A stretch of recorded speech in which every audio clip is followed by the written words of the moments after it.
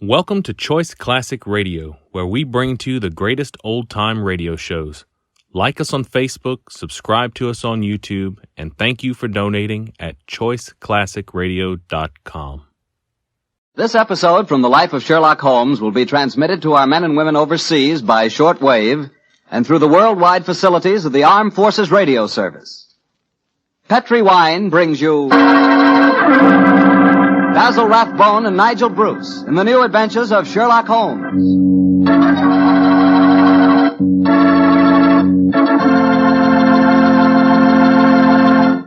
The Petri family, the family that took time to bring you good wine, invite you to listen to Dr. Watson tell us another exciting adventure he shared with his old friend, that master detective, Sherlock Holmes. And if you don't mind, I'd like to suggest something that you might share with your friends. And that something is a glass of sherry before dinner. Naturally, a glass of Petri California sherry. I say Petri sherry because it's the perfect before-dinner wine. You couldn't think of a better way to begin a meal. That Petri sherry has a beautiful, inviting color, like dark amber. And for flavor, well, you've heard sherry described many times as having a rich, nut-like flavor. But if you want to learn for the first time what those words, rich and nut-like, really mean, you just taste Petri sherry. It's wonderful. Serve Petri sherry by itself, or serve it with hors d'oeuvres, or those little cocktail sandwiches.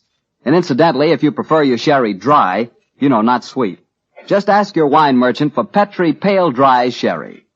Well, the important thing to remember is if you want sherry, you want Petri sherry, because that means good sherry.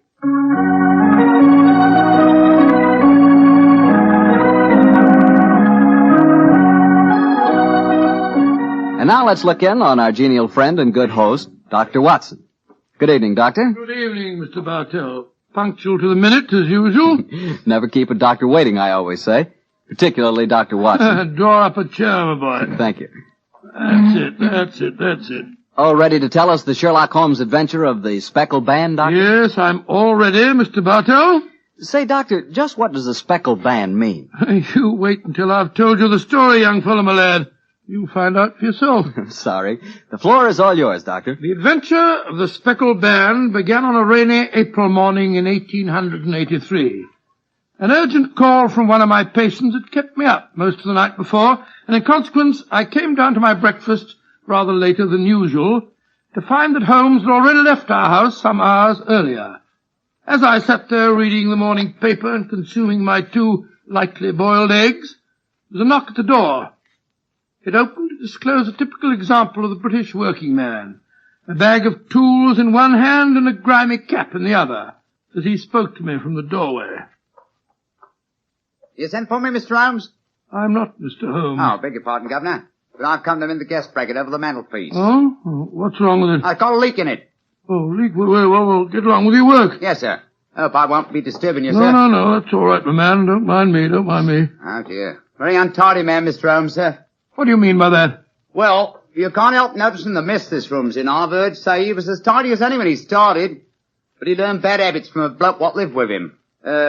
Dr. Watson, I think his name is. You impertinent fellow. How dare you talk to me like that? I've got a good... Oh, where does he go to? Here! You come out of there! That's Mr. Holmes's room. Don't be angry with me, Watson. What? Just slipping out of these grimy rags into a dressing gown.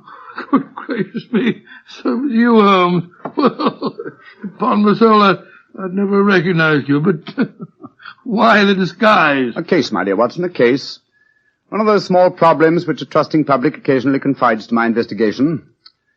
To the British workman, old chap, all doors are open. His costume is unostentatious and his habits are sociable. Tool bag is an excellent passport, and a tawny moustache will secure the cooperation of the maids. But what's the case, Holmes? A modest little drama of life in the kitchen, one of those seemingly inconsequential affairs, and yet, Watson, the honor of a duchess is at stake. Duchess? Mad world, my masters, a mad world. Now I feel a little more comfortable. Let's return to the sitting room, shall we? A strong cup of tea would be most acceptable. Oh, I wish you'd tell me about the Duchess and life in the kitchen, Holmes. Some other time, old fellow, some other time. At the moment, suppose you tell me what you know about Miss Helen Stoner, I received a letter from her this morning in which she informed me that she would be calling here at 11, and also that she was a friend of yours. Helen Stoner? Oh, yes, yes. A charming girl indeed. And pour me a cup of tea, Watson, and tell me about her. Well, I befriended her at the time of the tragic death of her sister 2 years ago. I told you about the case, don't you remember?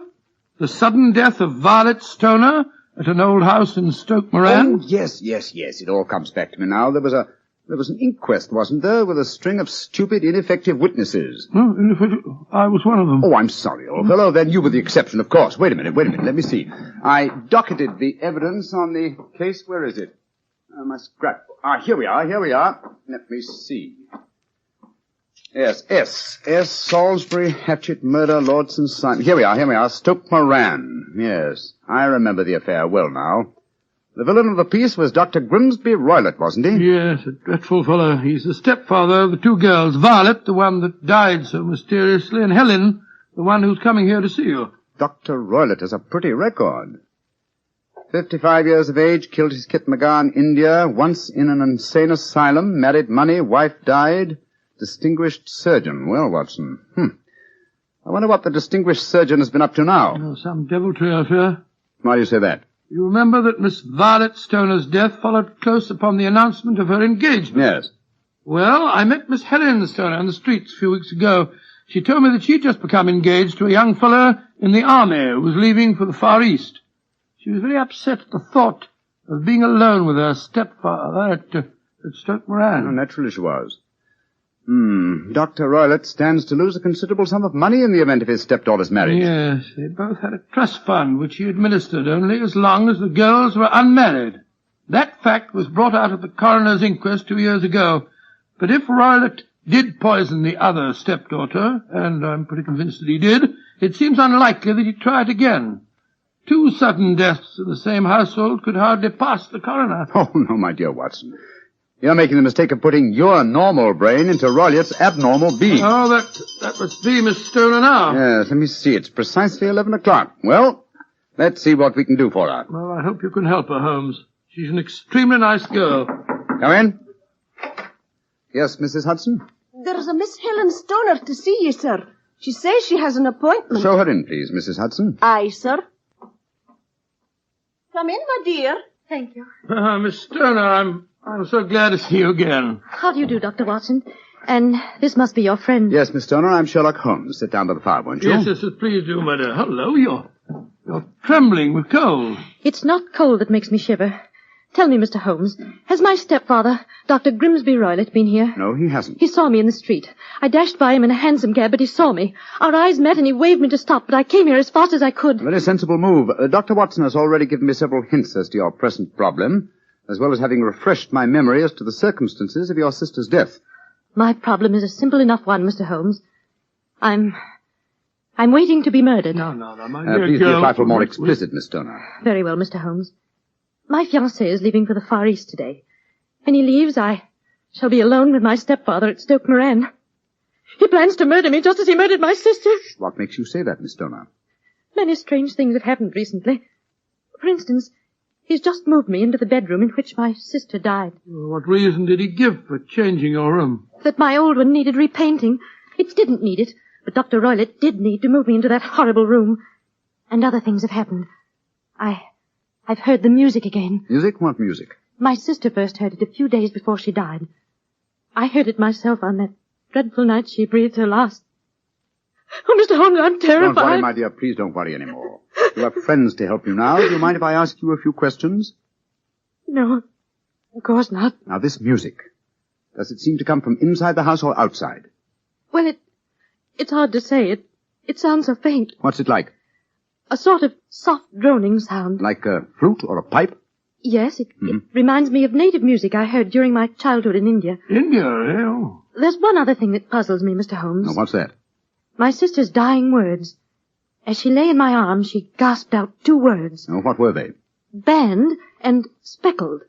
You remember that evidence from the inquest, don't you, Dr. Watson? Yes, I do. I couldn't make head or tail of it. So? Band, speckled, Indian music. Miss Stoner, do you sleep with your door and windows fastened? Yes, Mr. Holmes, but so did poor Violet. It didn't save her, though. What did you gather from your sister's dying allusion to the band, the speckled band? Well, sometimes I thought it was merely the wild talk of delirium, and sometimes that it referred to a band of people. Oh, yes. I remember that there were some gypsies encamped quite near us at the time of Violet's death. Gypsies, eh? Yes, and it occurred to me that the spotted, gaily-coloured kerchiefs, which so many of them wear over their heads, might have suggested the unusual adjective which my sister used. Miss Turner, how long is it since you heard this strange music that you've told us about? I heard it last night. Your fiancé leaves today, you say? Yes, Mr. Holmes. Well, Miss Turner, I shall do everything I can to help you. If we were to come to Stoke Moran today, would it be possible to see over your rooms without the knowledge of your stepfather? I think so. He told me this morning that he intended to take a late train home tonight. Ah, that's splendid. Watson, out with the timetable, old fellow, and look up the trains to Stoke Moran. Right you are, Holmes. That's my stepfather. I know it is. Oh, yes. Yes, there he is on the doorstep. Oh, Mr. Holmes, he's followed me. Oh, what shall I do if he finds me here? Don't worry, Miss Turner. Please don't worry. There's a private exit through that room there. Watson, show her the way, will you? Come along with me, my dear young lady. And you will come down today, Mr. Holmes? Certainly, my dear Miss Turner. I'll telegraph you the time of our arrival. Goodbye and courage, my dear. Goodbye, Mr. Holmes, and thank you. Come along, Miss Turner, quickly. Come in. Yes, Mrs. Hudson? It's a gentleman, sir. I told him you wouldn't see anyone without an appointment, but he... Out of the way, woman! Didn't push me like that. I'm sorry, Mr. Holmes. That's all right, Mrs. Hudson. You can leave us. What kind of gentleman does he call himself pushing an old lady? So you're Sherlock Holmes. You have the advantage of me, sir. Your name is, My name, sir, is Roylott. Dr. Grimsby Roylott of Stoke Moran. Oh, yes, of course. A charming place, I hear, and obviously good for the lungs. You won't trifle with me if you know what's good for you. Watson, there you are.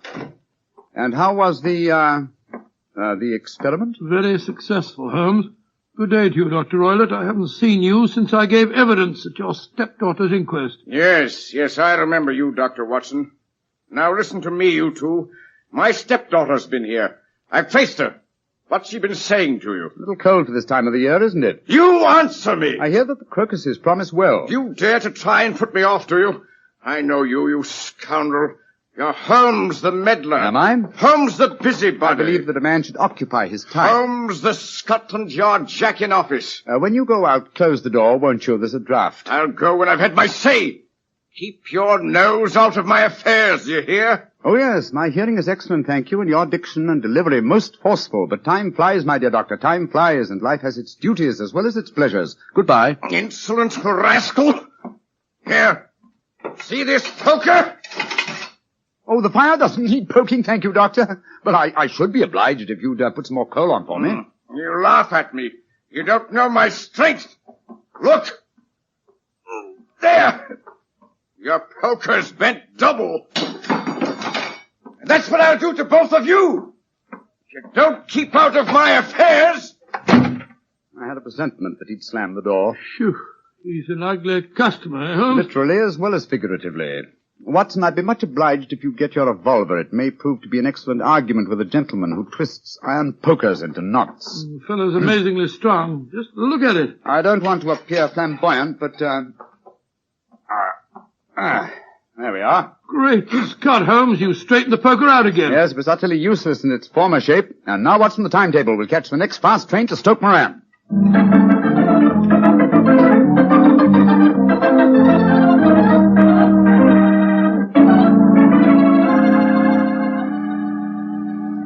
Oh, Mr. Holmes, Dr. Watson, I'm so relieved that you've come. But don't you think my stepfather might have followed you down here? We have to take that chance, Miss Stoner. A few hours' delay might mean the difference between your life and death. It was imperative that we examine this bedroom of yours before Dr. Roylott returns. Anyway, my dear, you mustn't worry any more. We're here in your house, and we're going to take good care of you, no matter what harm befalls you. Thank you, Dr. Watson. So this is the room in which your sister died, is it? It's much as I pictured it. And Dr. Roylott's room adjoins this one, you say, Miss Turner? Yes, Doctor, on that side. The room which adjoins it on the other side is my regular bedroom. The one that's being so conveniently painted, eh? Yes. Well, let's examine this room. No trapdoors or sliding panels, I suppose. It sounds solid enough, Holmes. Yes, I think it is. Hello, what's this? Are you aware that this bed is clamped to the floor, Miss Stoner? Why, no, Mr. Holmes, I didn't know that. What an extraordinary thing. Was the bed in your other room anchored also? No, I don't think it was. Very illuminating. And this bell pull hanging against the wall above your bed. Oh, that, it doesn't work. Doesn't work, but if you want to ring. There's another one on the other wall over there. Now, why this one? Well, I don't know. My stepfather made a number of changes after we came here. Yes, quite a burst of activity, apparently. And it took some strange shapes. Why are you standing on the bed, Holmes? I'm curious, my dear fellow. Aha! It may interest you to know that this bell rope is fastened to a brass hook. There's no wire attachment. It's a dummy. A dummy? But why? There's a small screen above it. It's a ventilator, I suppose. Yes, Mr. Holmes. Yes. A ventilator leading into your stepfather's room. Curious. I notice there's no means of opening the ventilator on this side. It can only be operated from your stepfather's room next door. I wonder if you'd mind taking us in there. Of course, Mr. Holmes. Follow me. What do you make of it, Holmes? There's devil's work afoot, old chap. Here we are, Mr. Holmes. It's much the same as the other room. A bit bigger, perhaps. That large safe against the wall seems to be an unusual piece of bedroom furniture. What is it, Miss Stoner? My stepfather's business papers. Oh, yes. You've seen inside it, then? Only once, some years ago. I remember that it was full of documents. What's this saucer of milk doing on top of it? Does Dr. Roylott keep a cat? No, but he does have a cheetah and a baboon as pets. He brought them with him from India. Well, Holmes, a cheetah is just a big cat. True, but I doubt if a saucer of milk would go very far in satisfying the appetite of a cheetah. Well, I think I've seen enough. This matter is too serious for hesitation. Your life may depend upon your following of my instructions, Miss Homer. I'll do anything you say, Mr. Holmes, anything. Is that village inn I see through the trees from this window? Yes, the Queen's Arms. Your bedroom windows would be visible from there. Yes, Mr. Holmes. Very well, then. Watson and I will go there now and obtain accommodations. When your stepfather returns, you must confine yourself to your room on the pretense of a headache. You follow me? Perfectly. When Dr. Roylott returns for the night, you must open your bedroom window and put your lamp on the sill as a signal to us at the inn. Then withdraw quietly to your usual bedroom, the one that's being painted. I'm sure that you could manage there for one night. Of course. But what will you do? When we get your signal, Dr. Watson and I will come here and spend the night in your dead sister's room. We are going to solve this mystery of the dummy bell rope and the unusual ventilator and the strange music in the night.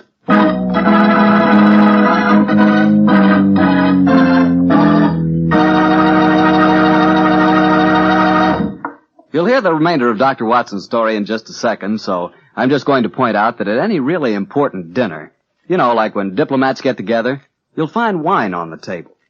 Because for years it's been a known fact that good wine makes good food taste better. Prove that to yourself tomorrow night by having your dinner together with a glass of Petri wine. If you prefer a red wine for any meat or meat dish, try a Petri California Burgundy. That rich, hearty red Petri Burgundy is really out of this world. Now, if you'd rather have a subtle, intriguing white wine, let's say to go with chicken or fish, then try Petri California Sauterne. But Sauterne or Burgundy, to make sure it's good, make sure it's Petri, won't you? Well, Doctor, it's a rattling good story so far. What happened next? You went to the local inn, I guess, and waited for that lantern to appear in the bedroom window at Dr. Roylott's house? That's right, Mr. Bartell. We had an early dinner at the Queen's Arms and then retired to our upstairs bedroom and sat there side by side, puffing away at our pipes, our eyes straining through the darkness for that telltale lantern to give us the signal that there was dangerous work ahead for us. As we sat there discussing the various aspects of the case, I remember that Holmes was very concerned about my own safety. Watson, I really have some scruples about taking you with me tonight. This is an infernally dangerous business. What about that poor girl, alone in the house with that fiend Roylott? I can handle the case by myself, old chap. I'm coming with you, Holmes. You speak of danger. You haven't seen more in those rooms than was visible to me. No, but possibly I've deduced a little more. I imagine you saw all that I did. No, I saw nothing remarkable except the bell rope, and what purpose that could answer, I confess, is more than I can imagine. You saw the ventilator, too. Yes, but I don't think it's such an unusual thing to have an opening between two rooms. It's so small that a mouse could hardly pass through it. True, but at least you will admit there was a curious sequence of coincidences. A ventilator is constructed, a bell cord is hung from it, a lady sleeps in a bed directly below the ventilator, a bed that is anchored to the floor. The lady dies. Well, I begin to see what you're driving at, Holmes. Look. There's the lantern in Miss Stoner's window. That's our signal, all right. Come on, Watson. Our night's vigil begins.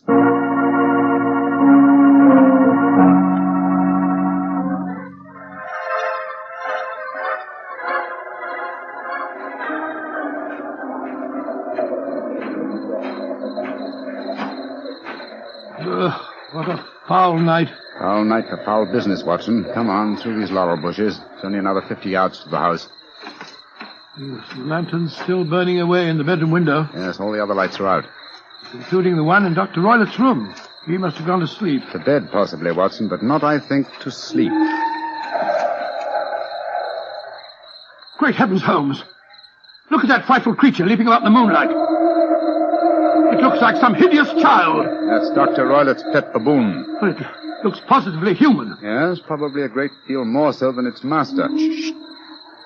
They directly below the window now. This ivy provides a most convenient ladder. I'll go up first. Careful, Holmes, careful. Wait a minute. I hope the thing's strong enough to hold us both. We look pretty stupid on our backs in the mud. Give me a hand, will you, Holmes? I can't quite get my leg up over this window ledge. Here you are. Thanks, old boy. Oh, say, phew. Now to close the window shutters. This room looks exactly like the same as it did this afternoon. The sound would be fatal to our plans. Keep the lamp covered, so that if the ventilator is open from Dr. Roylett's room, no light will show from in there. That's it. Why are you carrying that stick, Holmes? Prepared for a visitor that I expect before the night is over. A visitor who will herald his entrance with faint music from an Indian pipe. You mean the music is a signal? Exactly, old fellow. The signal to an accomplice who can enter a room with locked doors, an accomplice who kills and leaves no trace. You mean that... Shh! Now we're talking, Watson. I'll sit on the edge of the bed here. You sit on that chair. Have your revolver ready in case you should need it. Right you are. Have the lantern ready, too. When I shout now, turn the light full on the top of the bell rope. You understand? Yes, perfectly. Good. Now we must wait. Perhaps for some time. But don't go to sleep, Watson. Don't go to sleep.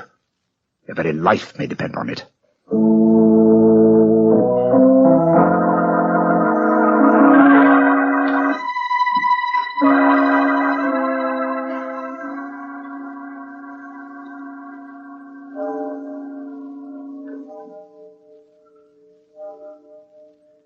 Watson. Yes? You're not smoking, are you? No, Holmes. I smell tobacco smoke. Must be drifting through the ventilator. Exactly. Dr. Roylett is up. Look. There's a tiny shot of light showing up in the ventilator. Shh. Listen. There's the music. Yes. Heralding the messenger of death. Have your lantern ready, Watson.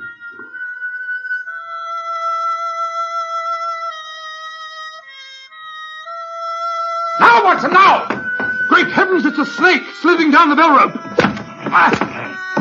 You can't get it without stick Holmes out of the way. Let me get a shot at it. I'm trying to drive it back the way it came. Get out. There it goes, back through the ventilator. Oh, what a fiendish plan.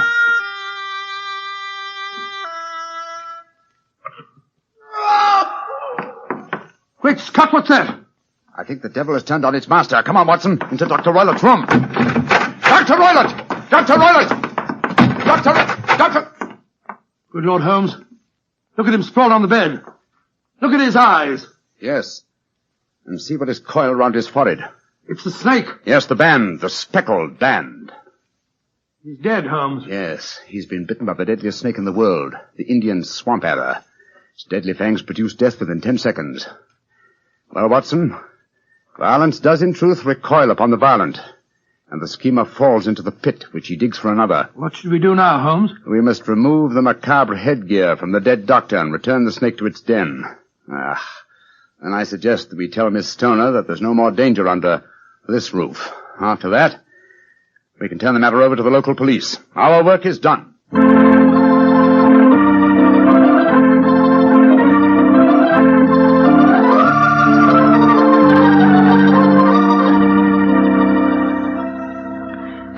Holmes, Dr. Watson. I can't tell you how grateful I am that you brought me back into Baker Street. Stoner, it would have been inhuman to leave you in that house of horror and death.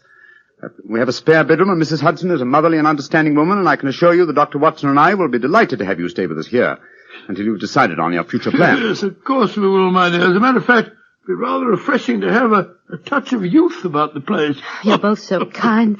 Mr. Holmes, I think it's wonderful how you foiled my stepfather's devilish plans. Yes, wasn't it a remarkable example of logical deduction? No, it wasn't, old fellow. At first, your mention of the gypsies, Miss Stoner, the use of the word ban, put me on an entirely wrong scent. However, when we examined the fatal room, I drew the obvious conclusions. The dummy bell rope, the ventilator, and the immovable bed. Yes, old fellow, it instantly gave rise to the suspicion that the rope was there as a bridge for something coming through the ventilator and traveling to the bed. I once thought of a snake. When I saw the saucer of milk on top of the safe, my suspicions crystallized into certainties. Oh, it was a fiendish plot. Yes, an extremely clever one, too. Exactly. My stepfather must have trained the snake to return to him when he played the music. Yes, he put it through the ventilator with the certainty that it would crawl down the rope and land on the bed. It might or might not bite the occupant. Perhaps she might escape every night for a week, but sooner or later she must fall a victim. Thank heaven I came to you, Mr. Holmes. Amen to that, Miss Stoner. Holmes, if you hadn't lashed at the snake with your stick, I bet it wouldn't have turned back on its master. True, old chap. In that way, I am no doubt indirectly responsible for Dr. Grimsby Roylett's death. But I can't say it's a fact that's likely to weigh too heavily on my conscience.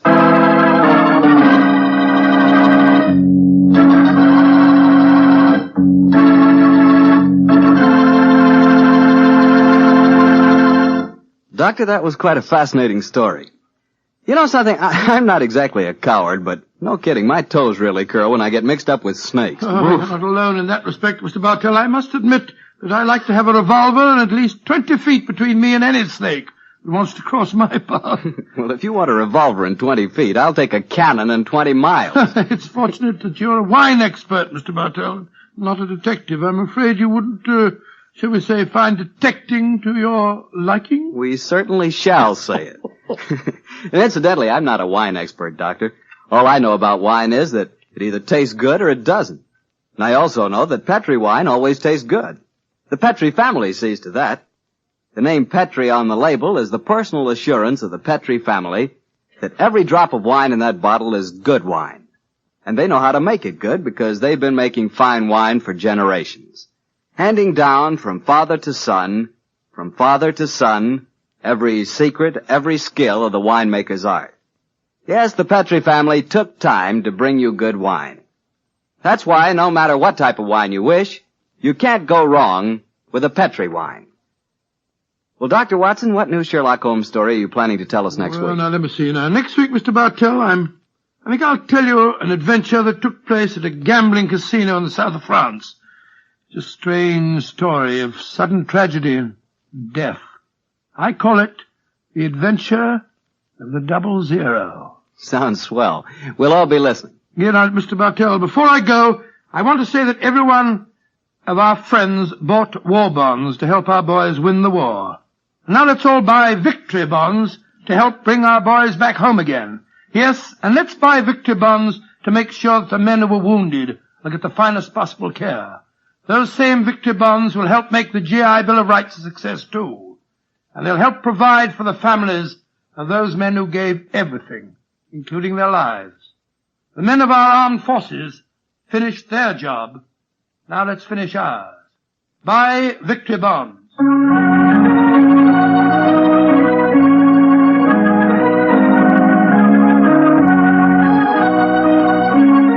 Tonight's Sherlock Holmes adventure is written by Dennis Green and Anthony Boucher and is an adaptation of the Sir Arthur Conan Doyle story, The Adventure of the Speckled Band. Music is by Dean Fossler. Mr. Rathbone appears through the courtesy of Metro-Goldwyn-Mayer, and Mr. Bruce through the courtesy of Universal Pictures, where they are now starring in the Sherlock Holmes series. The Petri Wine Company of San Francisco, California, invites you to tune in again next week, same time, same station.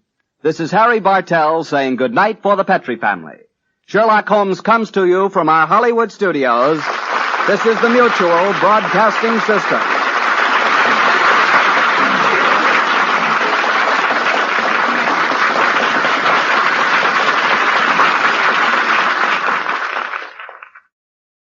The Adventures of Sherlock Holmes. with Sir John Gielgud as Sherlock Holmes and Sir Ralph Richardson as our storyteller, Dr. James Watson. Oh, Dr. Watson, he's dying. It's Mr. Holmes, sir. He won't last through another day. What shall I do, Doctor? Oh, heaven help him. Mr. Holmes is dying.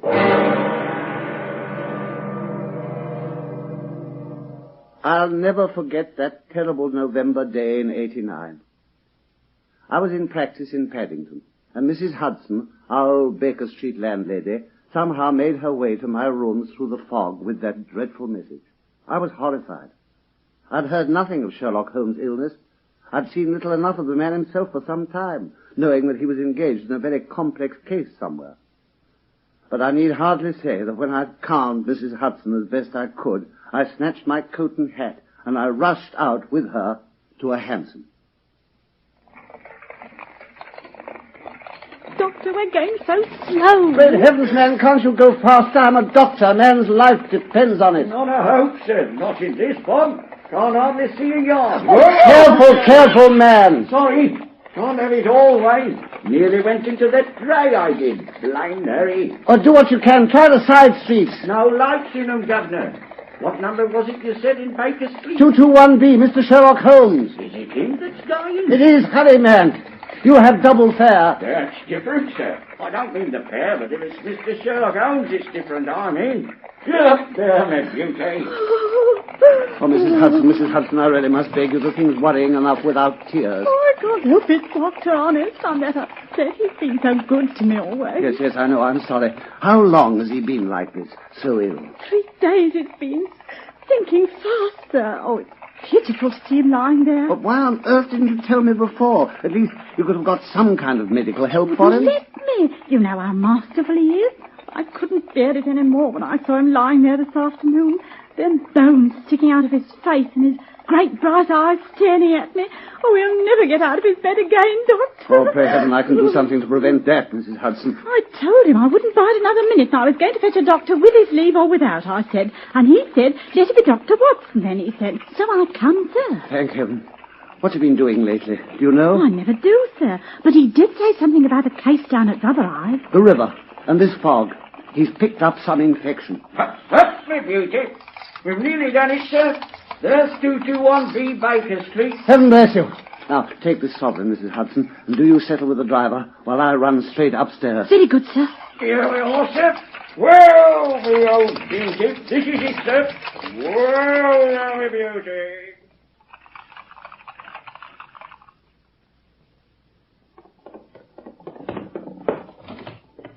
Holmes. Great heavens. Holmes. Well, Watson. Back to the old haunt again, I see. You never could escape from Baker Street for long. But we've fallen on evil days, you see. My dear fellow. No, Watson, keep back. Come one step nearer. I shall order you out of the house. But you're sick to death, Holmes. I'm a doctor. Do what I say, Watson. Stay where you are. You're in a fever. Mrs. Hudson was right. I've never seen such a brightness in man's eyes. Yes, and this foul crust on my lips. And my bones almost breaking through the skin. Oh, don't think I haven't seen it, Watson. Don't think I haven't kept staring into the mirror these last 3 days. Just waiting. Waiting? For confirmation. What I've suspected from the start. Well, now, let me... No, don't be angry with me, Watson. You're a good fellow, but it's for your own sake, and you must keep your distance. Don't come near me. My sake? Holmes, you're delirious. Am I? But I know, you see. I know what's the matter.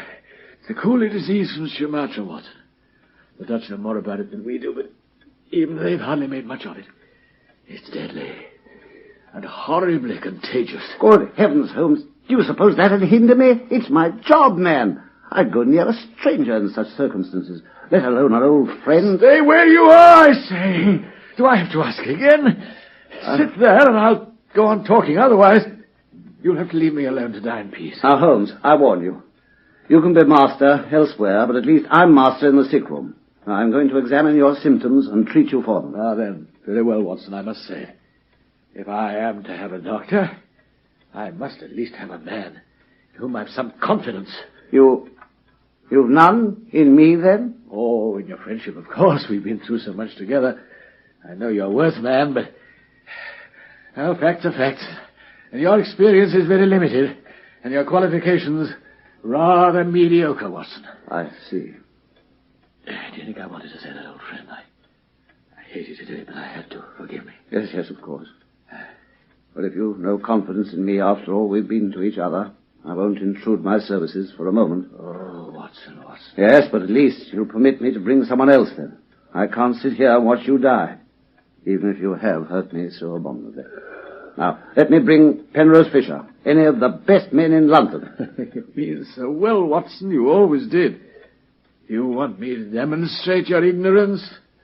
What do you know of Campanule fever? What do you know of the Black Formosa corruption? I admit I've never heard of either of them. You see, there's so many problems of disease in the East, Watson. I've learned so much lately. That's how I became infected. Yeah, it was a case among some coolies at the docks. You can't do anything. I can. I've suddenly remembered. Aintree's in London. He's the greatest living authority on tropical disease. I'm going to fetch him, Holmes, this instant. Watson! Stay where you are! I'm not dead yet, and you won't pass this door while I've strength to stand up in front of it. Great heavens, Holmes! There, you see? It's locked, and you won't get this key from me by force, Watson. I've got you, my friend. Holmes, this is insanity. Is it? Those are the final symptoms, I believe. Stand over there, little. If they're by the table, let me pass round you to get back to bed. Oh, Lord, the pain. Please, let me give you some water. Dad. I can reach it if I want it. You shall have your way, Watson, if you'll just have patience. Only give me a moment to get my strength. I seem to have no choice. I'll let you go, Watson. Yes. In a quarter of an hour, I'll let you go. But you'll seek help only from the man I choose. As long as I can bring someone. Yeah, you shall, I promise. There's only one thing. Just one thing, old friend. Well, what is it? I'll do anything. Have you any change in your pocket? Change? Well, I think so, yes. Any silver? Yes, a good deal. How many half-crowns? Half-crowns? Yeah, quickly, count them, Watson. Why, 5. Too few, too few. Too few? Too few for what? But we must do what we can. Quickly. Put them all into your watch pocket, Watson. And all the rest of your money in your left trouser pocket. Thank you. It'll balance you so much better, you see. Delirium. Oh. Light the gas now, will you? I'll let you move to light the gas, Watson. But you must be careful. Not for one instant must it be more than half on. I implore you, Watson. Otherwise the balance of your silver will be altered again. Thank you. Thank you. Well, now there's nothing to do but wait.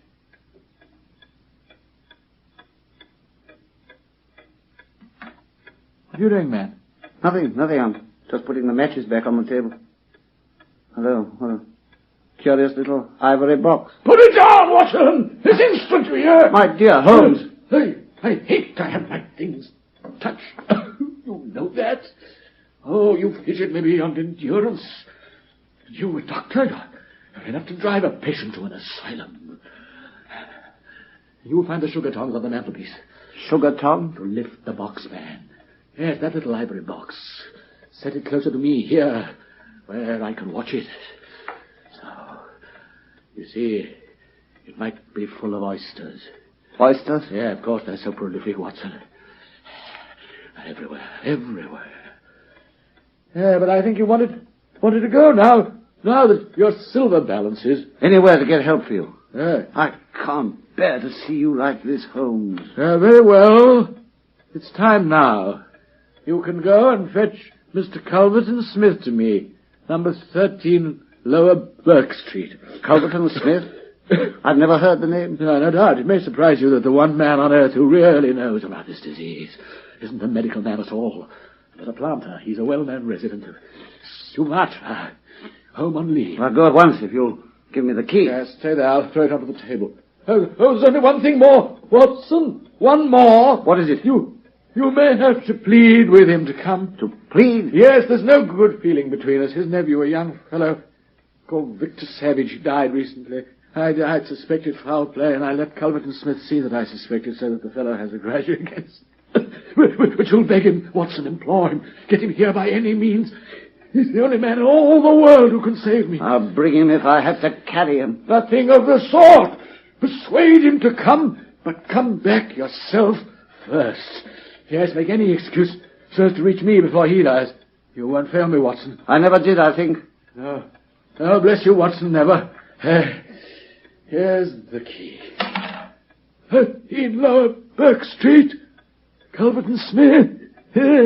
Yeah, you and I, Watson, have done our part.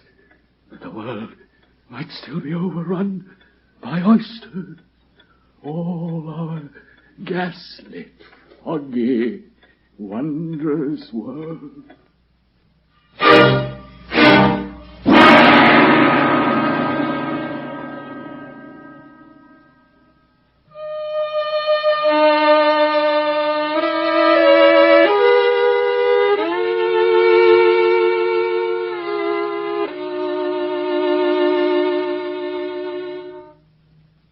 So, with a heavy heart, shocked at the wreck of that magnificent intellect, I left him babbling like a foolish child. The fog had lifted a little, but progress through the gas-lit streets was still delayed. I found my destination at last, 13 Lower Burke Street. And feeling desperate, I forced my way in past the manservant who opened the door. I found myself in a dark hall, confronting the figure of a man, very small and twisted in the shoulders and back, but with a skull of enormous capacity, and a face coarse-grained and strangely yellow. Mr. Culberton Smith. Mr. Culberton Smith. What is the meaning of this intrusion? I'm sorry, but the matter simply can't be delayed. My friend, Mr. Sherlock Holmes... What? Holmes? You've come from Sherlock Holmes? This instant. My name's Watson. What about Holmes? How is he? Desperately ill. That's why I've come. So? I'm sorry to hear it. Do sit down, Mr. Watson. Doctor. Indeed. A professional in my own amateur line, then? And Mr. Holmes has his enemies, too. In crime, of course, where ours are among the microbes. It's on account of your special knowledge that Mr. Holmes wanted to see you, Mr. Smith. He's a high opinion of your skill in Eastern diseases. Indeed. I'll confess the subject is a particular hobby of mine. But, why did Mr. Sherlock Holmes fancy this disease of his was, Eastern... He's been working on a case among some Chinese sailors down by the docks. Ah, that's it, is it? Well, we must trust that the matter isn't as grave as you suppose. How long has he been ill? 3 days. Is he delirious? I'm afraid so, quite severely. It sounds serious enough, then. I'll come with you at once. Oh, thank you, but I'm afraid I've another appointment, Mr. Smith. You'll find the street door ajar. His landlady may not be back. Now, I must hurry, Mr. Smith. Oh, very well. I'll go alone, then. I know Mr. Holmes' address. You can rely on my being there within half an hour. Thank you. Good evening, Dr. Watson. Good evening. A very good evening to you, sir.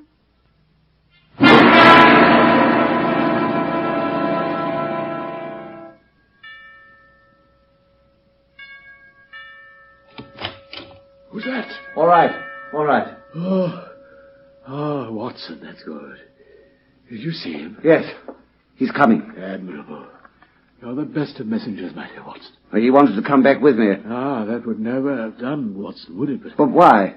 Well, he asked what was wrong with me, of course. Well, I told him about the Chinese in the East End. Exactly. You've done all that a good friend could. I'm very much obliged. Well, now you must disappear from the scene entirely. I must wait and hear his opinion, Holmes. You can't deny me that. Oh, yes, of course you must. I wouldn't dream of depriving you of it, but he's such a curious fellow, Watson. I've reason to believe his opinion will be more valuable if he thinks that he and I are quite alone. I believe there's just room for you here. Here, behind the head of my bed, I think. My dear Holmes. Yes, there's no alternative, man. The old room doesn't lend itself much to concealment, does it? Quick, Watson, if you love me! Do you hear what I say? But there's a cab drawing up. What? I must say, Holmes, that if it weren't for heaven's sake, keep quiet. Don't speak. Don't move, whatever happens. Just listen, Watson. Listen with all your ears. Well, if you say so, but this is really hardly dignified. He's coming, man. Quiet now.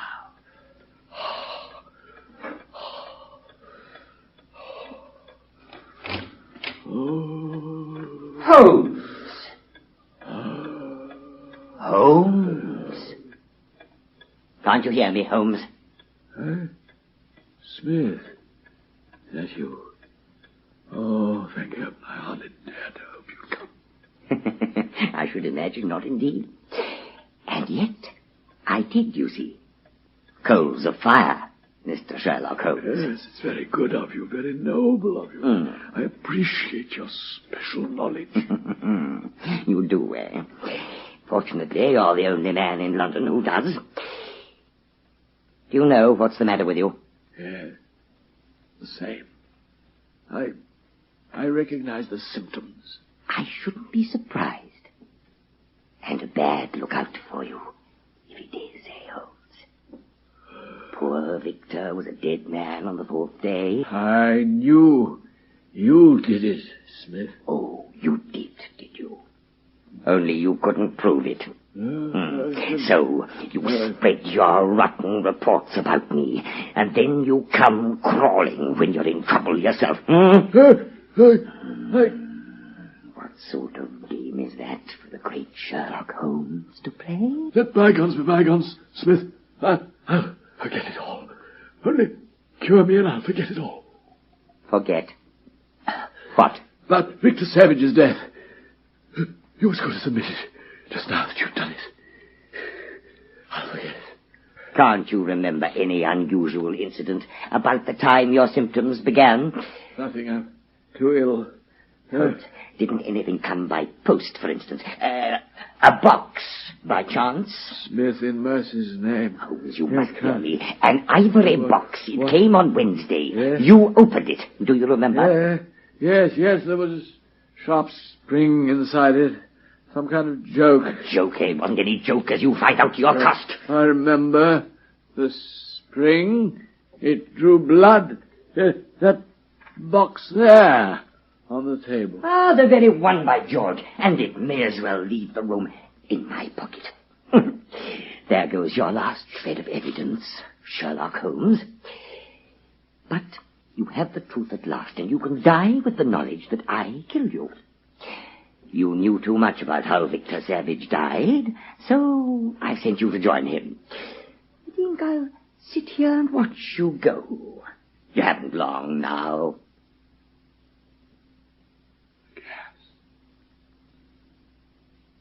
Turn up the gas, Smith.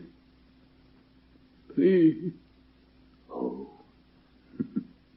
The shadows begin to fall, do they? Very well. The gas, eh? All the better to see you by. Is there any other little service that I can do for you, my friend? Yes, if you'd be so good. Just give me your hand. Your hand. Your hand. Ah, thank you. What's the meaning of this? I wouldn't struggle if I were you, Mr. Culverton Smith. These handcuffs are quite strong enough to hold you. You can stand. Ah, my pipe. You're perfectly well. The best way of acting a part, of course, is to be it, Smith. I give you my word that for the last 3 days I've tasted neither food nor drink, but really it's the lack of tobacco that I found most irksome. Holmes, I'll murder you. You almost did, my friend. But wait, there's someone coming in I think who'll be delighted to make your acquaintance. Ah, good evening, Inspector Morton. There's your man. Thank you, Mr. Holmes. We've been waiting in the street as you told us to in your message. Yeah, and cold enough, too, I'd fancy, on a night like this. To save a poor invalid trouble, Inspector, Mr. Smith was so very good as to give you our signal himself by turning up the gas. For heaven, this is an outrage. I'll not stand for such a trick. One trick's as good as another, Mr. Smith. Inspector Morton is from the yard, and the sergeant, well, you better hold out your hands and go quietly. Come, sir. I arrest you on the charge of the murder of one Victor Savage. And the attempted murder of one Sherlock Holmes. Oh, by the way, Morton, the prisoner, has a small box in his left-hand coat pocket, which I think it'd be just as well to remove. Yes. But handle it gingerly, if you please. Let me pass you the sugar tongs. There, that's it. Yeah, here, on the table. Thank you so much. A nice trap, Holmes. Or so you fancy. But you've no witness. And whatever was said in this room was only between ourselves. And my word is just as good as yours. Archie! Oh, I beg your pardon. Good heavens!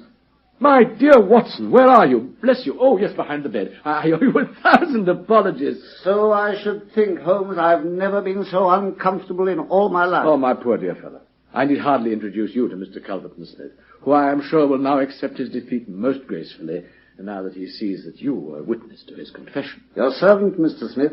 Confound you, Sherlock Holmes. Thank you. Take him away, Inspector. We can make all formal arrangements later.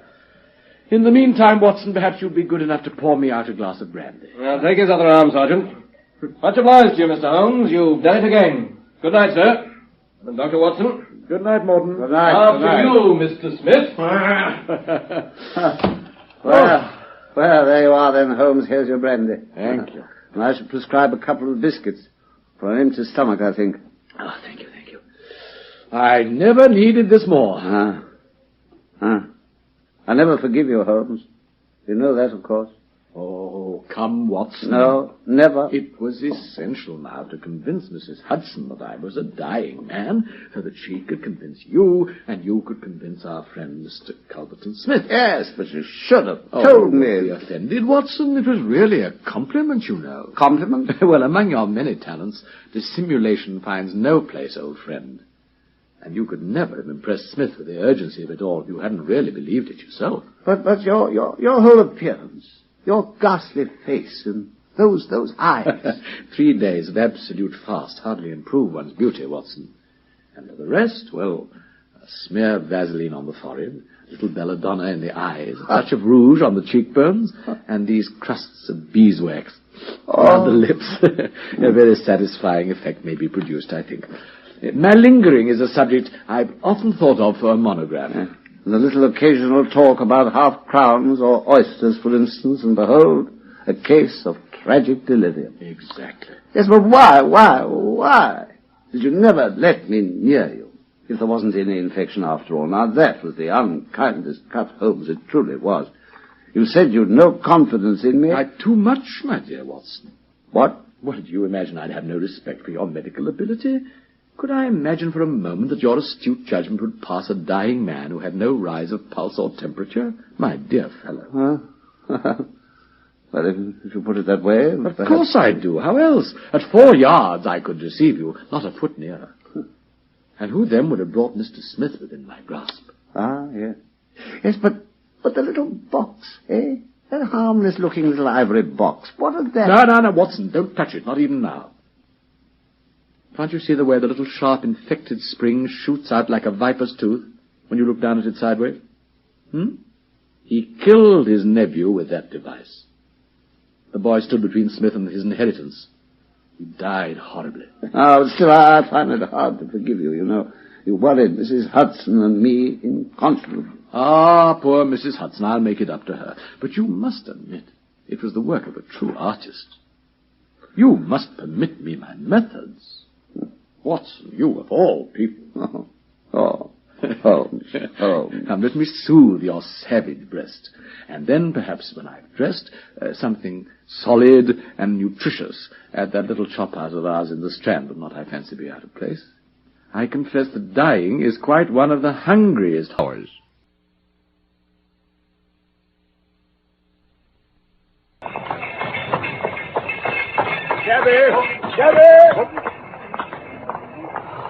Capital, my dear Watson. let us return to our humble abode. 221B Baker Street, please, cabby. From London, we present The Second Stain, a play for radio by Michael Hardwick, based on the short story by Sir Arthur Conan Doyle. The Second Stain. The reason why I've not hitherto included the adventure of the second stain in these chronicles of the cases of Mr. Sherlock Holmes lies in the nature of the affair itself. In fact, it was only upon my representing to him that I promised my public that it should someday hear the account that he recently gave his consent. But he stipulates that my narrative must be a carefully guarded one. And if in presenting it I seem to be somewhat vague in certain details, then pray be assured that there is an excellent reason for my reticence. Pray come in, gentlemen. Thank you. May I present my friend and colleague, Dr. Watson? Sir? Yeah, your servant, gentlemen. If you will sit here, Lord Bellinger. Thank you. And you here, Mr. Hope. Thank you. Mr. Holmes, I shall come straight to the point. If you please. I discovered my loss at 8 o'clock this morning. I at once informed the Prime Minister, and it was at his suggestion that we have both come straight to you. In the strictest confidence, let me make it plain. Rest assured, Prime Minister. May I ask if the police have been informed? No, sir. Nor shall they be. Indeed? To inform the police must in the long run mean to inform the public. I understand. Now, Mr. Hope, you speak of this as your loss. I should be much obliged if you would tell me exactly what has occurred. I can do that in a very few words. The letter was from a foreign potentate.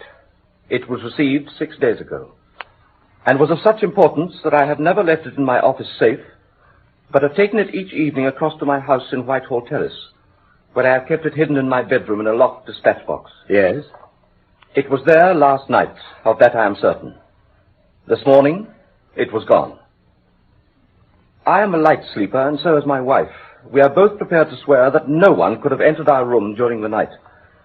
And yet, I repeat, the paper is gone. Was the dispatch box unguarded at any time during the evening? For several hours, between my arriving home and going to bed. Oh. But I was in the house all the time. My wife was at the theatre. No one could have had access to the room except our servants. They are both completely trustworthy. I see. In any case, they could have had no inkling that the box contained anything of undue importance. Did your wife know about it? Certainly not. Yes, but could she have guessed? No, she could not. Have you lost any documents before? Never. Very well. You've told me who in England knows of this letter's existence. Now, who could know of it abroad? No one, save the man who wrote it. No one? We understand that he did not employ the usual official channels, even to the exclusion of his ministers. I see. Then next I must ask you more particularly what this document is. That is a state secret of the utmost importance. I fear that we cannot tell you more. Gentlemen, you are two of the most busy men in the country, and in my own small way I also have a good many calls upon me. I regret exceedingly that I cannot help you in the matter. Mr. Holmes, sir, I'm not accustomed to being treated in this way. I'm sorry, sir. I suppose we must accept your terms. It is unreasonable to expect you to act unless we give you our entire confidence. Just so, Lord Bellinger. The letter, then, is from a foreign potentate who has been ruffled by certain colonial developments in this country. It has been written hurriedly and entirely upon his own responsibility. It is couched in so unfortunate a manner, with certain phrases of so provocative a character, this publication would undoubtedly lead to a ferment of feeling in this country. Really? I do not hesitate to say that within a week of its publication, we should be impelled into war. Need I say more than that, Mr. Holmes? No, sir. Have you informed the sender of its loss? By cipher telegram. We believe that already he regrets having written it, and is just as concerned that it should never be published as we are. This being so, in whose interest is it that the letter should come out? Who would wish to steal and publish it? Ah, there, Mr. Holmes. You take me into regions of high international politics. Then we can assume that at this very moment the letter is probably speeding on its way to one of the chancelleries of Europe as fast as steam can take it. Precisely. Oh, no. My dear Hope, no one can blame you. Now, Mr. Holmes, what course do you recommend? You think, sir, that unless this letter is recovered, there will be war? I think it is very probable. Then, sir, prepare for war. What? That is grave counsel, Mr. Holmes. Are there no inquiries you can make? There are a few, Lord Belinda. Then come along, Hope. You'll let us know of any development during the day, Mr. Holmes. I shall, sir. Good day, gentlemen. Allow me, sir. Thank you. Good day. Good day. Good day. By Jove, Holmes, I don't like the sound of this. On the brink of war? The situation is desperate, Watson, but not hopeless. Have you an idea, then? Yes. I believe the letter was taken by someone in the house. But how... Acting on behalf of some foreign agent who by some means had come to know of its existence. Oh, a spy. Exactly. Well, even if you're right, it isn't going to help you much. As you said, the letter would have been passed on straight away. How could you hope to get it back? Unless I'm mistaken, the man behind this will prove to be one of that handful of international agents in London whose names are tolerably familiar to me. I will begin by going round and finding if each of them is still here. If one is missing, especially if he has disappeared since last night, we will have some indication as to where the document has gone. But what can you hope to do then? If it's on the market, I'll buy it, even if it means another penny on the income tax. With these fellows, it's money that counts. I have the British Treasury behind me. Yes, of course. Yes. Now, let me see. Yes, there are only 3 secret agents capable of playing so bold a game as this.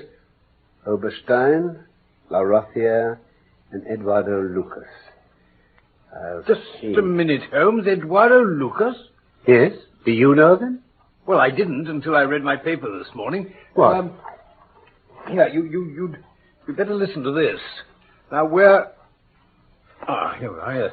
A crime of a mysterious character was committed last night at 16 Godolphin Street, Westminster, the home of Mr. Eduardo Lucas, well known in society circles and regarded as one of the country's best amateur tenors. Oh, go on, Watson, go on. Oh, sorry. At midnight, Police Constable Barrett, observing that the front door was ajar, knocked, but could gain no reply. Entering the house, he found a state of wild disorder, with furniture and objects scattered and overturned. In the middle of the floor lay Mr. Eduardo Lucas. What? He had been stabbed to the heart and must have died instantly. Upon my soul, Watson. Is there any more? Well, only to say that robbery didn't seem to be the motive. Amazing coincidence, eh, Holmes? A coincidence? Here is one of 3 men whom we had named as possible actors in this drama, and he meets a violent death during the very hours when we know that drama was being enacted. No, my dear Watson, the odds against coincidence are too enormous for figures to express. You think the events are connected? Precisely. And it's for us to find the connection. But what hope is there of secrecy now that the police are involved? The police know about Godolphin Street. They know and shall know nothing of Whitehall Terrace. We must be on our guard, Watson. That is all. Ah, Mrs. Hudson. There's a lady asking to see you, Mr. Holmes. I have no appointment this morning. I'm sorry, I cannot see the lady. Well, here's her card. All the same, Bless my soul. Ask her to come in, please. Very good, sir. You soon changed your mind, Holmes. A visit from Lady Hilda Trelawney Hope must have a bearing on our present inquiries. What? Hope's wife? Yes. Lady Trelawney Hope, sir. Good morning, madam. Good morning. May I present my friend and colleague, Dr. Watson? Charmed, madam. Charmed. How do you do? Mr. Holmes, has my husband been here? He has, madam. Will you sit here? No. Here will do.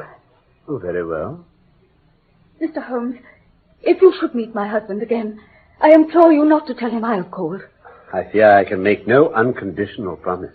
I implore you also to tell me exactly what is happening and what it might lead to. Your husband has not told you? I know that a paper has been stolen from our house, and because my husband will not discuss it with me, I know it is a political document. Why do you come to me? Because I can tell from my husband's state that the loss has struck him a grievous personal blow. I wish to know, and it is no use my asking him, whether his political career is in danger.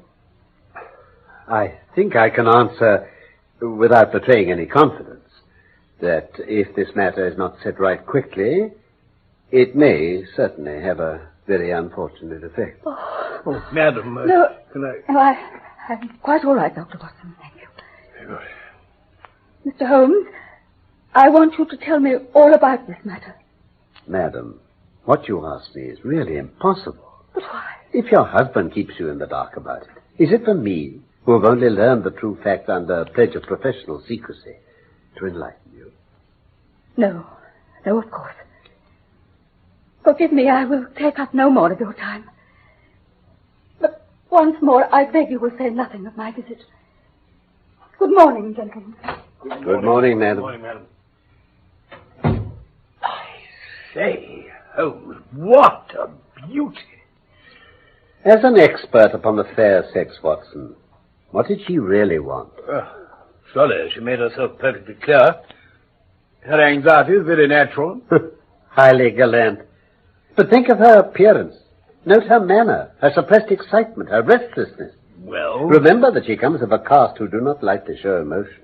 Oh, she was certainly much moved. Did you also observe that she maneuvered to have the light at her back? Yes. Yes, she chose her chair very carefully. You remember the woman at Margate who made me suspicious for that same reason? No powder on her nose. That was all it proved to be in her case. With Lady Hope, I fancy it was a desire not to let us read her expression too plainly. Oh, now really, Hope. The motives of women are so inscrutable. Their most trivial action may mean volumes, or their most extraordinary conduct may depend upon a hairpin or a pair of curling tongs. How can you build on such a quicksand? Good morning, Watson. You're off, then? Yes. I shall file away the morning at Godolphin Street. With Eduardo Lucas lies the solution of our problem. Now, you stay on guard and receive any fresh visitors. I'll join you at lunch, if I may. For the next 3 days, Holmes remained in a taciturn mood. He ran out and ran in, smoked incessantly, played snatches on his violin, sank into reveries, devoured sandwiches at irregular hours, and hardly answered the casual questions I put to him. He would say nothing about the case, and it was from the newspapers that I learned that Eduardo Lucas's valet had been suspected of his murder. However, a sensational occurrence led to his release. I managed to secure sufficient of Holmes's attention to read him the newspaper account. Oh, well, let me hear it, Watson. A report has been received from the Parisian police that a woman known as Madame Henri Fournay had suddenly become insane only a few days after returning from a visit to London. Inquiries in London disclosed that a woman of the same description had attracted attention at Charing Cross Station by the wildness of her appearance and manner. It now transpires that she had recently discovered that her husband maintained a bachelor establishment in London, in Godolphin Street, Westminster, under the name of Eduardo Lucas. A few hours after Madame Fournay's hasty return to Paris, her husband's murdered body was discovered in his London rooms. French doctors hold out no hopes of being able to restore the woman's reason, and it is generally thought that she may have committed the murder in the grip of jealous frenzy. Yeah. Well, there, Holmes, what do you think of that? Lucas's death is a mere incident. A trivial episode compared with our real task, which is to trace this document and save a European catastrophe. About which you haven't seen fit to utter a blessed word to me these 3 days. My dear Watson, you are the most long-suffering of fellows. But the only important thing that has happened is that nothing has happened. The letter disappeared 3 days ago, and yet nowhere in Europe is there the least sign of repercussion. Hasn't it reached its destination, then? If not, why not? Who has it? And why is it held back? Well, yes, I see what you mean. Then what will you do? We, my dear Watson, will pay a visit to the scene of the murder. But you said that Lucas's death was a mere incident. Compared with our real task. But it may have something for us. And in any case, I have a note from our old friend Lestrade, who is handling the case. Oh, is he? He thinks he's made a discovery and wishes to consult me about it. We're scarcely in a position to overlook any possibility.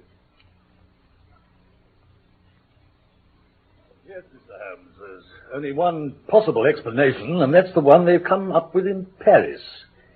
Lucas was leading a double life. His wife found out, came over from France and traced his establishment here. One thing led to another, and she finished that by stabbing him. Then when she realized what she'd done, it proved too much for her mind. I can't help feeling sorry for the woman. You seem to have it all very clear, Lestrade. Then why send for me? It's a mere detail, I admit, and can't have anything to do with anything, but I thought it was one of those odd little things that appeal to your fancy. You intrigue me. Yeah, I thought so. Well, now this is the room where Lucas was murdered, right? So you inform us. Therefore, ever since the discovery of the crime, there's been one of my men on duty in here, night and day, and nothing's been allowed to be touched or moved. Now, you see this loose rug here? Not fastened down anywhere. Yes, Inspector. I was having a final hunt round this morning, and I had occasion to lift it. Yes? Like this. But heavily blood-stained on top. And you can see how the blood soaked right through. No blood stains on the floorboards underneath. Exactly.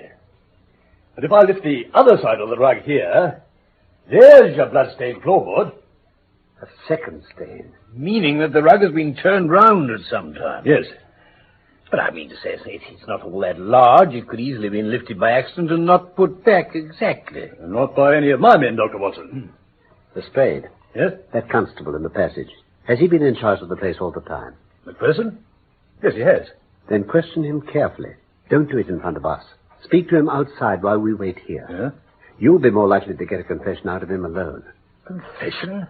What about? Ask him how he dared to admit unauthorized people and leave them alone in this room. Don't ask him if he's done it. Take it for granted. Press him.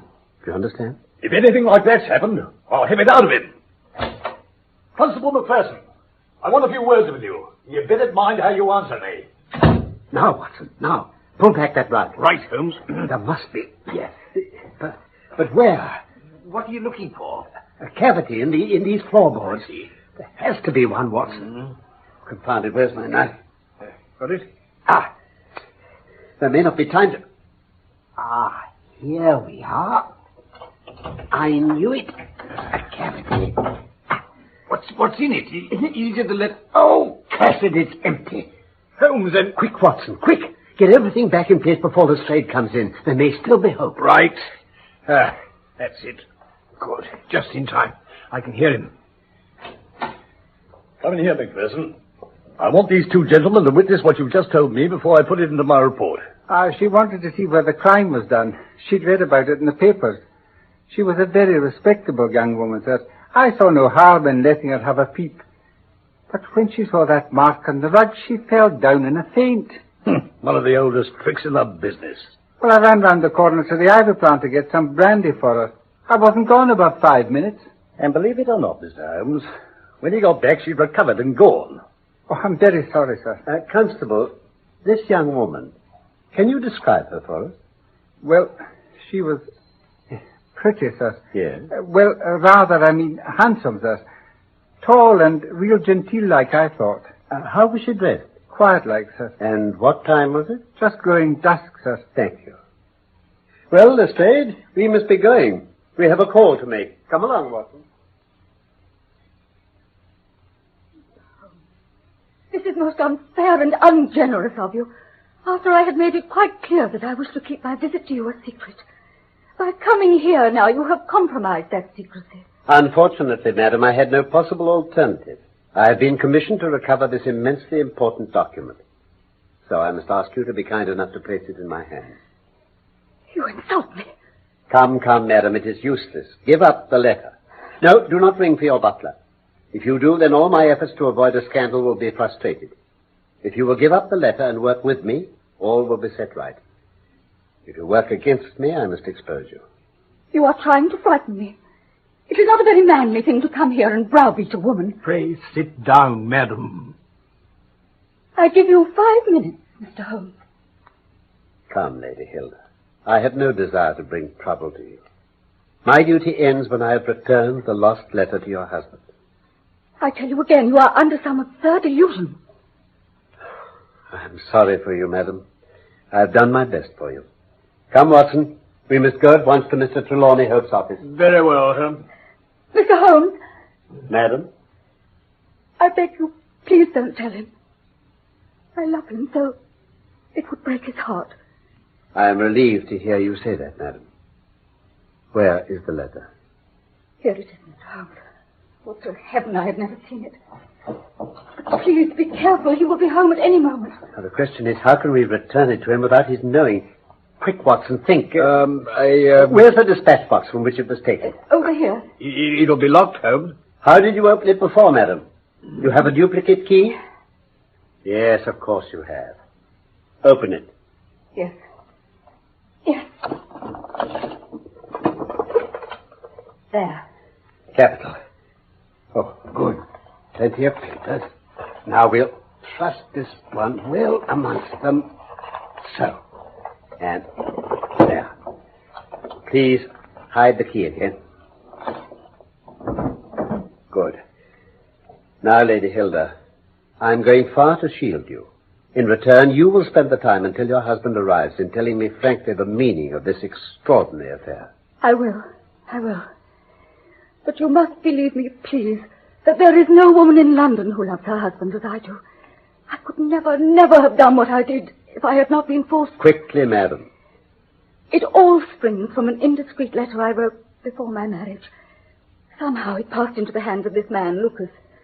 He lost no time in informing me and convincing me how it could be used to destroy my husband's confidence and trust in me. He blackmailed you with it? He said that he would return my letter if I would procure for him a certain letter which some informant in my husband's office had told him would be contained in that dispatch box. He assured me that no harm could come to my husband as a result of its loss. Oh, put yourself in my position, Mr. Holmes. What was I to do? Take your husband into your confidence. Oh, it is easy to say that. But Lucas convinced me that the consequence of the letter's disappearance would be small, whereas I knew too well how great the consequences of a confession to my husband might be. He is not a forgiving man. His own standard of honor is so high that he cannot forget or pardon any lapse by another. How did you obtain a duplicate key of this dispatch box?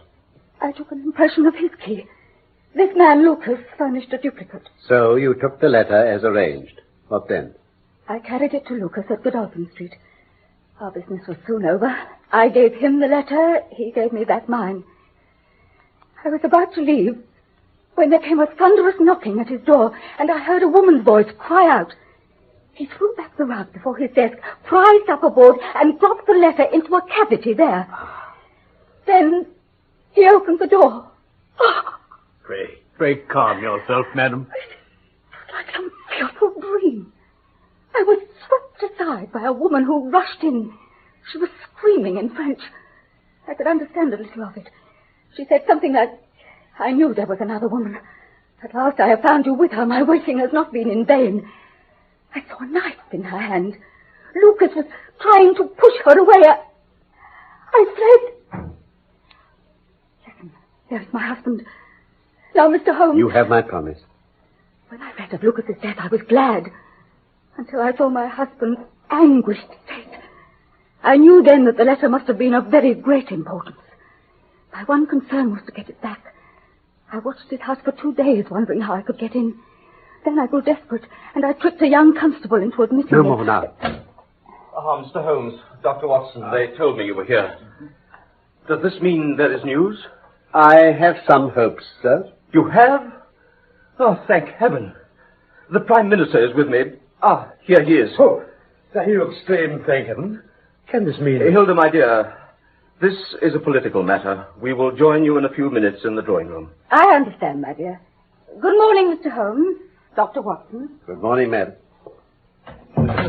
Now, Mr. Holmes.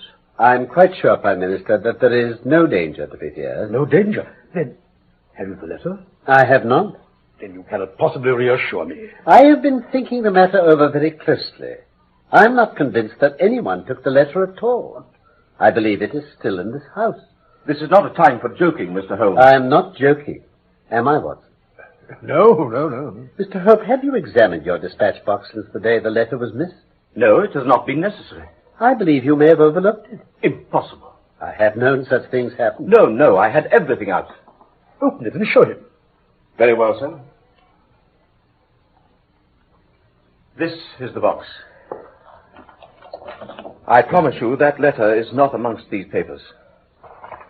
Letter from Lord Merrow, report from Sir Charles Hardy, memorandum from Belgrade, letter... Good heavens! What is it? Great Scott! The letter! What a careless fool I must have been. Prime Minister, Oh, but what a weight from my mind. Mr. Holmes, you are a wizard, a sorcerer. How did you know it was there? Because I knew it was nowhere else. I can't believe my eyes. I must tell my wife that all is well. Hilda! Poor fellow. Mr. Holmes, sir. Sir? There's more in this than meets the eye. Prime Minister, we also have our diplomatic secrets. Eh, Watson?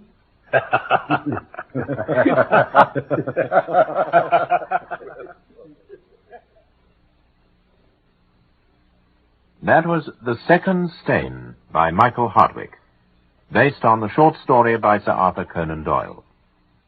Sherlock Holmes was played by Carlton Hobbs and Dr. Watson by Norman Shelley. Production for the BBC was by Martin C. Webster.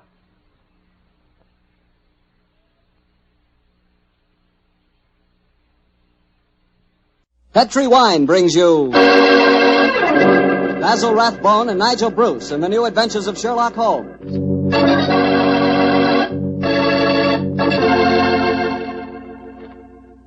The Petri family, the family that took time to bring you good wine, invites you to listen to Dr. Watson tell us another exciting adventure he shared with his old friend, that master detective, Sherlock Holmes.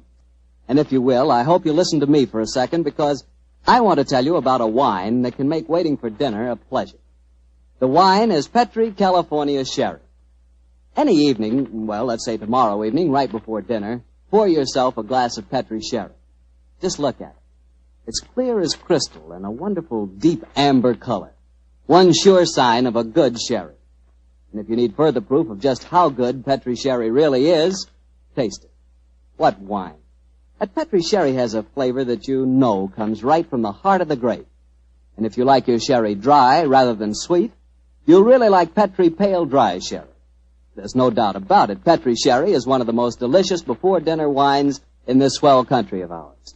Oh, and say, when you serve Petri Sherry, serve it proudly, because those letters P-E-T-R-I on the bottle spell the proudest name in the history of American wine.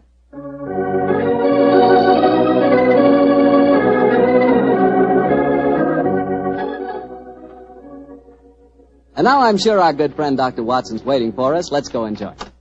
There you are, Mr. Bartell. Good evening, Doctor. All alone tonight, huh? Yes, my boy, if you can call a man alone when he's got his pipe, his books, and a glass of good port at his elbow. Take your coat off. The fellow enjoyment. Thanks, Doctor.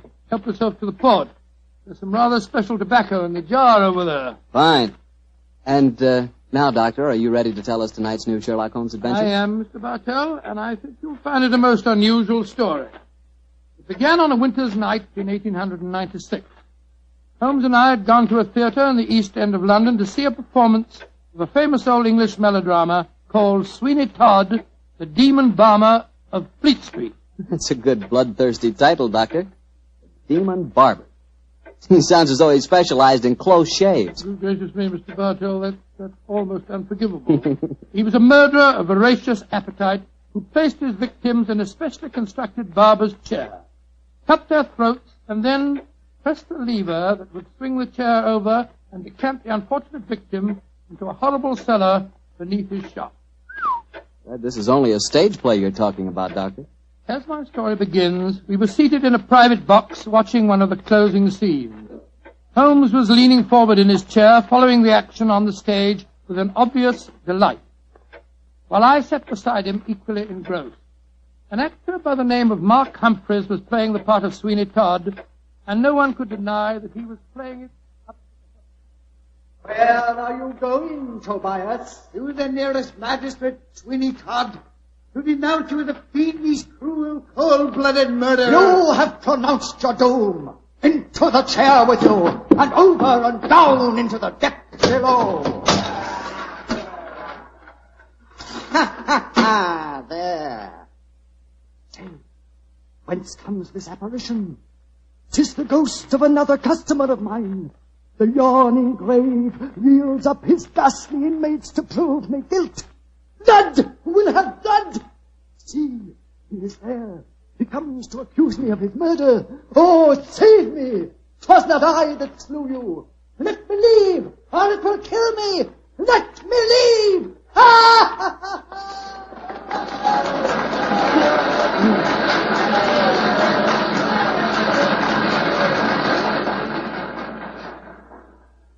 Well, upon my soul, Holmes, that fellow Mark Humphreys is the most florid actor that I've ever seen on a stage. I find him enchanting, Watson. It seems to me he's really caught the flavor of this murderous monster piece. After all, a restrained performance of the Barber Sweeney Todd would be unthinkable. Yes, I suppose it would. But I must say his makeup seems rather overdone. No barber would wear such an enormous beard. It would be most impractical.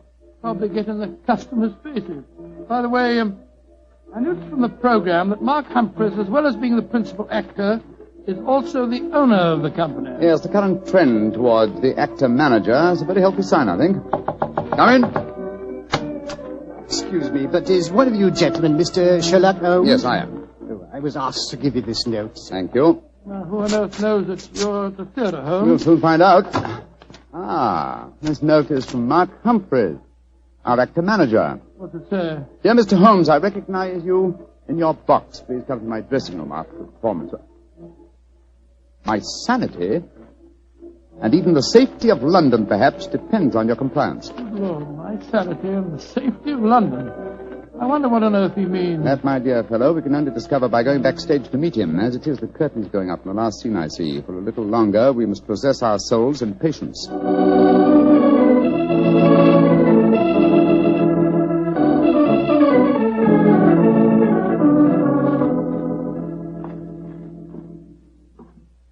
Mr. Sherlock Holmes? Yes, sir? Oh, my name is Lindsay. Derek Lindsay. I'm the business manager. Mr. Humphreys asked me to meet you at the stage door and take you through his dressing room. Thank you very much. This is my colleague, Dr. Watson. How do you do? Oh, how are you, Doctor? Will you follow me, please? Excuse me asking, Mr. Lindsay, but surely you must be related to that distinguished actor of some years back, Lytton Lindsay. He was my father, Mr. Holmes. Ah, indeed. The resemblance is extraordinary. With such a heritage, Mr. Lindsay, you must love the theatre. It'll probably sound like heresy, but I hate it. However, it's the only thing I was trained for, and there's good money to be made in it, sometimes, and money's a thing I both like and want. Oh, Mr. Holmes, I do hope you'll be able to help Mark Humphreys. He certainly needs it. Oh, really? What seems to be his trouble? Oh, he'll have to tell you that for himself. But his wife and I think... There's Mrs. Humphreys now. Maria! Maria, this is Mr. Sherlock Holmes and Dr. Watson. Mrs. Mark Humphreys. How do you do? Oh, Mr. Holmes, I'm so grateful that you're going to see Mark. He's in such a dreadful state. There have been times lately when Mr. Lindsay and I have been afraid he's going out of his mind, haven't we, dear? Indeed we have. We're both dreadfully worried about him. In that case, I hope I can be of service. Which is his dressing room? Number 1, next door to mine. Derek, I think it'll be better if Mr. Holmes and Dr. Watson go in alone. I'm sure Mark will speak more freely if we're not in the room. I think perhaps that is a good idea, Mrs. Humphreys. We'll see you later on. Come on, fellow. That's all.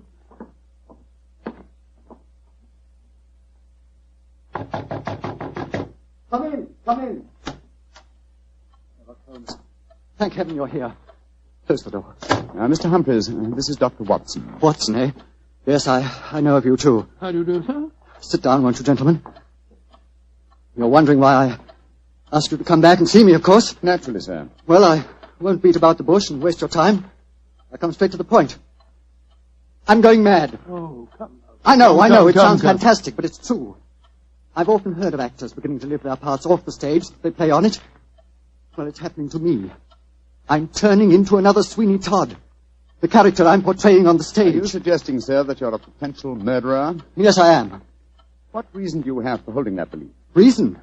Listen to this.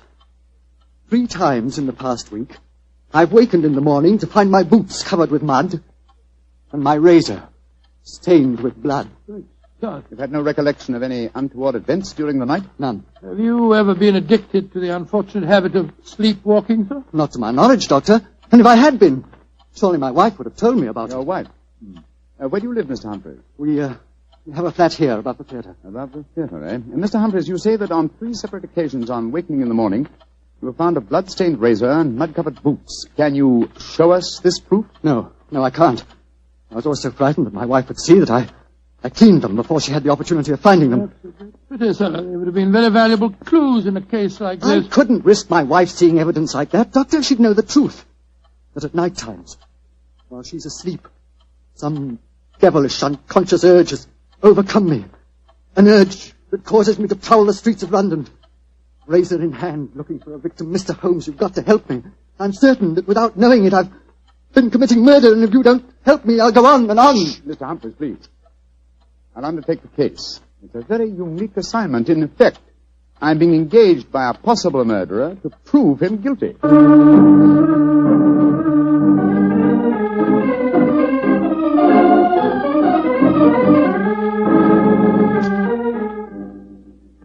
Well, Mr. Holmes, I've been through all the records we have here at Scotland Yard. What have you found, Inspector Gregson? In the last 2 months, we haven't had one case of an unsolved killing with a razor. Any mysterious disappearances, Inspector? Bless your heart, Doctor, there's never a day that passes without 1 or 2 of them.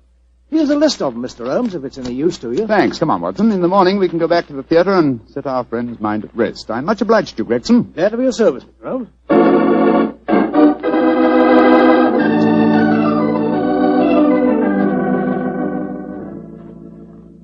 We examined the homicide records at Scotland Yard after leaving you last night, Mr. Humphreys. There have been no unsolved razor murders in London during the past fortnight. And therefore I think you may rest easy on that score, sir. But it proves nothing. Remember that in the play, Sweeney Todd's victims are never found either. Yes, thanks to his singularly horrible ingenuity in disposing of them. But this is real life, Mr. Humphreys. Then how do you account for the bloodied razors and the muddied boots? Well, now, are you sure that they aren't just in your imagination, sir? You admit that your wife's never seen them? The whole thing could be, or shall we say, an overdose of Sweeney Todd? Well, I admit that I'm suffering from a surfeit of that. And why not drop the play from your repertoire? Our manager, Derek Lindsay, won't let me. It's our best money-maker, and he's always got a keen eye to business. Mr. Holmes, I can see that you still don't believe my story. So I've saved some evidence for you, evidence that I found this morning. Look at these. Now what do you say? Do you still think it's my imagination? Cutter, blood-stained razor, and boots covered with mud. Splendid. At last, some real clues to work on. How can you be so calm, Holmes? It happened again last night. Do you realize that I'm a murderer? I'm a menace to society? For heaven's sake, lock me up before I do some more damage. No, sir. Don't get so excited. Mr. Humphreys, I should like to take these objects back to Baker Street where I can perform some chemical tests. You have no objections, I hope? Objections? Good heavens, no. Excellent. You've told no one of this fresh discovery of yours? No one. Not even Derek Lindsay. Derek Lindsay, that's your manager, isn't it? Yes. The best friend I ever had. Except for his father before him. It was Derek who helped me back on my feet 2 years ago, when I put on that disastrous production of Macbeth. I don't know where I'd be today if it weren't for him. You lost a great deal of money on that production, sir. Nearly every penny I had. Indeed. By the way, where is your wife, Mr. Humphreys? She's in her dressing room next door. We have a matinee today, you know. I'd like a word with her. Watch, no chap. Wait here for me, will you? I won't be a moment. Right you are, Holmes.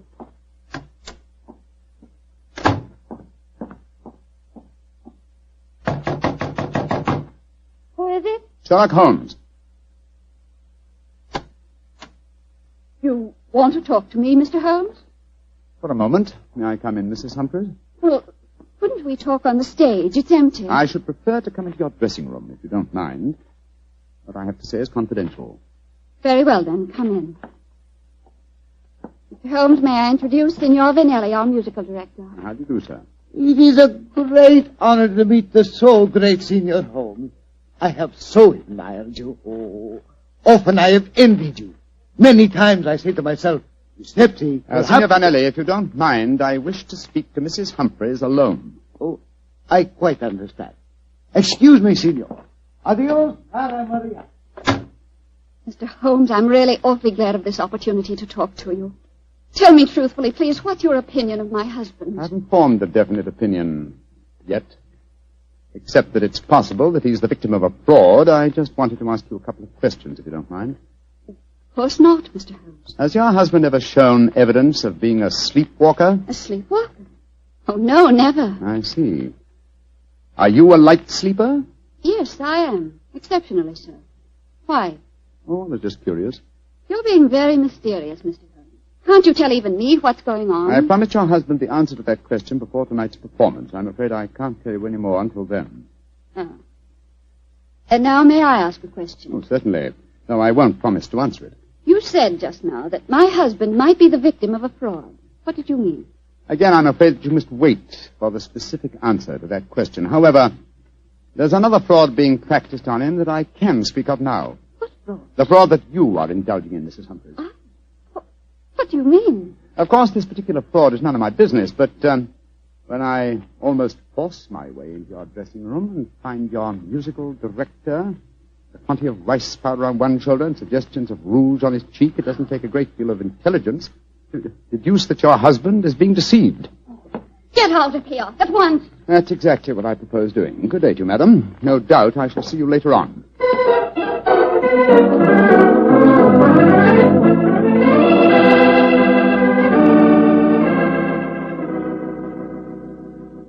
Well, Holmes, what does the microscope tell you about the mud on the boots and the blood stains on the razor? On a blank on the mud, old chap. Extremely common type that is found in most parts of London. And the blood? I'm examining that now. This is as strange a case as ever I remember, Holmes. Here you are trying to prove a man innocent when he insists that he's guilty. By George, Watson! Here's the answer. What? This blood is definitely not human blood. It's probably canine. Now, a Sweeney Todd madness would hardly drive its victim to kill dogs. Therefore, it's obvious that Mark Humphreys is the victim of a devilish plot. And he's not a murderer. No, come on, old fellow. Let's go to the theater at once and give him the good news.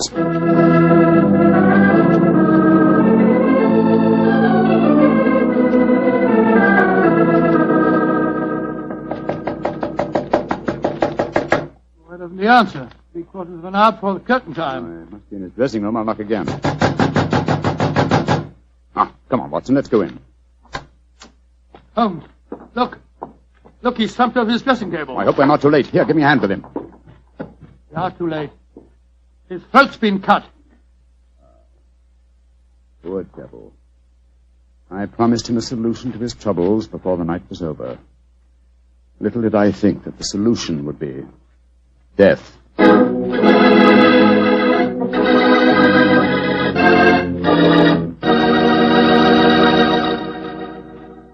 We'll hear the rest of Dr. Watson's story in just a second, so I'm going to ask you if you're one of those people who just eats to live, or whether you really enjoy good food. If you love good eating, you've just got to know about Petri wine. Petri wine makes good food taste wonderful. For instance, if you're having steak or a roast or any meat or meat dish, you'll love it served with Petri California Burgundy. Petri Burgundy is the last word in delicious red wine. Now, with chicken or fish, you can't beat the delicate Petri California Sauterne, a really extraordinary white wine. Just to make sure you don't miss either Petri wine, don't buy one, buy two. Buy both Petri Burgundy and Petri Sauterne. They're both swell because they're both Petri. Well, Dr. Watson, what happened next? Well, I think I'll pick up the story exactly where I left off. Holmes and I were standing in Mark Humphrey's dressing room, looking with horror at the flashed throat of the actor-manager. There was a bitter, self-accusing note in Holmes's voice. I promised him a solution to his troubles before tonight was over. Little did I think that solution would be death. This worry over his supposed madness caused him to commit suicide. Suicide? Rubbish, old fellow. It's murder. Look at the razor clutched in his hand. Undoubtedly placed there by the murderer before rigor mortis had a chance to set in. In any case, scrutinize the wound. Does that look as if it had been done by the hand of a suicide? Well, I don't see why not. Look closer, old chap. The depth of the wound is even, whereas a suicide's cut always wavers towards the end. No, this is murder, Watson, and I think I know who did it. But I have little evidence. I must lay a trap. What kind of a trap, Holmes? I have time to tell you now, old fellow. Every moment counts. Off with you to Scotland Yard and get Inspector Gregson. Bring him back here as fast as you can. Right you are. And Watson. Yes? Tell absolutely no one except Gregson of Mark Humphrey's death. Say that he's still alive and well and that his problems are solved. It's the performance of the play. Don't you worry about that, old chap. Off with you to Scotland Yard.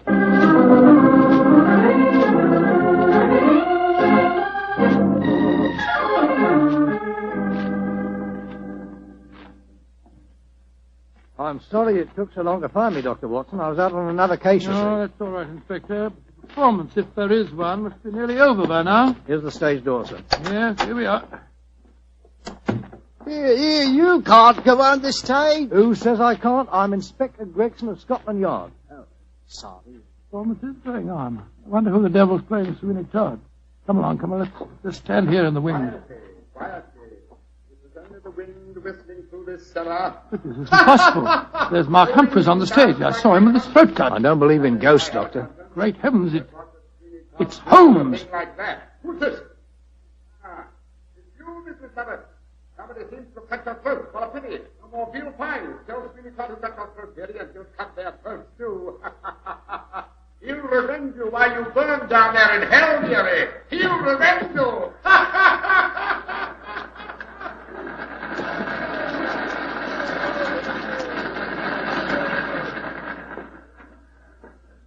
Here he comes now, Gregson. Amazing disguise. I'd never have recognized him. You're both here. Holmes, and what are you up to? Surely that's apparent. I disguised myself as the dead man, hoping to force the murderer's hand. You're running a terrible risk, Mr. Holmes. Part of my profession, Gregson. Here comes Signor Vanelli, the musical director. My dear fellow, I had to leave the orchestra pit to come and congratulate you. Never have you given a finer performance. Bravissimo, bravissimo. Thank you. But it is true. You hardly seem the same person. Your performance, she is incomparable. Keep it up, Mark. Keep it up. I think he spotted you, Holmes. Yes, and I didn't like his look as he said that. Well, whoever it is, they've got to show their hand soon. Curtain's going up in the last scene. Keep your eyes open and suspect everyone.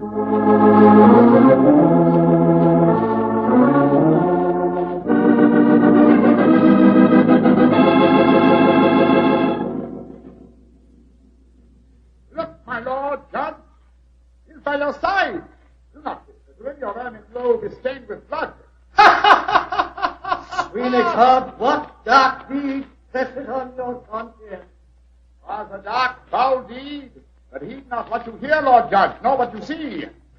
Still the figure sits there. I hear it come to this. It is useless to deny my guilt.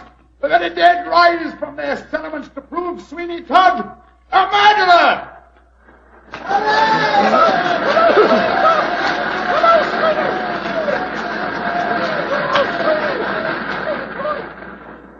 By George, what an actor he'd have made, Doctor. Yes, what an actor he is, Gregson. I'll be hanged if I know how he remembers the lines, though, even if he has seen the play half a dozen times.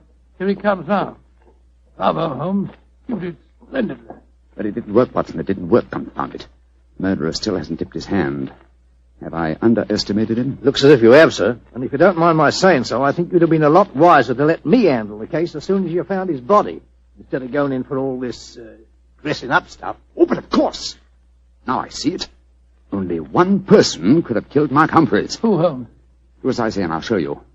I'm going to Humphreys' dressing room now, alone. Give me a few moments' start, and then follow me. Out of sight, but within earshot.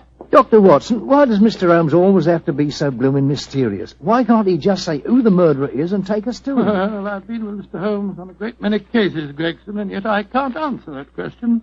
Come along. You've got a big enough start now. Let's follow him. I'm very fond of Mr. Holmes, you know, Doctor, and yet there are times when I get so angry with him. He shouldn't risk his life like that. Well, you know Mr. Holmes. He will never change. And if he don't, one of these days he's going to wake up and find himself dead. Shh. Shut the door. Someone inside with him. You devil, Listen. Humphreys! How many times do I have to kill you? Great Scott, it's Derek Lindsay, the business manager. Come along, Gregson. No, Lindsay! You succeeded in killing Humphreys, but you won't kill me. Grab his arm. Look out for that razor. Here, you. Let go of me! No, you don't. Ah, very neat, Gregson. Are you all right, Holmes? Perfectly, thanks, old chap, though I'm a little tired. Gregson, my dear fellow, will you take over from here? I think I've had enough melodrama for one day.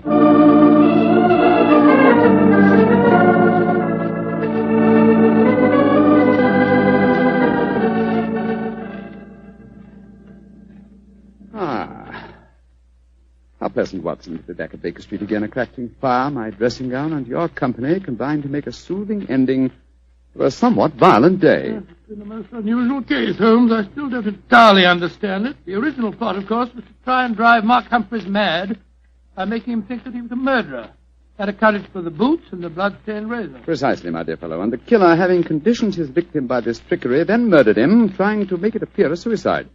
Now, who had a motive? 3 people. Mrs. Humphreys, her lover, Signor Vanelli, and Derek Lindsay. I must say that I suspected the wife. Well, so did I for a while, and yet it was illogical. She knew, and we may therefore presume that her lover knew, that I was suspicious of her. And she must have known that you promised her husband a solution to his troubles before the night was out.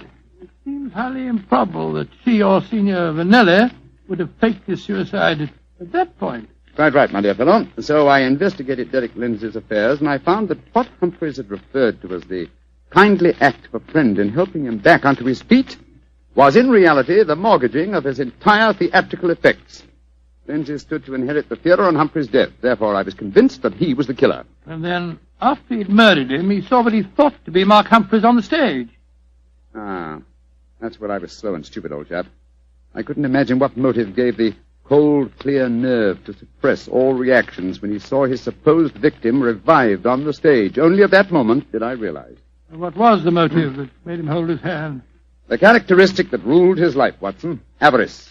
A morbid love of money. You see, if he'd attacked me during the performance, he'd have had to refund the money to the audience. His greed conquered all other passions. It made him wait until the performance was finished before he attempted my life. You know, Holmes, now that the case is solved, I'll tell you something in confidence. Please do, old fellow. What is it? At the end of the play tonight, I was afraid that you'd made a mistake, that you'd slipped up on the case. Gregson thought so, too. And, I, Watson, will tell you something in confidence. Oh, what is it? There were 3 of us that felt the same way. Well, now you're being modest, no? I assure you I'm not, my dear chap. In fact, in the future, if it should strike you that I'm, well, getting a little overconfident of my powers, or perhaps giving less pains to a case than it deserves, kindly whisper Sweeney Todd in my ear, will you? I shall be infinitely obliged to you.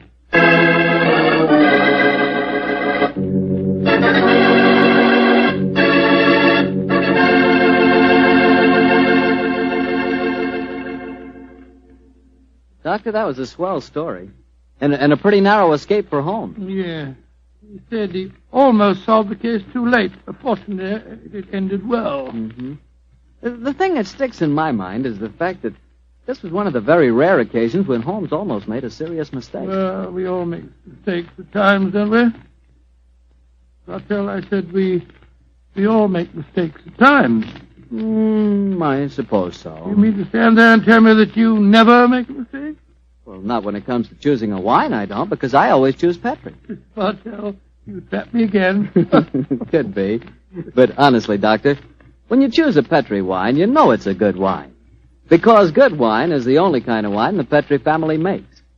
And it's easy to understand why when you realize that ever since they started the Petri business way back in the 1800s, the Petri family has handed on down from father to son, the highly developed fine art of winemaking. Yes, the Petri family's been making wine for generations. That's why, no matter what type wine you prefer, for any occasion, you can't go wrong with a Petri wine because Petri took time to bring you good wine. Well, Dr. Watson, do you care to give us a clue about next week's Sherlock Holmes adventure? Now, let me see. Next week, Mr. Bartell, next week now. Yes, I'm going to tell you a colorful story that took place in the Parisian circus in 1890. It concerns a very exalted personage, a lady bareback rider, and a strange death that struck without warning. Oh, boy, I can't miss that one, Doctor. Good. Well, now, before you go, I want to say something to all our friends. I want you just to think for a minute. Think of how terrible it is to see helpless little children stricken by infantile paralysis. And then realize that infantile paralysis can be beaten. It can be beaten in very many cases. And your money, your dimes, can do it. Join the March of Dimes. Send your dimes to your local March of Dimes headquarters. Let's help little children walk. Let's help them live.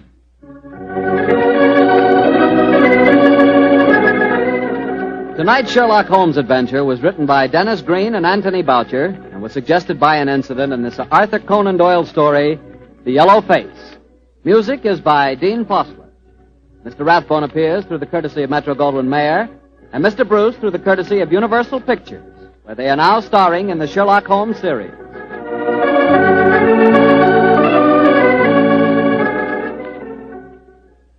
The Petri Wine Company of San Francisco, California, invites you to tune in again next week, same time, same station. Sherlock Holmes comes to you from our Hollywood studio. This is Harry Bartell saying good night for the Petri family. For a solid hour of exciting mystery dramas, listen every Monday on most of these same stations at 8 o'clock to Michael Shayne, followed immediately by Sherlock Holmes. This is the Mutual Broadcasting System.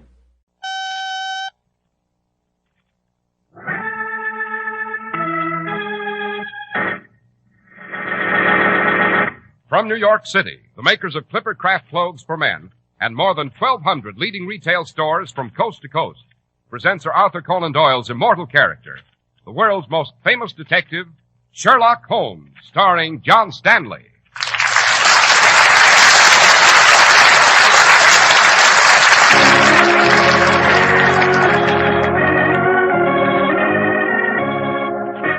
This week's adventure, the Guy Fawkes Society.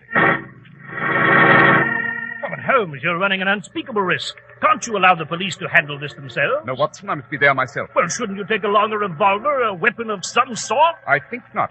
They might decide to examine everyone entering the warehouse. No, I shall attend the secret meeting of this bloodthirsty society, accompanied only by my second closest friend, my meerschaum pipe.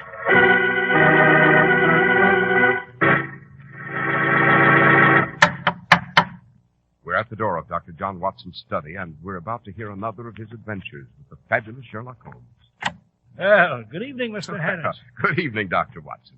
Have you assembled all the facts for the memoir you're currently writing, Dr. Watson? Yes, Mr. Harris. It's the adventure of the Guy Fawkes Society. Guy Fawkes? You mean the arch-conspirator of 17th century England? The very same. Well, what sort of organization was the society, Doctor? Well, it was a secret cult formed in 1897. Their membership consisted entirely of fanatics devoted to one of the most horrifying purposes imaginable. And what was their purpose? Well, I shall reveal the incredible secret at the appropriate time, Mr. Harris. But now it would seem is the appropriate time for a word about those remarkable Clippercraft clothes. So it is, Doctor. Let me paint a little word picture of you in the fine local store that sells Clippercraft clothes. Look expensive, don't they?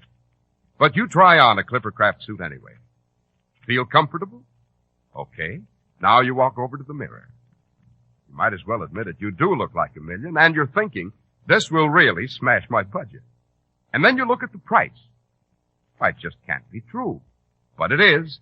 Only $40 or $47.50, depending on the Clippercraft model you prefer. How can it be? Well, more than 1,200 of America's finest independent stores from coast to coast have put their combined purchasing power into action to save you money. It's the reason only $47.50 buys you a smart Clippercraft suit of worsted fabrics that can take the hardest wear you'll give. Yes, for suits, top coats, and sport coats, you'll find Clippercraft values at the head of the class. Compare Clippercraft with clothes selling for many dollars more.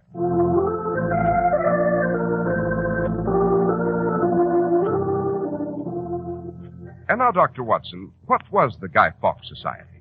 Well, Mr. Harris, it was the beginning of November 1897. Holmes and I were returning to 221 B. Baker Street after a late dinner. We were enveloped in an unprecedented yellow fog. We were groping our way up the stairs toward our flat. Have you the key, Watson? Yes, here we are. If I can find the lock, Oh, confound it, there's something on the floor here. Kicked it with my foot. Well, I'll see if I can budge it out of the way. Holmes, it feels like a body. Match, Watson. Yeah, right. Good heavens, Holmes, it's a man. His throat's been cut. Will you look at this pool of blood? Light that lamp, Watson. Yeah, certainly. Yes. His throat's been slit from ear to ear. Look, Holmes, on the wall. There's handwriting. Someone's evidently dipped his finger in the dead man's blood and scrawled a message. As it says, Guy Fawkes lives. Guy Fawkes lives? Now, what sort of diabolical nonsense is that? Shall I fetch the police, Holmes? In due course, we shall observe that technicality. Let's have a closer look at the corpse. What's that in his hand? Is that a chunk of wood? Pine wood, Watson. Oh, look, there's some sort of grease at the tip of the wood. From the odor, Watson, I should say it was oil. Oh, what the dickens do you suppose he was going to do with a chunk of wood dipped in oil? Clearly, the dead man was preparing a torch. Torch, Holmes? That's absurd. Why should anyone want to be marching about with a torch? The weather about which you've been complaining throughout the evening supplies the answer to that riddle. You mean the fog? The unbelievably thick fog, Watson. The torch, coupled with the fog, signifies that the dead man lying before us was a link boy. Link boy. Yes, I've heard the term. Can't say I've ever seen one. The venerable tradition originates from the days when it was necessary to accompany members of Parliament home due to the danger of their being attacked by thieves and dissenters and riffraff. Of course, the custom has been abandoned, except for those rare occasions when London suffers an impossible fog. Then the link boys, with their torches, are called out to escort the parliamentarians homeward. Anything in his pocket? No, there's nothing. This man's torch hasn't been used. He was therefore on his way to perform his duties. Come, Watson, we're off to see the Sergeant-at-Arms of the Parliament buildings. We shall ask the name of the link boy who failed to appear this evening. You intend to leave the body here, just like this? Of course, but I shall mention it to the first policeman we meet. And, thanks to the nature of bureaucratic ineptitude, we shall be many steps ahead of them, while they're still here scribbling in their little notebooks.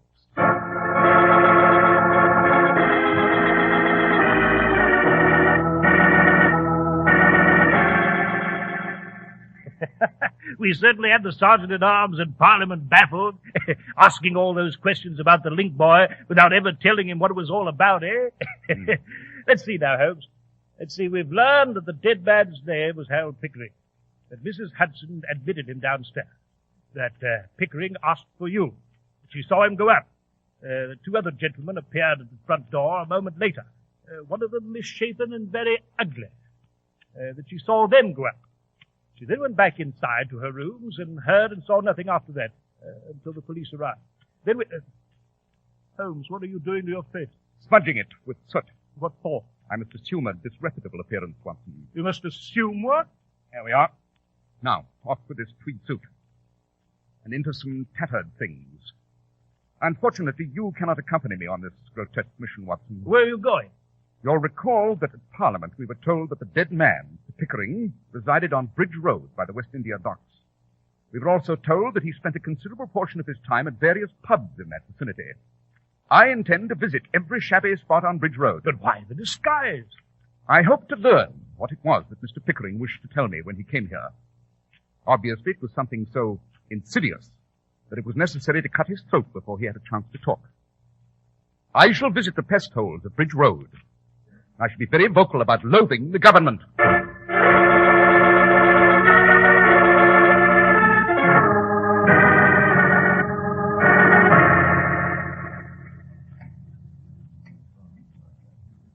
You were never in here before, were you? That's quite right. Do you mind if I sit down with you? You look kind of lonesome. I like to make friends with everybody who comes in. Do you like this place? Very much. It's the best around this part of London. Have you tried the other places? Yes, this is my fourth tavern tonight. My name's Maud. Maud Peters. What's yours? Like so many of your customers, Maud, I must ask you to accept a significant silence in answer to that question. You've a fancy way of talking. Did you hear me sing? Yes. Delightful. Aren't you going to tell me anything about yourself? Where'd you come from? What's your game? Anything's my game, Maud. Why do you keep watching the door? Look, you can trust Maud. Everyone will tell you that. The police looking for you? They might be. What sort of job did you do? Suppose we just say that it was unpatriotic. Is that all you're going to tell me? Yes, suffice it that it was unpatriotic. I have very little use for our current government. I'm one of those who feels that England, once master of the planet, is collapsing of its own weight. You sound just like him.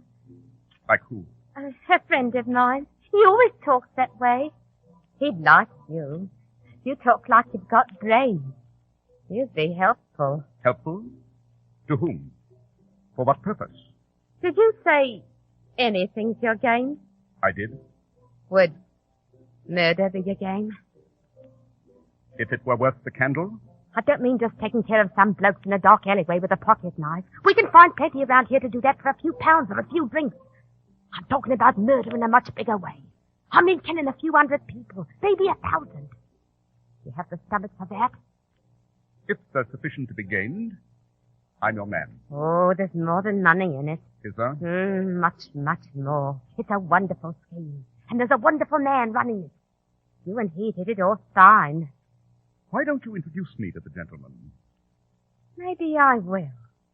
He wants all the help he can find. Yes, you come along with me. It's just a minute's walk from here, close by the dock. It's a basement under an empty warehouse. It's his headquarters. Who's Maud? He's the leader of the Guy Fawkes Society.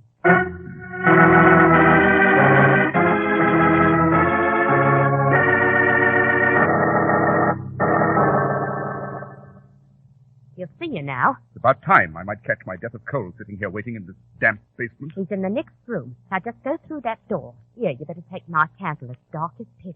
Thank you. Oh, I must tell you, you may think he's a bit balmy at first. He says strange things sometimes, but that's just his way. He's really brilliant.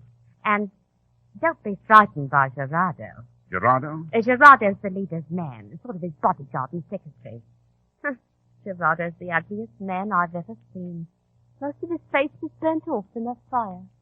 Oh, but he won't hurt you. I'll wait out here. Go on through that door. Very well.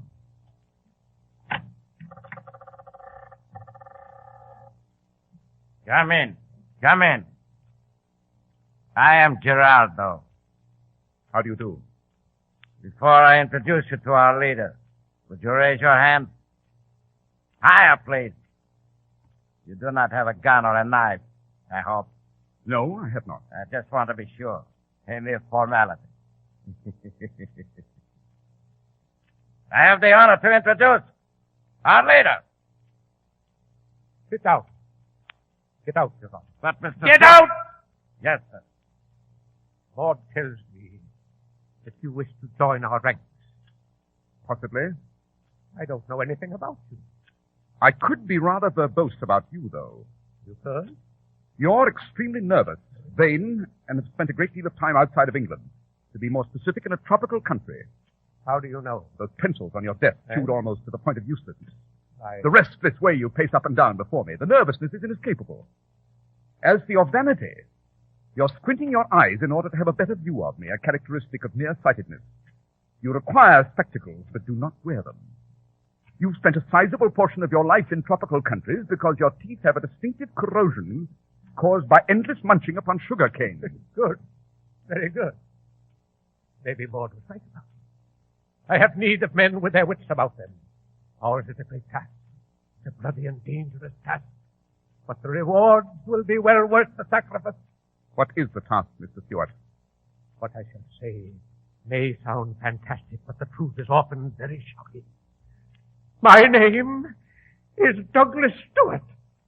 My genealogy may be traced to the Stuarts who once ruled my England. Really? You don't seem to believe it. Well, It's the truth, it's the truth, it's the truth. I can prove that I am the rightful ruler of the British Empire. I've been cheated of my birthright. Have you? They plotted against me. The impostors who sit now upon my throne, they plotted against me. When I went to them, when I made my claim, they accused me of being insane. They are nothing but animals wallowing in the sigh of their wealth and privilege. They must be exterminated. They held me prisoner. Oh? Where, Mr. Stewart? On what charge? They held me prisoner in a hospital for a year, a hospital for the mentally ill. When were you released? I was not released. They would have kept me there until I died. They tortured me. I escaped. Now I'm free, and I shall strike back. What is your plan, Mr. Stewart? I'm not well. They made me sick in that hospital. They injected me with drugs. I'm not well. But I need men of strength to surround me. What is your plan, Mr. Stewart? Those who have marched with me will share my inevitable triumph. Marched with you where? When? We are known as the Guy Fawkes Society. Can you imagine why? Quite evident. Guy Fawkes, a deserter, was smuggled back into England by a group of conspirators in 1605. Yes. They plotted to overthrow James II and his government. Overthrow him? They planned to do this by concealing a huge store of gunpowder beneath both houses of Parliament. Yes. They intended to blow up both houses and stage a coup d'etat. Their plan was exposed. And on November the 4th of 1605, they were captured and imprisoned. I dare say that you have revived the Guy Fawkes plan. Yes, I have. Guy Fawkes is just 48 hours away. We've dug secret tunnels in the proper places. In just 48 hours, Guy Fawkes' plan to blow up Parliament, its members, and the royal family will become a reality.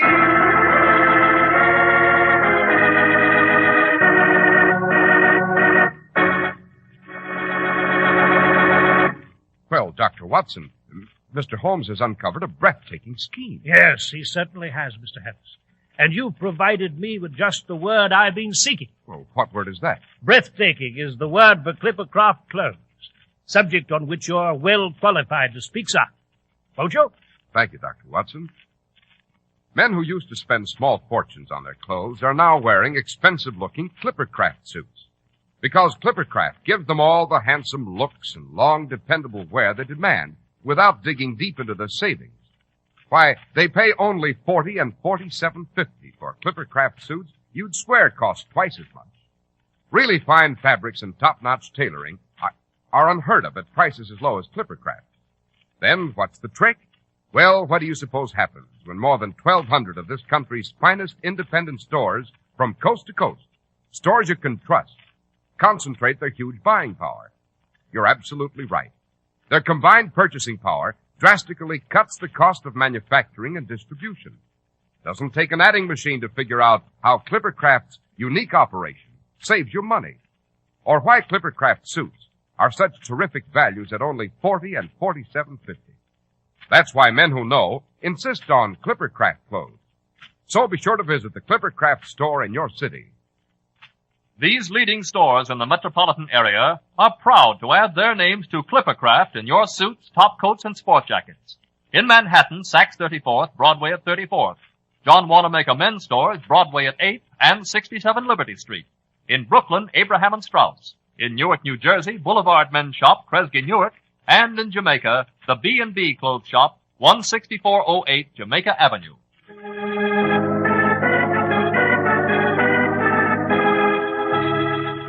Now, shall we return to the Guy Fawkes Society, Dr. Watson? We most certainly shall, Mr. Harris. Holmes left the dank, dirty cellar where he'd held his bizarre rendezvous with Douglas Stewart. He returned to 221B Baker Street and recapitulated his experience for him. Good gracious, Holmes, a plan to blow up both houses of Parliament. I can hardly believe it. Shall we inform Scotland Yard of your discovery? Not just yet, Watson. Impetuosity is a trap into which we must not fall. If the police should intervene at this point, Stewart and his vile henchmen would simply protest their innocence and elude justice. They must be captured with the evidence. Aha, I see. You're waiting to determine their plan of operation. Then you'll strike. Exactly. And I shall have that information this evening when the entire membership of the society convenes, in that same waterfront spot where the renegade Stewart has his headquarters. As a neophyte, I've been invited to attend their ritual. Well, Holmes, haven't they questioned you about your own reliability? Extensively. I imagine Gerardo was impressed, eh? Quite. Therefore, I'm off to the foul cellar where the chief lieutenants of the Guy Fawkes Society meet in unholy conclave.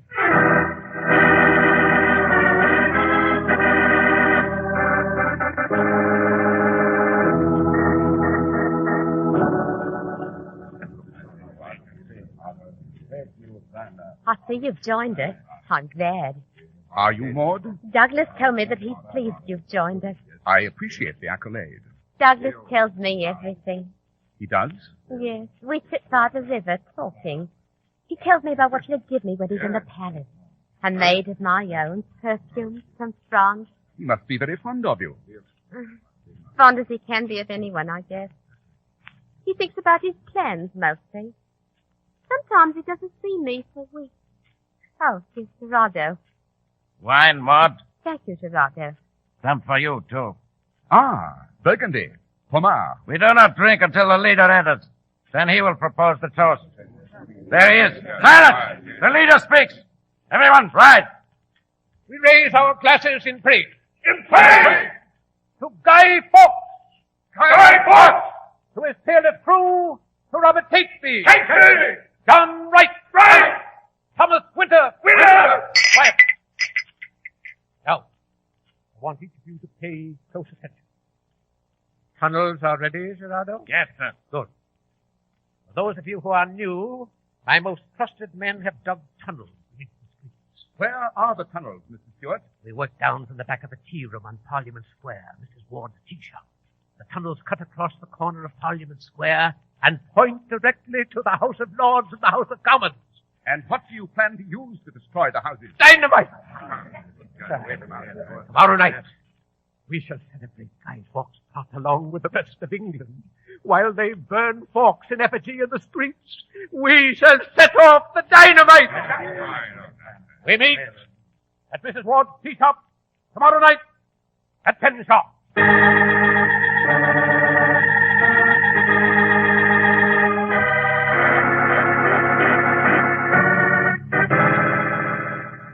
Do you understand exactly what you're to do, Watson? Yes, exactly, Holmes. I shall tell the story to the Assistant Commissioner of Police. I'm to request that he send a special squad. You'd like them to hide around the corner from the tea shop, eh? Precisely. And you must try desperately to convince him that his constables are to be armed. I realize it's an extraordinary demand, but perhaps he'll sense the danger. Oh, by Jove, Holmes, he may not believe the story at all. He may not do a blessed thing. Oh, we must risk it. Remember, Stewart asked me to meet him at the warehouse.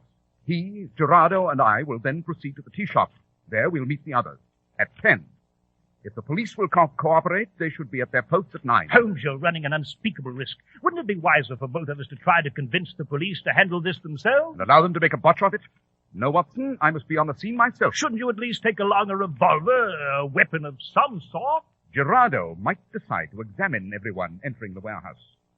No, Watson, I shall merely be accompanied by my second closest friend, my meerschaum pipe.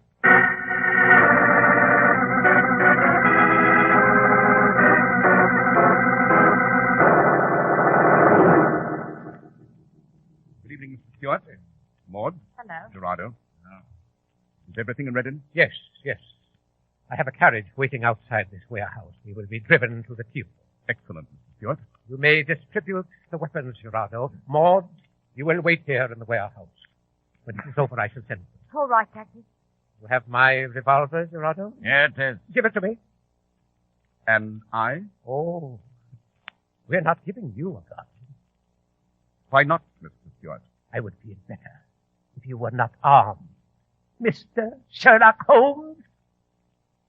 Let me kill him now, Mr. Stewart. No, Gerardo, no.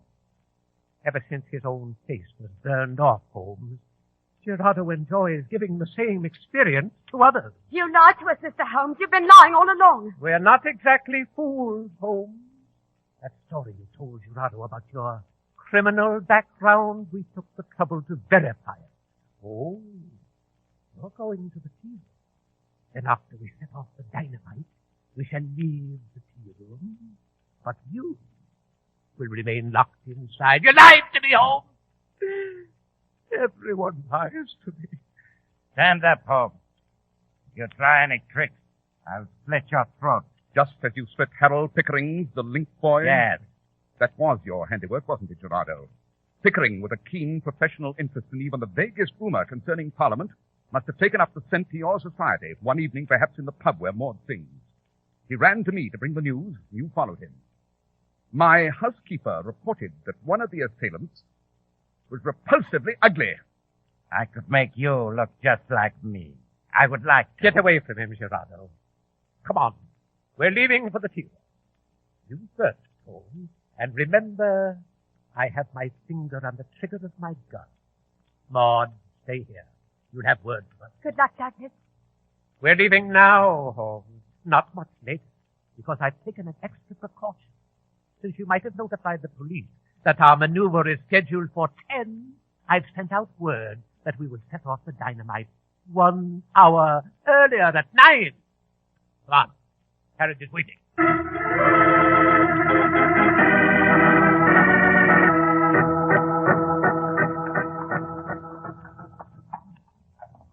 The tea room is just around the corner, Mr. Stewart. You told Mrs. Ward to lock up earlier this evening, Gerardo? Yes. Well, Holmes, so you finally met someone who is your mental superior. Don't move. My gun is just a few inches from your head. Gerardo and I have a very good view of you from this back seat. Oh, I had no evil intentions in moving, Mr. Stewart. I merely intended to light my pipe. It's gone out. Do you mind? Go on. Most considerate of you. Here's the tea room. Step out, Holmes. Very well. Walk to the door of the tea room. That's it. Wait. I want to have a look here on the street. See anyone? No. All quiet. Now, Sherlock, some of the men must be here by now.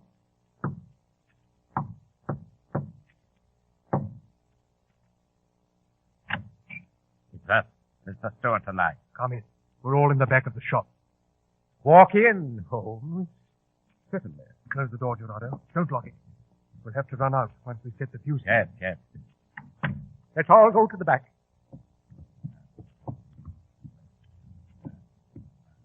Shh, quiet.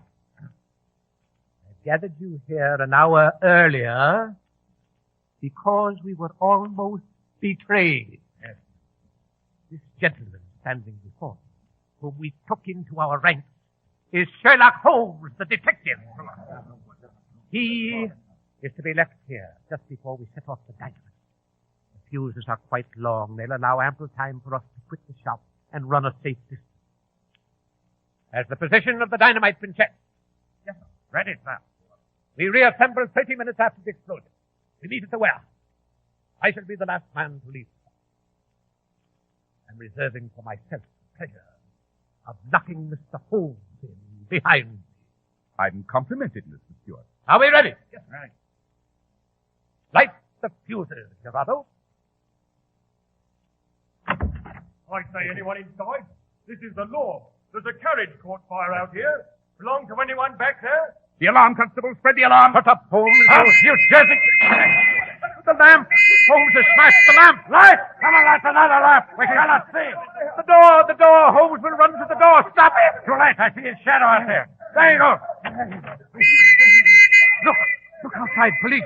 Barricade that door, Gerardo. Yes, Start firing. Fire. Get down. They have guns out there.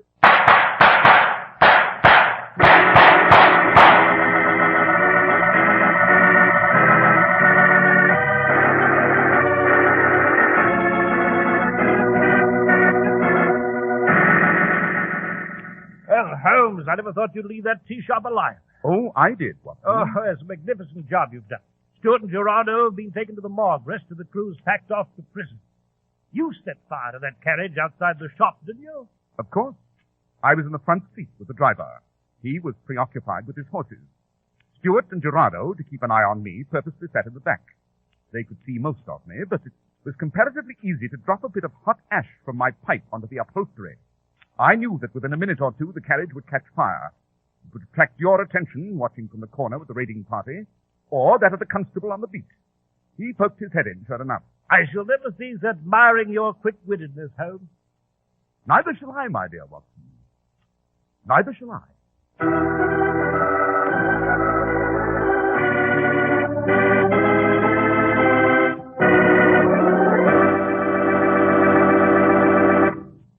Well, Dr. Watson, the Guy Fawkes Society was certainly a blood-curdling experience. Now, might we have an inkling about our adventure with Holmes for next week? Well, next week, Mr. Harris, I shall relate to you the adventure of Black Peter. It involves a steel harpoon, a dead pig, a proposed Arctic trip, an advertisement for a murder. And I'm quite sure you'll enjoy it. We shall be here in your study promptly at the same time next week, Dr. Watson, for the adventure of Black Peter.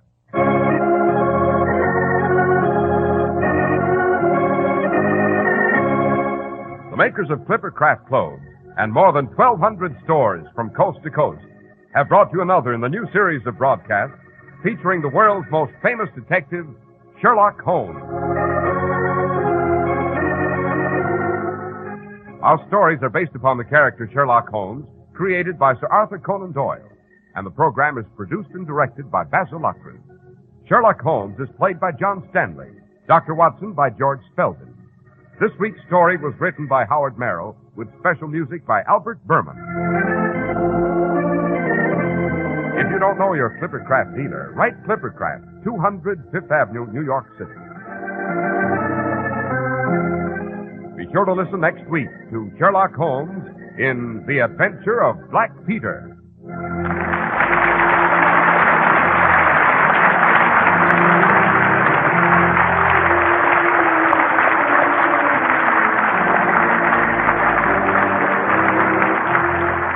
This is Cy Harris speaking for Clippercraft Clothes. This is the Mutual Broadcasting System.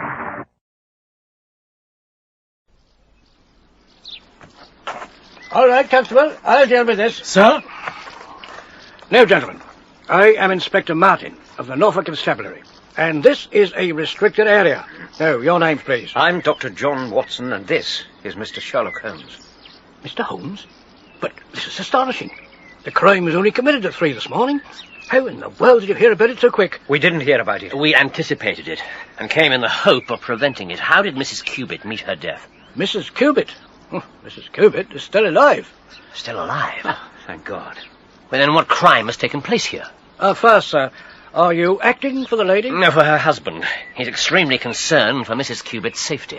Well, Mr. Holmes, I'm sorry to have to inform you that it's your client who's been murdered. By his wife.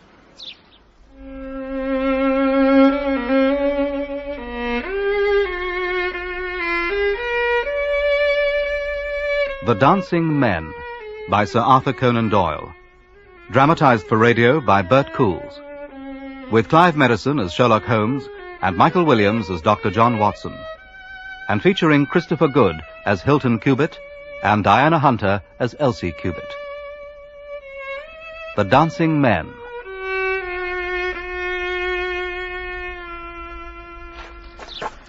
It's a terrible business. She's for the gallows, if she lives. What do you mean? Her condition's critical. The doctor's with her now. Oh, after she killed him, she shot herself. Why in the name of heaven? Oh, well, that's the question. Now, gentlemen, you say you had prior knowledge that something was going to happen here? We did. You must have important evidence that I lack. Only the evidence of the dancing men. The dancing men? I'll explain it to you later. Later, but sir, if it's relevant... Inspector, will you associate Mr. Holmes in your investigation, or would you prefer that he work independently? Well, I'd be proud to feel that we were acting together. In that case, if you let him do things in his own fashion, he'll share the results with you as soon as he can. Oh, very good, Doctor. But I must say, this does seem a perfectly straightforward affair. Like I said, the only mystery is why she did it. By all accounts, they were the model of a happy couple.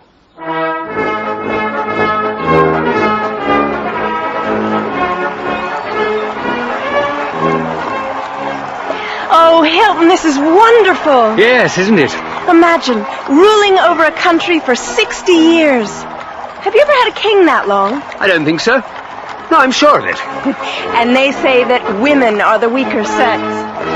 Will we be able to see her from here? We certainly should. The whole thing's just amazing. Don't you have anything like this at home? This is my home now, Hilton. I told you. Of course. Forgive me, Miss Patrick. What? What's so funny? You are Mr. Cubitt. Why won't you call me Elsie? It wouldn't be proper. After 4 whole weeks? Then when would it be proper? 4 months? 4 years? Well... Come on, Hilton. What does your English etiquette say? When can you call me Elsie? Exactly how serious are Mrs. Cubitt's injuries? According to the doctor, the bullet's still lodged in the front part of her brain. He's telegraphed to London for a specialist surgeon. If the operation's successful, when will she be able to talk? Perhaps never. There's a strong chance she'll be affected mentally. Damn. How was Mr. Cubitt shot, Inspector? Straight through the heart. Where were the bodies? In the study. In what positions? He was face up in the centre of the room. She was crouching near the window. Yes. Where was the weapon lying? Midway between them. Then why have you assumed it was the lady who fired? Why not her husband? She had powder burns on her forehead where the gun was fired at very close range. There were none on him. Indeed. So, he was face up and she was crouching. Who found him, Inspector? Oh, the maid Saunders and Mrs. King, the cook. Do you want to examine the room now, Mr. Holmes? No, not yet. I want to talk to the staff. Oh, look at that one. He looks just like your friend, the Reverend. And he waddles the same way. Look. Wah, wah, wah, wah. Oh, Miss Cubitt, you can't know how refreshing it is to meet someone who doesn't weigh every word before she speaks it. And you can't know how much I've enjoyed these last weeks. How about you, Hilton? Have you enjoyed your holiday in the big city? Oh, yes. Good. That's good. My dear. Yes, Hilton? What's wrong? I'm afraid you'll think me an old fool. I believe that's very unlikely. But why don't you ask me a question, Hilton? Then you'll find out for sure. I was woken up by an explosion. Explosion? You mean a gunshot? Well, obviously that's what it was, sir, but it did seem extremely loud. In the stillness of the house. Yes, perhaps. Carry on, Mrs. King. And then, as I was getting out of bed, there was another one. Another explosion? Well, yes. I thought perhaps that one was further away. Did you hear them too, Saunders? Yes, sir. Just like Mrs. King says. And then we went downstairs together. The hall was full of smoke, and the smell. Smell? Oh, the gunpowder. How did you know which room your master and mistress were in? Well, the study door was open, sir, and a candle was burning on the table. I see. Did you go in, or did you stay in the doorway? Oh, well, we went in, sir. The master was lying there, not moving, and the mistress, all covered in blood. It was horrible to see. It must have been a terrible experience for both of you. I'd never seen a dead person before, sir. Was Mrs. Never. Cubitt unconscious when you found her? Mrs. King? I realise that this is painful for you, but it's essential that you tell me everything. When you went into the study, was Mrs. Cubitt still conscious? Yes, sir, she was. Did she say anything or make any effort to speak? Well, it's my belief she was trying to say something, sir, but it was beyond her strength. Of all the bad luck. Holmes. Mr. Holmes, sir. Hush, girl. No, Mrs. King, please. What do you want to say, Saunders? Well, begging your pardon, sir, but what they're saying, that my mistress killed the master, well, it just can't be true, sir. She couldn't do it. She wouldn't, not in 1,000 years. You must believe that. Thank you. Yes. Thank you. Madame, monsieur. Well, my dear, to the future. Oh, yes. To the future.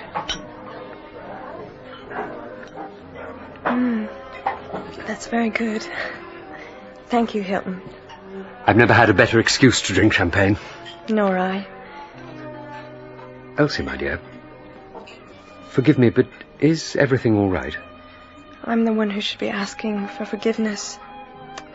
I'm spoiling this beautiful dinner. What's wrong? May I help? Hilton, there's something I want to say to you. Go on. I've had some very disagreeable associations in my life. I want to forget all about them. The past is very painful to me. My dear... If you take me, Hilton... If you take me, you'll take a woman who has nothing that she need be personally ashamed of. But you'll have to take my word for it. Promise me you won't ever ask about anything that has happened before we met.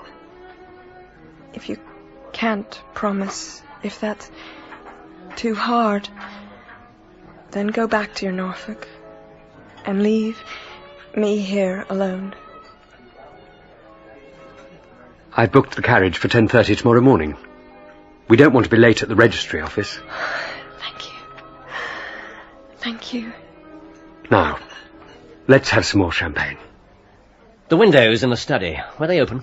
There's only one, Mr. Holmes. It was closed and fastened. You can confirm that, Mrs. King? Yes, sir. You said that the hall was full of smoke. When you left your bedrooms, did you smell the gunpowder straight away, or not until you arrived downstairs? Oh, straight away, Mr. Holmes, sir. Yes, sir, that's the truth. As soon as I came out, it hit me. Ah, a significant detail, Inspector. I commend it to your attention. And this is Mrs. King, our cook. Mrs. King? Ma'am. It's going to take me a while to get used to that. Yes, ma'am. Mrs. King's steak and kidney pudding is unequalled in the county. I love steak and kidney pudding. I hope there's someone here who's good at letting out dresses. Oh, that would be Saunders, ma'am. This is Saunders, my dear. The housemaid. Hello, Saunders. Ma'am. Are you really good with a needle? Oh, that's not for me to say, ma'am. Oh, come on. Don't be modest. Mrs. King? Best I've ever seen, ma'am.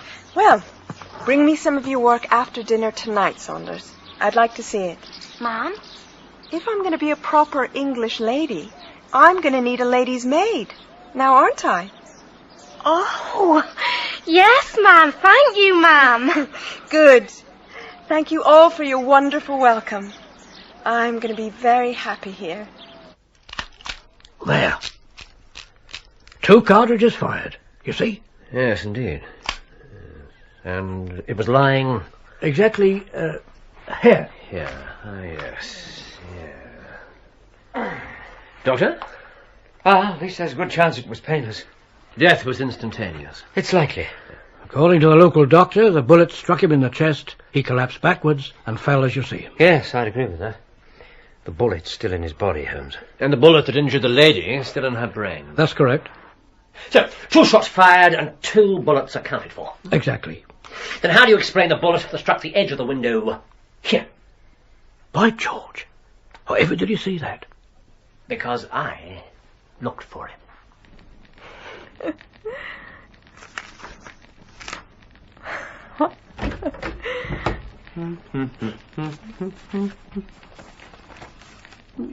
Elsie, my dear. What is it, Hilton? A letter for you. For me? From Chicago.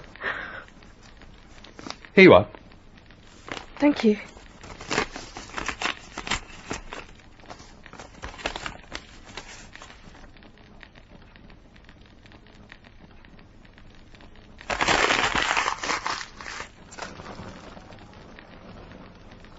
My dear.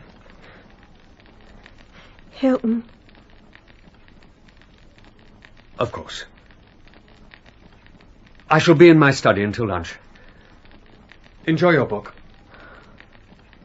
This turns the whole case around. If a 3rd shot was fired, a 3rd person must have been present. Yes, quite so. Well, who was he? I mean, how did he get away? All the doors and windows were fastened. When Mrs. King and Saunders left their rooms, they were immediately conscious of the smell of gunpowder. Yes, you said that was important.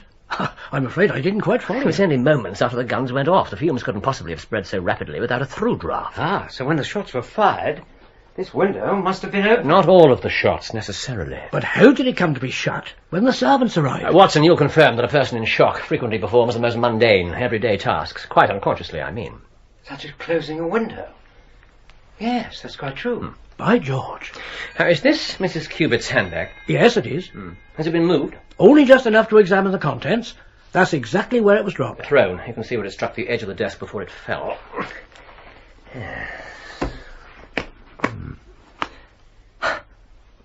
Fascinating. What's in it? Good heavens. How much, Inspector? 20 £50 notes, gentlemen. Gracious me. £1,000. A singular lady. Oh, Hilton. Oh, my dear. Did I startle you? No, of course not. Isn't it a lovely day? Yes. Have you seen the stable boy? No, not this morning. Why? I want to give him a piece of my mind. Young Tearaway's been chalking damn silly pictures on one of the windows. Pictures? What sort of pictures? Holmes, this 3rd gunshot. How is it that Mrs. King and Saunders didn't hear it? They did. Mr. Holmes? Watson, Mrs. King's testimony, if you would. Yes, here we are. I was woken by an explosion, and you said, an explosion, you mean a gunshot? Well, obviously, that's what it was, sir. but it did seem extremely loud. Carry on, Mrs. King. And then, as I was getting out of bed, there was another one. Another explosion? Well, yes. But she wasn't sure. She wasn't at all certain. Thank you, Watson. You see, Inspector. I'm sorry, sir, but I'm still in the dark. Forgive me, but is this the way you always work together? Yes. The important point is exactly what Mrs. King was uncertain about. She could hardly have been in doubt that there was a second sound. It was the nature of it that made her hesitate. I thought perhaps that one, that's the second one, was further away. No, it wasn't further away. It simply wasn't as loud as the first. An explosion followed by an ordinary gunshot. But of course it wasn't an explosion. It was two guns going off simultaneously. By George! Well, that explains everything. Gentlemen, I don't know what to say. This is wonderful. Yeah. I rather think we've exhausted all this room can teach us. Let's see what fresh evidence the garden has to offer. Look at that. And to think I wasn't going to check out here at all. It's never wise to accept the first conclusion that presents itself. What can you read from the footmarks? Yes. Let us see. Yes. A man. Tall, but not heavy. Yes, probably not old. Now, as he approaches very cautiously. Yes, is it the right window? It is. Yes. Stands here for, some little time. And then, runs off. Yeah. Now.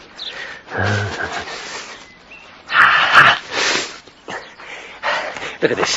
What have you found? A cartridge from the third bullet. Oh. The gun had an ejector. Yes, this is American. I think, Inspector, that our case is almost complete.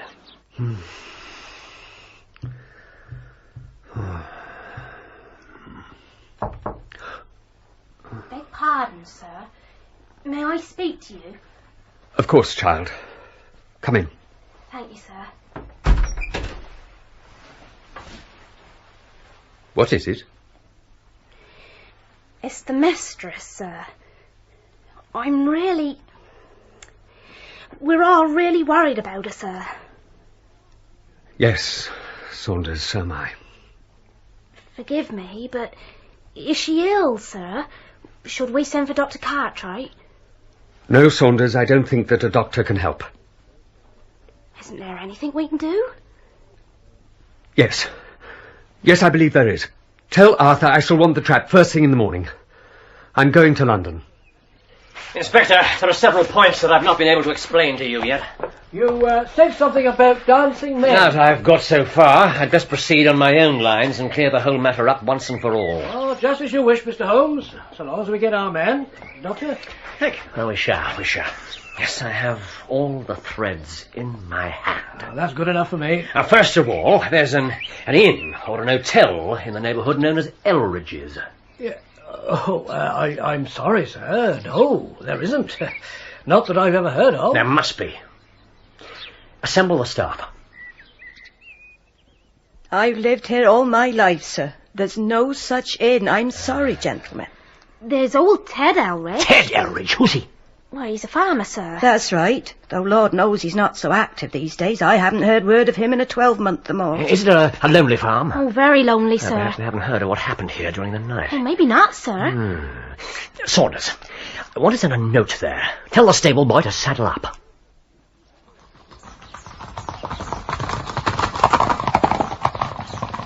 Well, this whole thing's out of our hands now. Out of our hands? Yes, for the present. If you'd like to stroll with us a while, I think we can help you pass an interesting and profitable hour. The first we knew of this whole business was when Mr. Cubitt engaged Holmes to look into the mystery of the dancing men. The dancing men? Well, they keep cropping up, whoever they are. I've seen neither hide nor hair of any dancing men. And it's time that situation was rectified. The dancing men. But it's just a child's scribble. Just a child's scribble. That's exactly what I thought. Then why do you attribute any importance to it, Mr. Cubitt? I never should, Doctor. But my wife does. This child's scribble is frightening her to death. Oh, it's nothing. String of matchstick men. Was this sent to Mrs. Cupid? Yes. It was the second manifestation. Second? What was the first? They were chalked on a windowsill. It must have been done during the night. What did you do? Had them washed off. I thought nothing of it. Until I just happened to mention them to Elsie. Whatever's the matter, my dear? You're sure, Hilton? You're sure that's what they were? Of course I'm sure. Why are you so concerned? I told you, it's just the stable boy. Hilton, I want you to promise me something. Of course, Elsie. Whatever you want. If it happens again, if any more come, I want to see them. Straight away. I don't mind telling you, gentlemen, I was amazed. That she should take it so to heart. It's 1,000 pities that we don't have a copy of the first drawings. Did your wife recover from her shock, Mr. Cupid? Not entirely, Doctor, no. She was on edge all the next week. As if she were expecting something to happen. Exactly so. And when it did? My dear? What is it? I just found this lying on the sundial. Look. Let me see.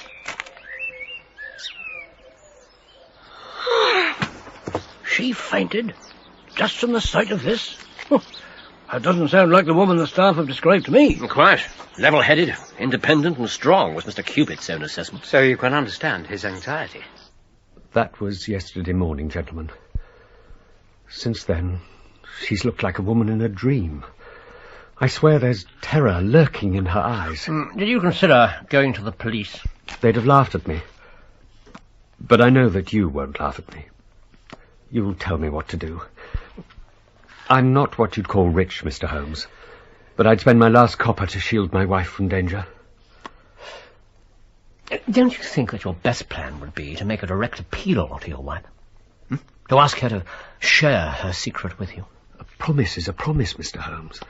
If Elsie wanted to tell me, she would. It's not for me to force her confidence, but I'm justified in taking my own line. And I will. Then I'll help you. With all my heart. What did you do? Well, it was obvious that these hieroglyphics had a meaning, but this one sample was so short that I could do nothing. We told Mr. Cupid to come back here. With instructions, presumably, to make a copy of any fresh dancing men messages. I take it we can call them messages? Exactly so, Inspector. How long did you have to wait? A fortnight. I tell you, gentlemen, this business is killing my wife by inches. It's as much as flesh and blood can stand. Take this, Mr. Cupid. Thank you, Doctor.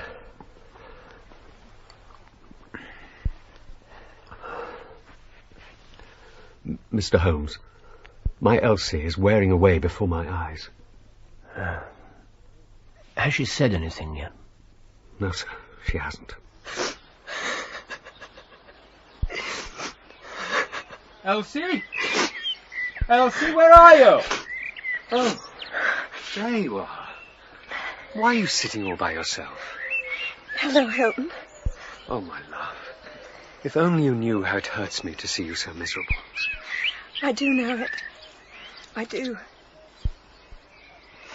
Hilton? My dear? Your family... It's a very ancient one, isn't it? It is. The name goes back centuries. Centuries. And I know you've always taken great pride in your reputation and your honor. Well, yes, of course. What would happen? Just supposing... Go on. I can't. Forgive me. She simply couldn't bring herself to say any more. I dare say I was too clumsy with her. No, I think not. You said in your wire that you'd found out several things for yourself. A good deal, Mr. Holmes. I've several fresh dancing men pictures for you. Ah. 3 of these are identical. What? Oh, thank you. And more important, gentlemen, I've seen the fellow. What? He'd seen the man who'd been drawing them? Yes. But I should give you the events in order. Firstly, the messages. Well, they mean no more to me than the first one, I'm afraid. Did Mrs. Cupid see these? No, her husband had them washed off as soon as he'd copied them. And then he decided on more drastic action.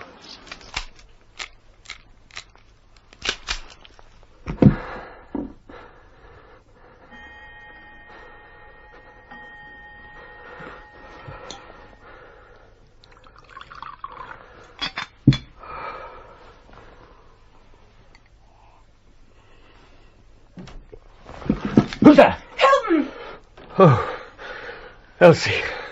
Good God, you shouldn't sneak round like that. What are you doing up at this hour? I couldn't sleep. Come to bed. Not until I've discovered who's doing this to you. I've told you. It's just some sort of stupid joke, that's all.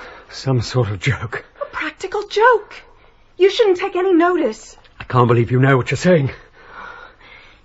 Hilton, if it really annoys you, why don't we go away somewhere? What? We could travel. A holiday. Good things happen on holidays. Be driven out of our own house. What is it? What's wrong? Come to bed. We'll talk about it in the morning. What did you see? Elsie, let go of me. Come to bed. Please. Let go, I say. There's someone out there. No! There's no one! Hilton, don't! He's gone. It sounds to me that she was more concerned about this stranger's safety than her husband's. This is beginning to look rather sordid. I'm afraid that Mr. Cubitt was of the same opinion, Inspector. Well, it wouldn't be the first time. Anyway, now you had a lot more of these figures. Did that help at all?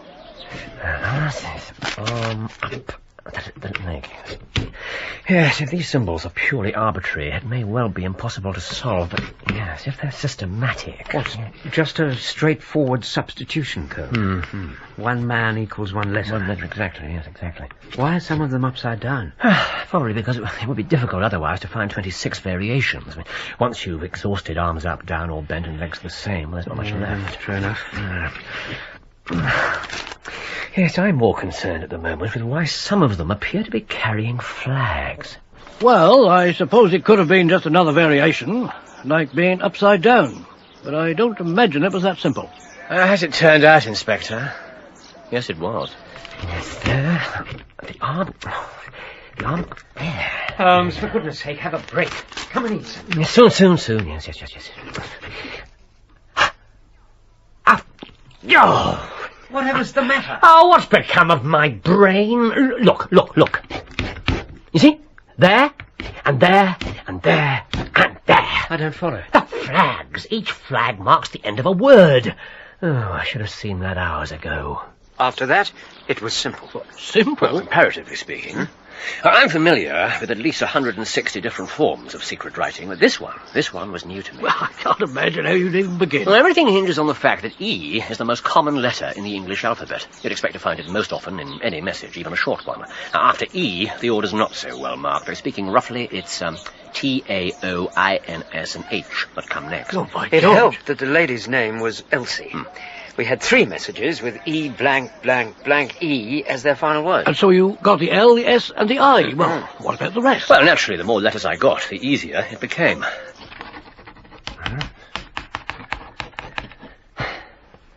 There. Well done. Thank you. But what does it all mean? Well, it means that at least I can take a practical step at last. No. Watson, what's the matter? Well, aren't you going to ask me who I'm telegraphing? If I did, would you tell me? No. Mr. Worthy. In the business. Exactly. So no, I'm not going to ask you. It wouldn't be logical. Touché. Excuse me. There. Excellent. Mrs. Hudson!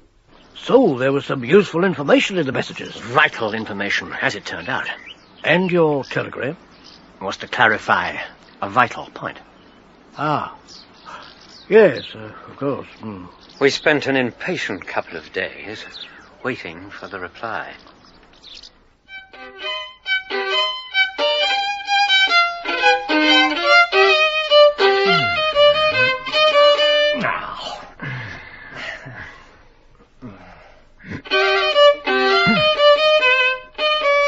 Damn!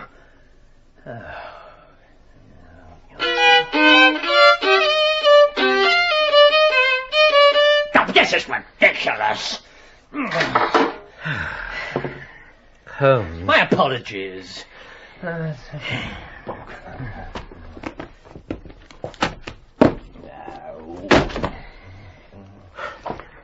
Holmes?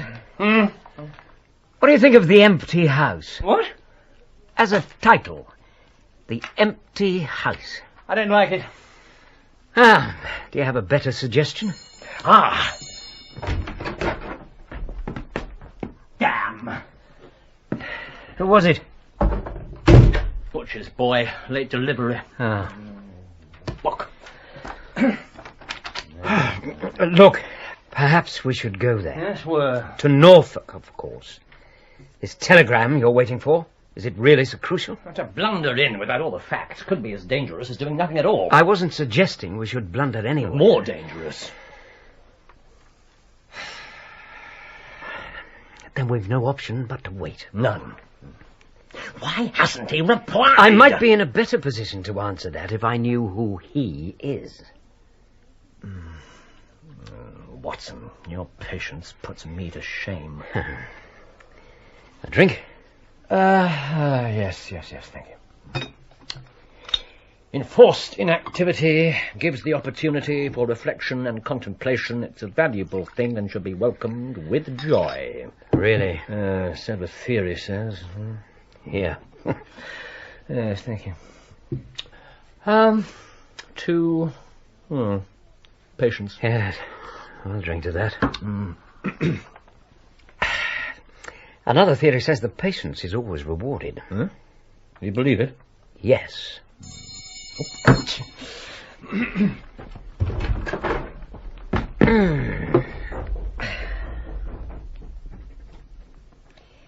The empty house. Yes. Good. Oh, dear. Thank you, Mrs. Hudson. Not your reply? No, just some letters. This one's from Norfolk. Ah. Yes, from Mr. Cupid. More dancing men. Yes, thank you. Found this morning on the pedestal of the sundial. Elsie. Any new letters? None that aren't obvious from their context.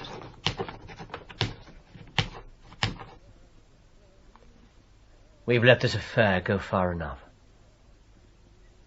Look.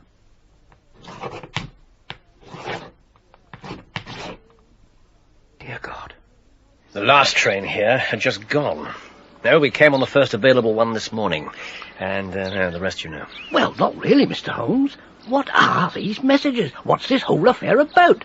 Did you get an answer to your telegram? Yes, as we were leaving. Yes, I think we should go back inside. It's nearly time. You understand, Saunders? Yes, sir. Excellent. Off you go. Very good, sir. One last thing. Mr. Holmes? You were quite correct. Your mistress is entirely blameless in this whole affair. Thank you, sir. That'll be all. Gentlemen. Very well. Watson, you asked the doctor to remain upstairs with his patient. I did. And everybody else is safely out of the way. I think we're all set. There's a man coming up the path. Oh, yes. Striding along as cool as you like. As if the place belonged to him. Yes, well, Inspector, you'll need your handcuffs. Right. Yes, very good. Now, leave the talking to me. Now, I think we should take our positions behind the door.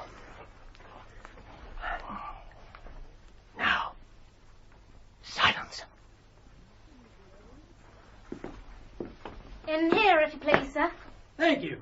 Sir? I suggest you remain exactly where you are. Just put out your wrists nice and slow. No! No, sir. I don't believe you're going just yet. It's hardly polite. Excellent. Gentlemen, may I present Mr. Abe Slaney of the city of Chicago? And just who the hell are you? Unfortunately for you, I'm a close friend of Wilson Hargreave of the New York Police Department. God damn the man. Yes, I thought that name might mean something to you. Commissioner Hargreave has a high opinion of you, Slaney. The most dangerous crook in Chicago, no less. Well, gentlemen, you seem to have the drop on me good and proper.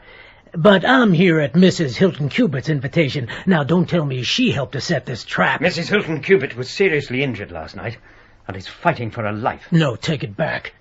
Say she's not hurt. She was found badly wounded by the side of her dead husband. This is a trick. It's nothing but lies. Why should we lie to you, Slaney? If she's hurt that bad, then who wrote this? What do you think you're doing? Take it easy, copper. I'm not going anywhere. Huh? Who wrote it? I did. You think I'm a fool? No one but us knows the secret. What one man can invent, another man can discover. Lies. All lies. No, sir. The truth. Am here Abe Slaney. At Elridge's. Come, Elsie! Come, Elsie! Come, Elsie! Well, if I shot the man, he had his shot at me first, and there's no murder in that. But if you think I could have hurt that woman, then you don't know either me or her. I tell you, there was never a man in this world loved a woman more. You've a damn strange way of showing it. Who was this Englishman that he should come between us? She was pledged to me years ago. I had first right to her. I was only claiming my own. A woman is not a piece of property, sir. You've brought about the death of a noble and honourable man and driven his wife to despair. That's your record in this business, Mr. Abe Slaney. And you'll answer for it to the law. If Elsie dies, I don't care what becomes of me. And what if the lady lives? The best case you can make for yourself is the absolute truth. Are you aware that Mrs. Cubitt was suspected of the murder of her husband? No. The very least you owe to her is to make it clear that she was in no way responsible. Tell us exactly what happened here and why.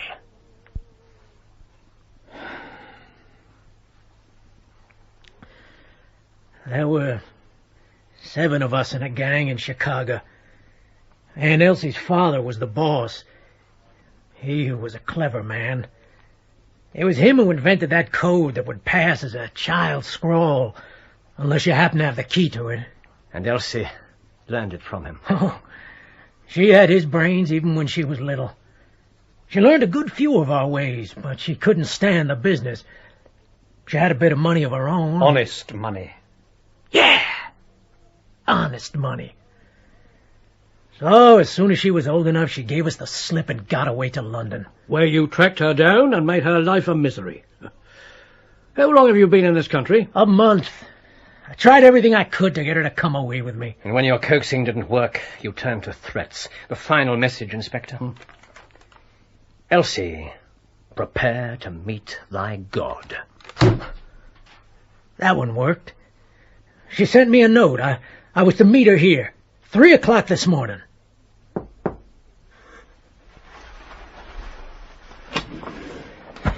Oh, Elsie. Abe. It's good to see you again. You've got to leave me alone. What? When you said to come here... Are you mad? You couldn't have thought I'd run away with you. Elsie, I love you. Doesn't that mean anything? And I love my husband. My husband, Abe. Now look. What the hell is that? It's money. All I've got. Take it and go. You think you can pay me off like some Please, safe. Put it away, damn you! No! I'll do it for you. There. Now go and get dressed. You're coming with me. No. You want to? You know you do. Don't you remember how good it was? Let go. What's going on? Hilton. I asked you a question. Don't do anything stupid, old man. This is him. The man you've been exchanging messages with behind my back. No, it's not anything like that. Don't try to say anything, madam. Hide your own guilt. Put away the gun. Listen to me. I've listened to you quite enough. Look here, mister. I don't want to use this. Abe, no! Keep back, Elsie! Abe, wait! Oh.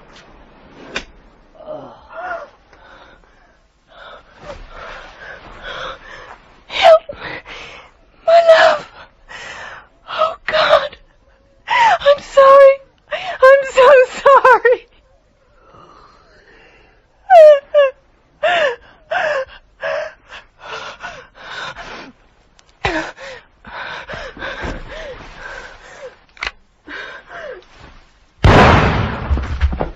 The only part of what had happened here that was obvious to all.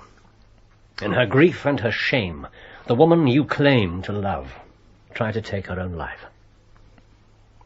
Take him away, Inspector. With pleasure. Come on, you. Can I see her first? No one can see her. The least disturbance could be fatal. Mr. Holmes? Inspector? If I ever again have an important case, I hope I'll also have the good fortune to have you by my side. Come on, Sweeney. Gentlemen.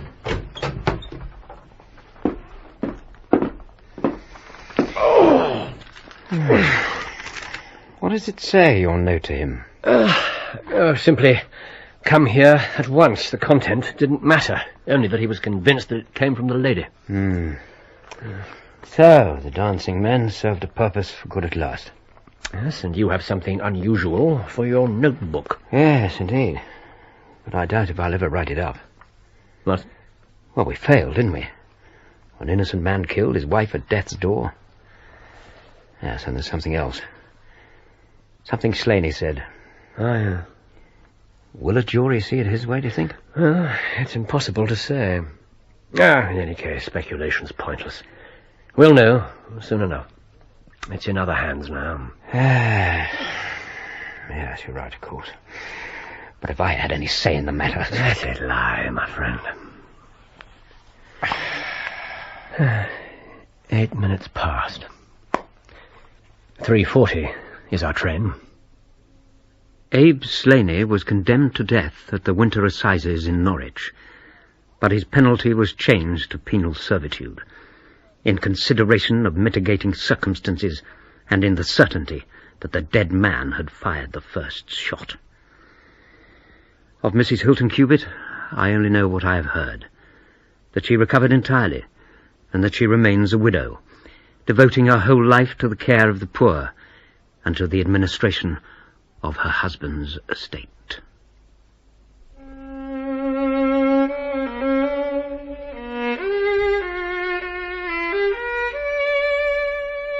In The Dancing Men, Sherlock Holmes was played by Clive Merrison and Dr. Watson by Michael Williams, with Christopher Good as Hilton Cubitt, Diana Hunter as Elsie Cubitt, and John Geracio as Abe Slaney.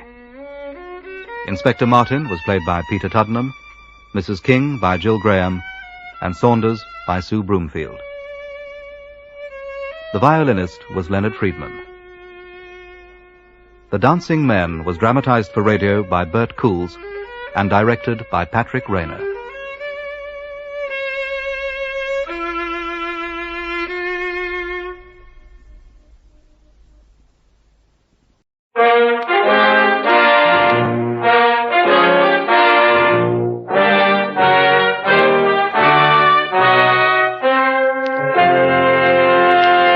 Kreml Hair Tonic and Kreml Shampoo present the new adventures of Sherlock Holmes, starring Nigel Bruce as Dr. Watson and Tom Conway as Sherlock Holmes.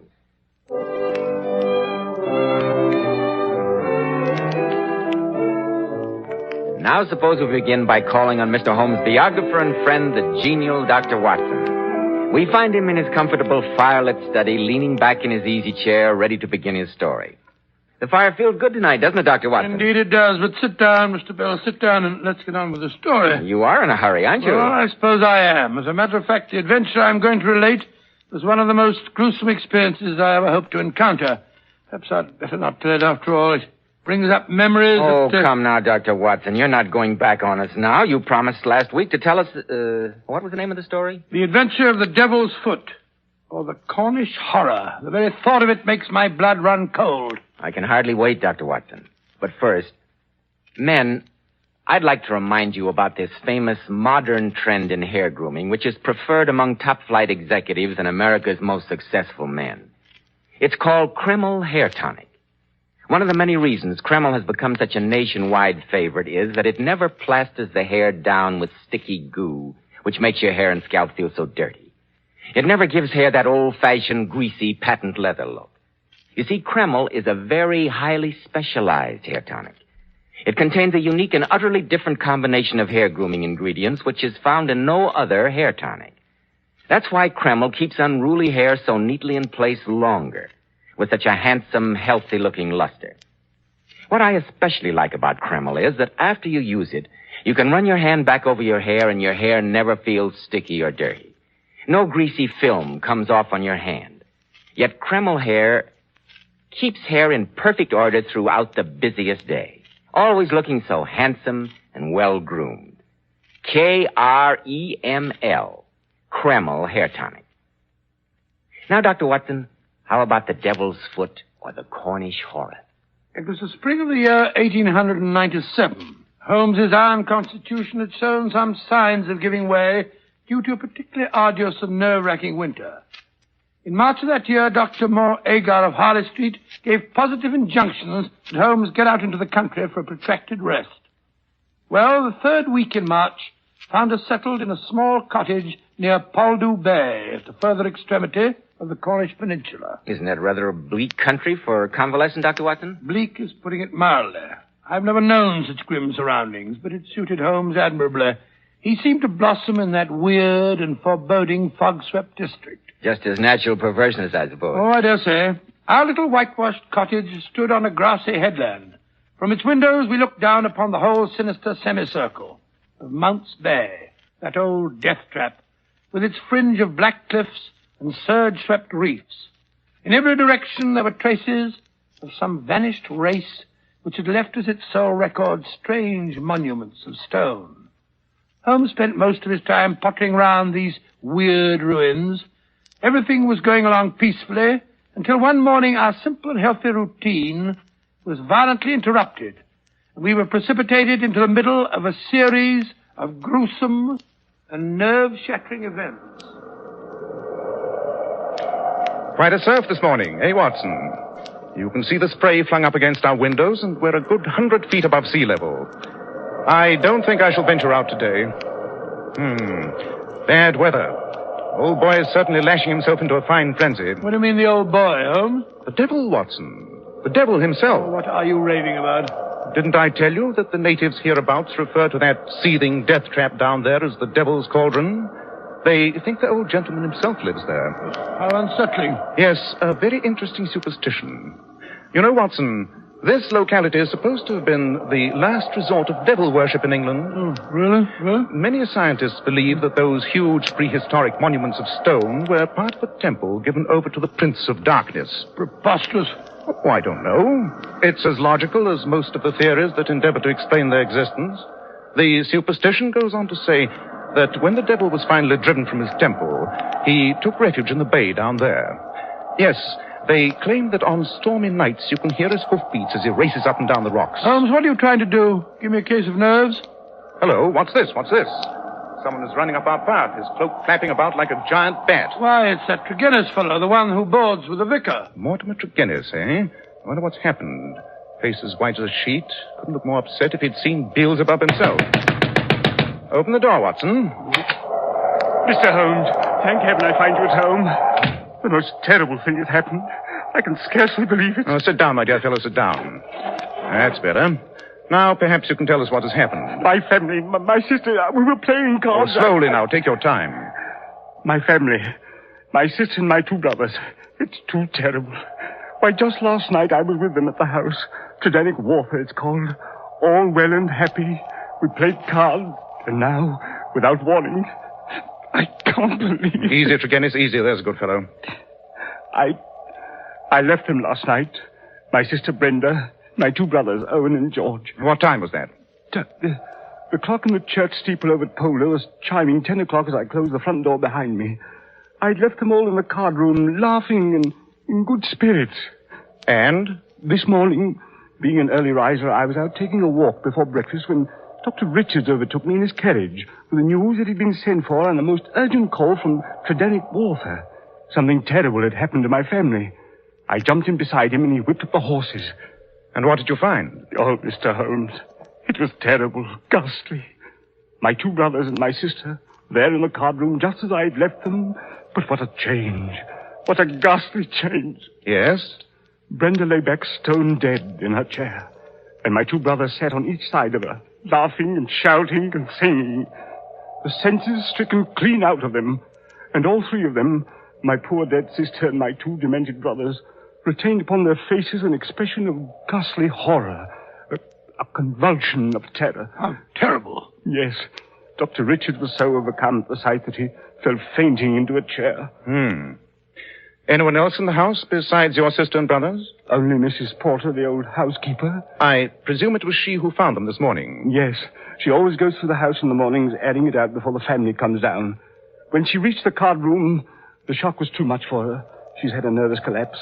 We had to put her to bed. Yeah, no wonder. An exceptional case. Most exceptional. That's what we thought. We could find no traces of strangers in or around the house. Nothing was stolen, nothing touched. The vicar believes you are the only one who can solve the case, Mr. Holmes. He insisted I come to you. I shall be only too glad to handle the matter, of course. But first I must ask you a few questions. Anything, Mr. Holmes, anything. To begin with, Mr. Tregennis, why do you live with a vicar, separated from your family? Well, as a matter of fact, we had a slight argument a few years ago about some property it was.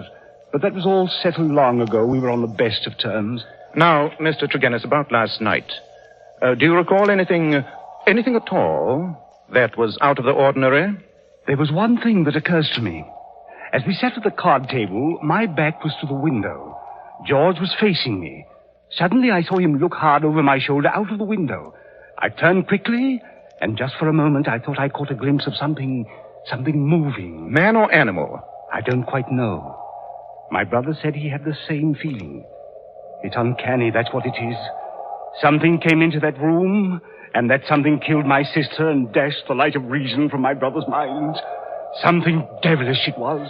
If that should prove to be the case, I fear I shall be of very little assistance, Mr. Tregennis. But short of wrestling with his satanic majesty, I think perhaps we can solve your problem. Come, Watson. We'd best go down to Tridanic Water at once.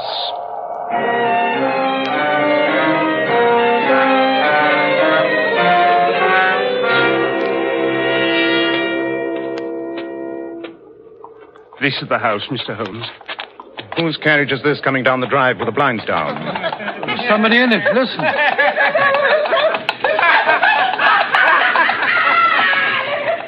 My brothers. My poor brothers. It's Dr. Richard's carriage.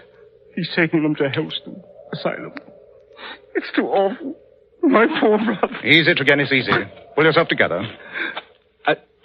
I'll do my best. Good man. Which are the windows of the card room? This one here. Oh, look out, Holmes. You've upset the watering can. Dear, how clumsy of me. Sorry, Tregennis. I'm afraid I've drenched your boots. No matter, Mr. Holmes, no matter. Shall we go in? Yes. I have seen all I need to see out here. This way. The card room is over here. Do you notice anything, Watson? No, I can't say that I do. This is the card room. I see the window's still open. The housekeeper left it that way, I presume? Yes, she says it was locked on the inside when she came in. Quite so. I think we may close it now. Well, I'll do it, Holmes. No, let me. Candles quite gutted out. Yes, cards still on the table. They had not risen from their chairs, I take it, and you left at 10. That sets the hour of death at some time before 11. Fire burned out. Why a fire? Had they always a fire in this small room on a spring evening? It was cold and damp last night, Mr. Holmes. The fire was lit shortly after my arrival. I see. Well, that seems to be about all. No disturbance of any kind. Strange. Oh, come along, Holmes. Come along. The room gives me the jumps. There's something about the atmosphere. As though death was still hovering in the air. I wonder. Come, Watson. We will return to our cottage. Should anything occur to me, Mr. Tregennis, I shall communicate with you.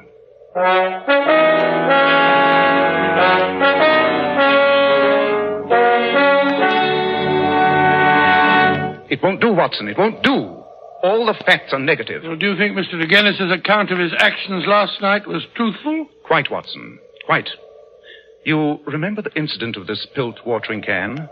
I did that to obtain an impression of his foot. I take it you succeeded? I did. With that print as a sample, I was able to trace his movements last night. His story is correct. He left the house at about 10, went straight back to the vicarage and did not return. Nor did anyone else enter or leave that house. Then it must have been the man or animal they thought they saw in the bushes. He must have returned and frightened them to death. There was no such man or animal, Watson. Last night was a dark night. anyone who had the wish to frighten these people would be compelled to put his face against the glass before he could be seen. Well? There is a 3-foot flower border outside the cardroom window, but there are absolutely no footprints there. Yes, but that means Mr. Tregennis' sister and her 2 brothers were alone when death struck the sister down and drove the brothers insane. But Holmes, that would be supernatural. I hope not, Watson. Look, here comes another visitor up our path. Stranger this time. Big, savage-looking fella. That, my dear Watson, is none other than the famous Dr. Leon Sterndale. Sterndale, the lion hunter and explorer? Exactly. Oh, what's he doing in this neighborhood? Oh, I've heard he owns a little cottage about 5 miles down the coast. They tell me he lives there absolutely by himself when he isn't off on one of his expeditions. Never mind, Watson. I'll do the honors myself. Come in, Dr. Sterndale, come in. Mr. Holmes? Yes, and this is my friend, Dr. Watson. How do you do? How do you do? Mr. Holmes, I've come to you about the tragedy at Dannywater. The police are utterly at a loss. You have a keener brain. Pardon me, Dr. Sterndale, but why are you so concerned in this affair? Well, you see, during my many residences in this locality, I've come to know the family of Tregennis very well. I see. Their horrible fate has been a great shock to me, Mr. Holmes. I'm so sorry. As a matter of fact, I was on my way to Africa. I got as far as Plymouth when the news reached me this morning. I came straight back to help in the inquiry. But that would make you lose your ship. One sailed for Africa this afternoon, if I'm not mistaken. I can take the next. When did you last see the Tregennis family, Dr. Sterndale? I saw Brenda, Miss Tregennis, 3 days ago, just as I was leaving for Plymouth. Oh. So you have been in Plymouth for the last 3 days? Yes, in Plymouth. But how did you get the news so quickly? Surely the Plymouth papers didn't carry an account of the matter in this morning's edition? I received a telegram. Telegram? Might I ask from whom? You're very inquisitive, Mr. Holmes. It is my business, Dr. Sterndale. Very well. The telegram was sent by the vicar, Mr. Roundcay. I see. And now, Mr. Holmes, have you reached any conclusions? Conclusions? No. That would be a trifle premature. But I have every hope of bringing this matter to a satisfactory termination. Satisfactory to me, that is. Would you mind telling me if your suspicions point in any particular direction? I do not feel that this is the moment to answer that question, Dr. Sterndale. Oh, and I see that I've been wasting my time. I need not prolong this visit. Good afternoon, gentlemen. Close-mouthed fellow, Dr. Sterndale, isn't he, Holmes? He told me more than he realized, Watson. But he knows even more. How could he if he was in Plymouth? But was he, Watson? That statement is something for us to look into.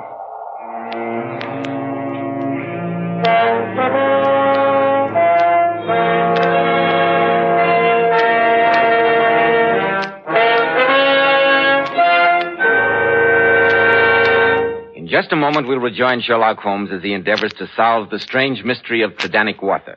But first, men, remember, if you want to keep your hair handsome and healthy looking, one of the first requisites is a hygienic scalp. So why settle for just any hairdressing when you can enjoy the extra advantages of a highly specialized hair tonic like Kreml? Kreml contains a special combination of hair grooming ingredients which is found in no other hair tonic. This is why it keeps unruly hair neatly in place longer with a rich, healthy-looking luster. Yet Kreml never gives hair that cheap, greasy patent leather look. It never leaves hair feeling sticky, gummy, or dirty. Your hair and scalp always look and feel so clean with Kreml. And if your hair is so dry it breaks and falls when you comb it, start using Kreml at once. Let it make your hair feel softer, more pliable, and look as if it had some body to it. Kreml is also fine to lubricate a dry scalp. At the same time, it removes dandruff flakes. A quick massage with Kreml helps stimulate the cutaneous circulation of the scalp. Notice how alive, how invigorated your scalp feels. So for better groomed hair, a more hygienic scalp, change to Kreml at once. Buy a bottle of Kreml at any drug counter. Ask for an application at your barber shop. Kreml, Kreml Hair Tonic.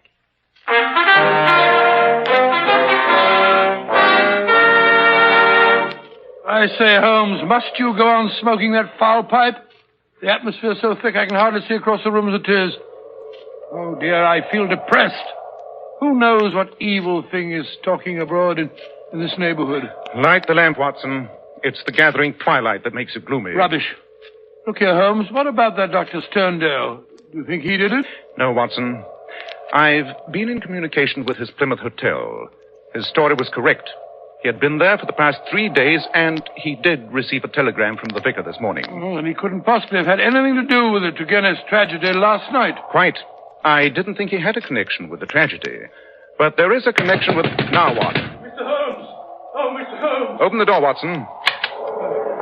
Ah, my dear vicar, come in, come in. Dear me, you look as though you'd seen a ghost. It's tracked him down. The curse of the family. He's dead. Dead with that same look of terror on his face. Who's dead? Mortimer Turgenev.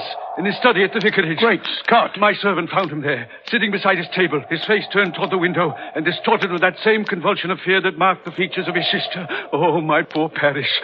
Satan himself is loose among us. We are devil-ridden, Mr. Holmes. Devil-ridden.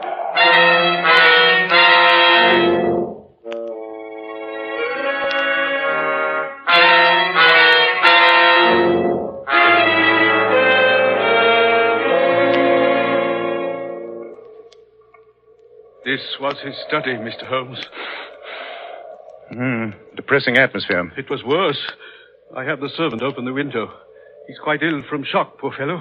What a terrible look on Turgenev's face, Holmes. The whole body is contorted and convulsed in a very paroxysm of fear. You've never seen death in this form before, Watson? No, never. You know of no poison that would have this effect? Good heavens, no. Lamp is lit. It's burning over an hour. Notes the oil consumed. Yet darkness has just set in. Did anyone call at the vicarage this afternoon? No. I was out myself, but my servant says he let no one in. Then Turgenev was alone when he... I wonder. The window was shut at the time of his death, but the lamp was lit. Curious. The window. Let's see. Window. Yes, by Jove, I think I found something. What's that you're putting in your pocket, Holmes? And the lamp. Of course, the lamp. Notice this powder which has been spilled on the base of the lamp? Red-brown powder. Give me an envelope, Watson. I must have these specks of powder. Why are you so excited about the powder, Holmes? Because it contains the solution of our mystery, Watson. It is the source and the solution.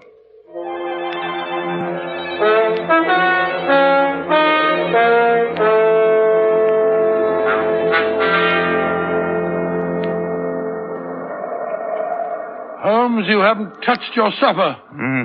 What a foul night. The wind's rising again. Oh, have another cup of tea and be quiet, Watson. I don't want to be quiet. I want to talk. I'm tired of waiting here listening to that blasted wind and the roar of the water down there below. Why did you send for Dr. Sterndale? Because he's an authority on obscure African poisons. Poisons? Why are you interested in poisons? Watson, there are two striking points in common in both cases under observation. Yes? In both cases, the atmosphere of the room had a curious effect on the persons who first entered it. The housekeeper and the vicar's servant were both overcome, as was the doctor who was called in. That's right, I hadn't thought of that. The room was still stuffy when we entered it. Right. And in each case, there was combustion going on in the room. The fire in the first case, the lamp in the second, and the lamp was not necessary. It was still daylight when it was lit. Yes, but I still don't see what... Something was burned in each case which produced an atmosphere causing strange toxic effects. An unknown poison. Good heavens. I believe we have a sample of that poison in the brown powder spilled on the base of the lamp. Well, how are you going to prove it? I'm going to burn some of that powder. Notice its effect. Just a small pinch of powder. Yes. Perhaps you'd better leave the room, Watson. Leave you alone in here? Certainly not. I warn you, it's risky. Confound that wind. Come along. Let's get it on with it and get it over. Very well. Place your chair opposite mine. Then we can watch each other for developments. If anything alarming happens, we can end the experiment. All right. Come on. I'm ready. Good. I put a pinch of the powder into our lamp. Oh, I say, what a filthy smell. Musky, subtle, nauseous. Listen to the wind, Holmes. I'm afraid. I don't know why. That wind. I can feel my hair rising. Holmes, do you see it? That cloud bank, whirling, black, and sinister. It's monstrous. It's concealing something too wicked to imagine. Holmes, it's coming nearer and nearer. Can't you smell it? Sulphur and brimstone. You hear that, Holmes? It's hoofbeats. Hoofbeats. I know what it is. I can see it. I can't stand this. It's too terrible. Holmes! Watson, for the love of heaven, don't give in. Don't breathe. I'll smash the window. I'll smash... There. That's better. Breathe in, Watson. Breathe it in. It's good, clean air. Whew. By Jove, what a narrow escape. I had no idea it was so powerful. I thought I saw... I know. It's a poison that affects the nerve centers of the imagination. The strain is enough to kill a man or drive him crazy. Hello, there's someone knocking at the door. So that's what I heard. Yeah, seems cleared out. Good thing there was a high wind. I'll close the shutters and draw the curtains. Watson, can you open the door now? Yes, I think so. Phew, my knees are still shaking. Good evening, Mr. Holmes. You sent for me? Yes. Come in, Dr. Stanley. Come in. You look rather pale, both of you. Yes. We've just been conducting a little experiment with the poison that killed Tregennis. You? Yes, Dr. Sterndale. Perhaps you'd like to tell us why you killed Mortimer Tregennis. I? Preposterous. You can't prove it. No. Let me tell you how you did it. You came over to the vicarage late this afternoon. You didn't want anyone to know you'd visited Tregennis. He was to let you in himself. But how could you attract his attention? You brought some pebbles with you, pink pebbles from a heap beside your house. You threw these at the study window, where you knew Tregennis was working. I found some of these pebbles on the windowsill. Tregennis came downstairs, let you in himself. You had a talk with him, made him light his lamp, placed a pinch of the poison powder in the flame, and left. You're right, Mr. Holmes. I did kill Mortimer Tregennis. But I'm not guilty of the other atrocity. I swear I'm not. I believe you, Dr. Sterndale. But you know who did it. Perhaps you'd better tell us about it. Very well. It was Mortimer Tregennis. What? He admitted it before he died. Mr. Holmes, I've been in love with Brenda Tregennis for many years. We were to have been married when my work in Africa was finished. I've lived so long in places where man is a law unto himself. He killed Brenda in cold blood. He killed her. I have nothing else to live for. By heaven, I'd do it again. How did Mortimer Tregennis get hold of the poison? It was something unusual, almost unknown. Yes, it was powdered pes diable. Pes diable? Devil's foot, eh? Yes, a root found in Africa. Shaped like a foot, half human, half goat-like. I have the only specimen in England. And you showed it to Tregennis? Yes. He came over the other afternoon when I was packing. He was interested in my African curiosities, particularly this powder. How he took it, I can't say. I thought no more of the matter until I had received the vicar's telegram and learned how they died. I returned at once. Looking into the tragedy, I was convinced Mortimer Tregennis was the murderer, that he'd done it to gain control of the family fortune. There was the crime, but what was to be his punishment? What jury would believe such a fantastic story? No, I decided to take the law into my own hands. Perhaps if you ever loved anyone, you'll know how I felt. Dr. Sterndale, what were your plans when you set out for Plymouth? I had intended to bury myself in Central Africa. My work is only half finished. Go and finish the other half, Dr. Sterndale. I do not feel called upon to prevent you.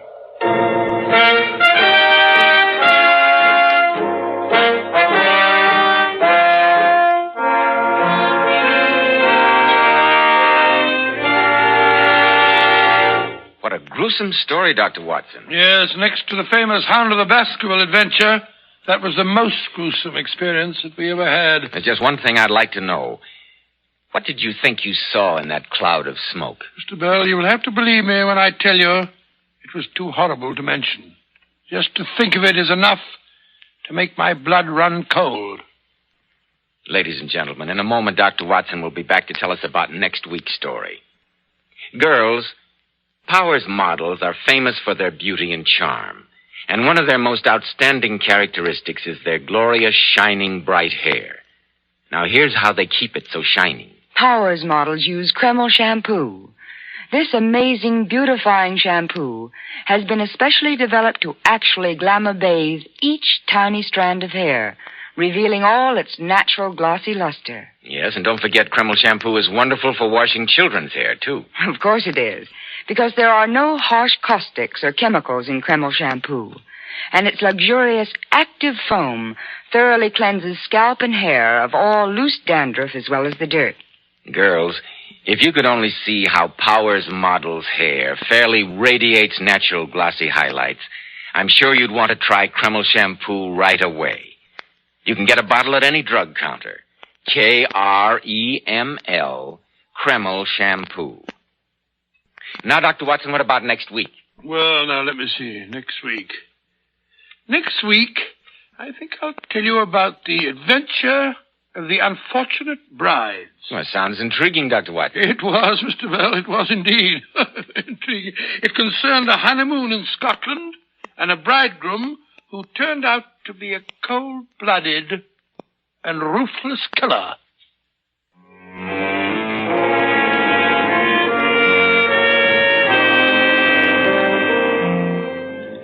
Tonight's Sherlock Holmes adventure was adapted by Edith Miser from Sir Arthur Conan Doyle's story, The Devil's Foot. Nigel Bruce appeared by permission of California Pictures. Tom Conway through the courtesy of Eagle Lion Pictures. The Sherlock Holmes series is produced by Tom McKnight. This is Joseph Bell speaking for Kreml Hair Tonic and Kreml Shampoo, and inviting you to be with us next week at this same time, when Dr. Watson will tell us about the case of the unfortunate brides.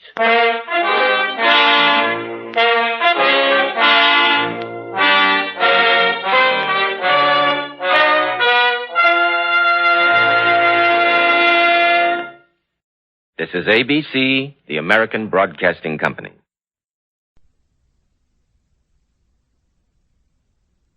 An anomaly which often struck me in the character of my friend Sherlock Holmes was that although in his methods of thought he was the neatest and most methodical of mankind, and although he also affected a certain quiet primness of dress, he was nonetheless in his personal habits one of the most untidy men that ever drove a fellow lodger to distraction. Not that I'm in the least conventional in that respect myself. The rough and tumble work in Afghanistan, coming on top of a natural bohemianism of disposition, has made me rather more lax than befits a medical man. But with me there is a limit. Holmes! Holmes, really! Holmes!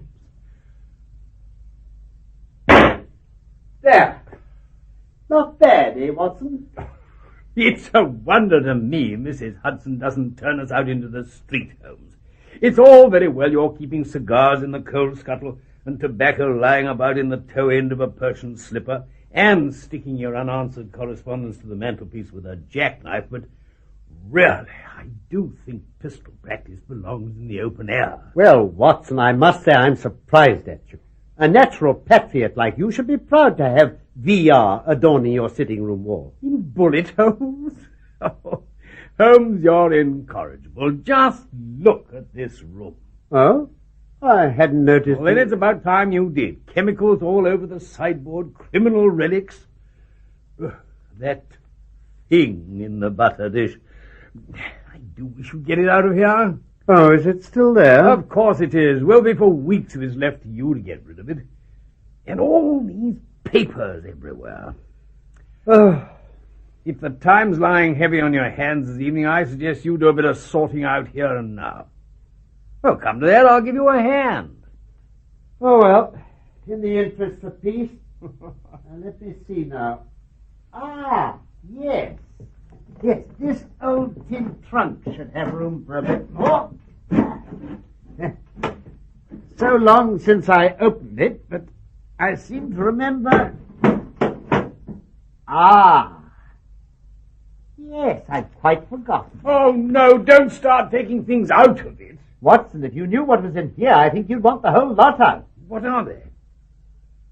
The records of your early work? Yes, my boy. Oh, These were all done prematurely before my biographer had come to glorify me. Oh, your early cases.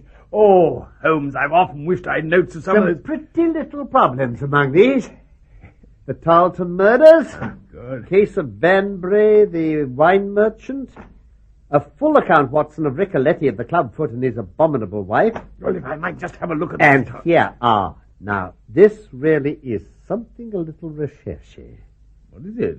It looks like a box of toys. Here you are. Open it for yourself. Thank you. Crumpled bit of paper, an old-fashioned brass key, a peg of wood with a ball of string attached, and 3 rusty old discs of metal. Well, my boy, what do you make of this lot? Well, it's a curious collection. Very curious. And the story that hangs round it will strike you as more curious still. Well, these things have a history, then. They are history. They're all I have left to remind me of the episode of the Musgrave ritual. You'd like to hear about it, no doubt. Well, I said... What? And leave all this letter lying about? Oh, come on, Holmes, don't rag. So be it.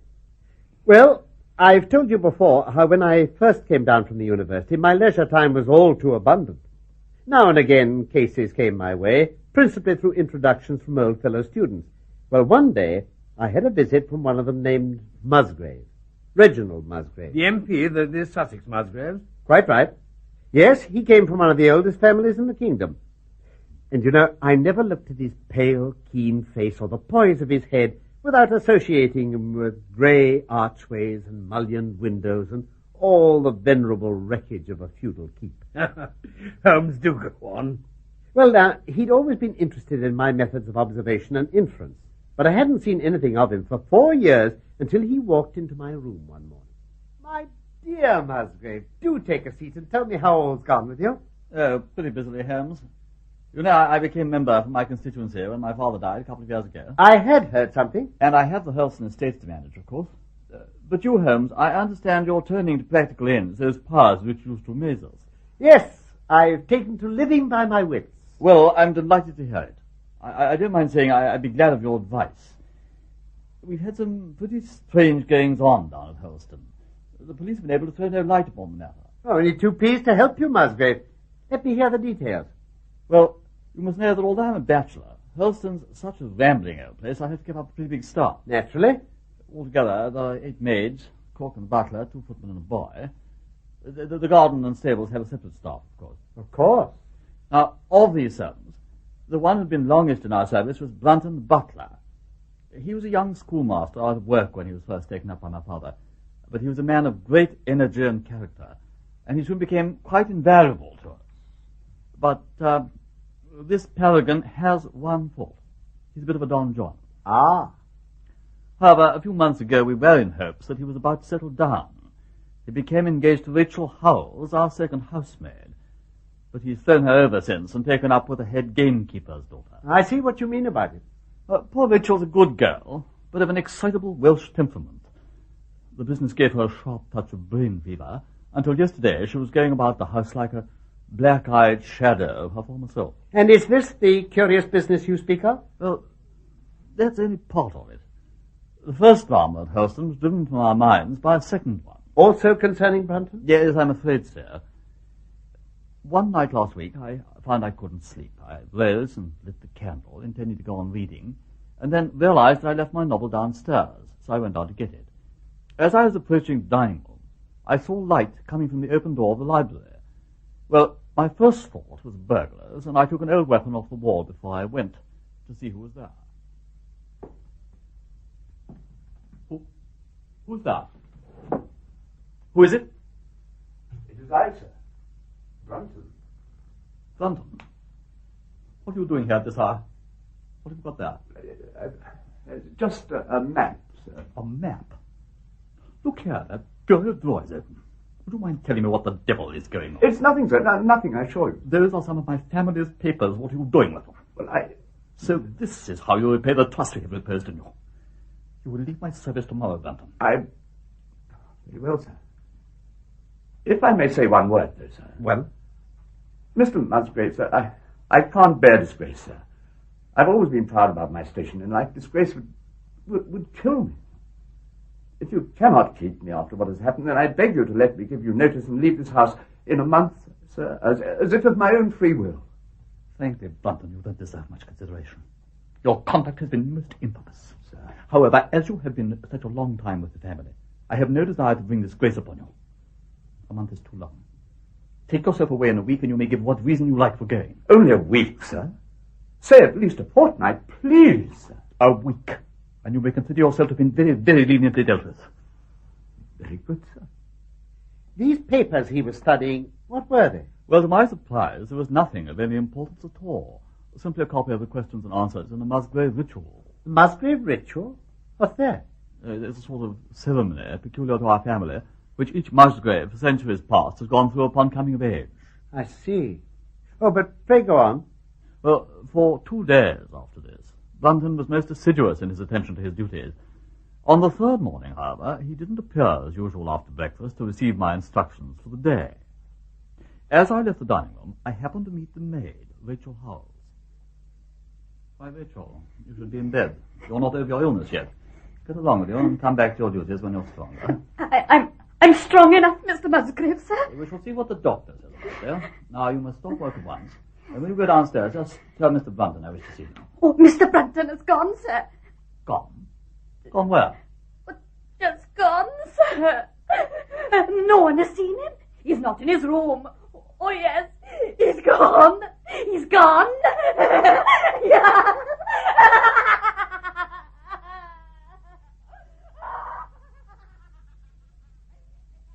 There was no doubt about it, Holmes. He had gone.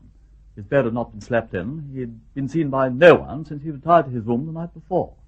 His clothes, his watch, even his money were in his room, but his black suit, which he usually wore, was missing. His slippers were gone, too, but his boots were left behind. Indeed? Well, we searched from cellar to garret, but there was not a sign of it. I called in the local police, but without success. They examined the lawn and the paths all round the house, but there was not a trace of his footmarks. Is that all? Well, not quite. There was yet another development which quite drew our attention away from the original mystery. Oh? What was this, then? Rachel Howells collapsed and became delirious and sometimes hysterical. I had to employ a nurse to sit up with her at night. On the third night after Brunton's disappearance, this nurse came bursting into the library. Mr. Musgrave, sir. Oh, Mr. Musgrave. Yes, nurse? What is it? What It's happened? the girl, sir, Rachel Howells. Well? She was sleeping so nicely, and I just thought I'd take 40 winks in the armchair, but when I woke up just now, she disappeared. Disappeared? How do you mean? But just disappeared, sir. The bed was empty and the window was open. Well, I looked out of it, and you could see her footmarks going away across the lawn as clear as anything. Oh, Mr. Musgrave, I'm terrified she's gone to the lake. The lake? Surely you don't think... Well, in her state, I don't know what to think. She was so demented at times I wouldn't put anything past her. Come along with me quickly. We must get the police onto this at once. Well, the police started dragging the lake at once, but no trace of her body could they find. But they did find something else rather curious. Oh, what was that? Well, it was a linen bag containing a mass of old rusted and discoloured metal, and several dull-coloured pieces of pebble or glass. That was all that could be found. And from that moment to this, we know nothing of the fate either of Rachel Howells or of Richard Brunton. Musgrave, I must see that paper. Which paper? The one your butler thought it worth his while to consult, even at the risk of losing his place. Well, it's rather absurd business, this ritual of ours, but I have a copy with me, if you care to run your eye over it. I should like to very much. And what was it all about, Holmes? If you straighten out that crumpled ball of paper you found in the box, Watson, I think you'll find the Musgrave ritual written down on it. Oh, I see. A sort of catechism, questions and answers. Whose was it? His who is gone? Who shall have it? He who will come? What was the month, the 6th from the 1st? Where was the sun over the oak? Where was the shadow under the elm? How was it stepped? North by 10 and by 10, east by 5 and by 5, south by 2 and by 2, west by 1 and by 1, and so under. What shall we give for it, all that is ours? Why should we give it for the sake of the trust? That's all, Holmes. Yes. You'll have observed, of course, that the spelling puts it in the middle of the 17th century. Yes, of course, yes. Can't have been much help to you in solving the mystery, eh? It provided me with another mystery even more interesting than the first. I sensed that the solution of the one might prove to be the solution of the other. It pointed to one thing with certainty. Oh, what was that? It showed that Brunton, the butler, was a very clever man indeed. A man with a clearer insight than 10 generations of his masters. So Musgrave had no idea himself what this ritual business was all about? None whatever. He asked me if I could tell him. And could you? I told him we should be leaving for Sussex immediately, and I would do my best to find out. Well, there's the oak tree for you, Holmes. There are plenty more about the estate, but nothing as old as this one. My word! I don't think I've ever seen a more magnificent tree, Musgrave. Oh, a patriarch among oaks. Was it there when your ritual was drawn up? Well, I should say it was there at the Norman Conquest. It has a girth of 23 feet. Remarkable. Well then, let us assume that this is the oak referred to. Have you any old elms as well? Well, there used to be a very old one over yonder. It was struck by lightning 10 years or so ago and cut down to the stump. You can see where it used to be, though. Oh, yes. There are no other elms? Well, no old ones. Then I'd like to see exactly where this one grew. It was over here, on the lawn.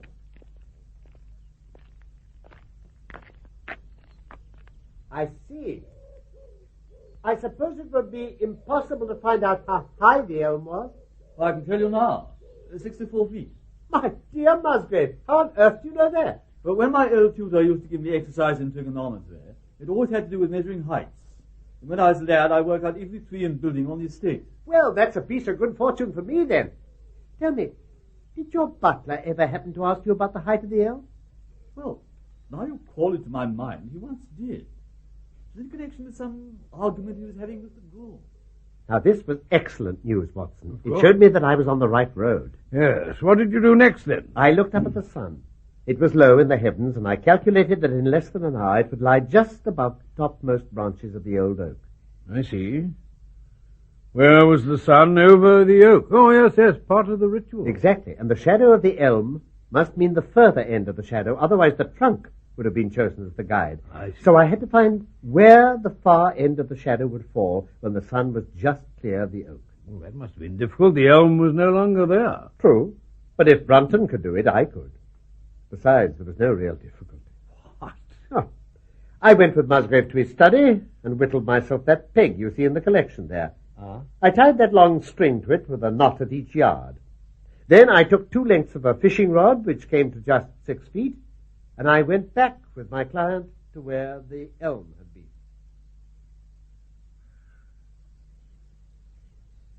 It's lucky the sun shone for us today, Musgrave. Look, it's just grazing the top of the oak. Well, what are you doing now? I'm fastening these 2 lengths of the rod together. There. Now, I stand it on end where the old elm used to be, and you, Musgrave, take this knotted string and measure the shadow thrown by the rod. I see. 1, 2, 3. Well, it comes to the third knot, 3 yards. 9 feet. Now, a rod of 6 feet throws a shadow of 9 feet. So, by a simple calculation, a tree of 64 feet would throw a shadow of 96 feet. Yes. Now, following the direction of the shadow, we use the string to mark out 96 feet. If you'll just lend a hand. 93, 96. And we mark the spot with this peg. Well, we're almost at the wall of the house. Yes, and look at this. What? That depression in the ground? If I'm not mistaken, that mark was made by Brunton when he'd completed his calculation. We're on his trail, Musgrave. Well, this is incredible, but now? We take the cardinal points with my pocket compass. Yes, north lies over there. Now, you recite the directions from the ritual, and I'll paste them. North by 10 and by 10. 10 steps with each foot towards the north. Yes? East by 5 and by 5. East by 5 and... Yes? South by 2 and by 2. By 2 and by 2. That takes me right to the door. And... West by 1 and by 1. Well, that could only mean one step with each foot into the house. May I? Of course. I'll open the door for you. And so under. Under this floor. Unless my calculations are radically wrong. The cement between these flagstones is perfectly intact. They haven't been moved for many a long year. Well, at least Brunton hasn't been at work here. Just a moment, Holmes.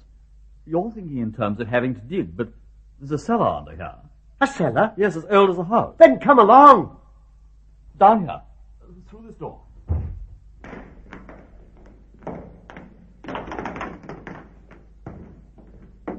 There's a candle on this barrel. This place is used for storing wood. Yeah, that's better. Look. The wood's all been pushed against the walls to leave a space in the middle of the floor. What's that tied to the iron ring in the flagstone? A muffler, I think. That's Brunton's muffler. I've seen it on him. I could swear to it. He's used it to help him heave up the stone. Come on, Holmes. Just a moment, Musgrave. Huh? I think we've reached a point where we should pause a little while. But why? All we have to do If you'll take my advice, of course. You'll send for the county police to be present when this stone is lifted. You think so? I do. In fact, from the look of it, we should be more than glad of their assistance in lifting it, muffler or no muffler. Now then, Constable. Yes, sir. You take one end of the muffler. I got it, sir. And I'll take the other, and we'll heave the stone up by its ring. Now! Ready, sir.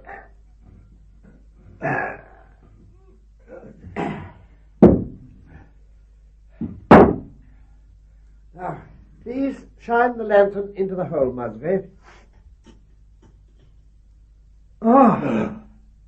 Good Lord. It's Brunton.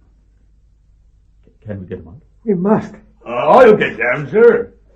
Won't be room for two of us. Thank you, Constable. Now, sir, if you'll reach down. Yes. Right. I've got him. Right, sir.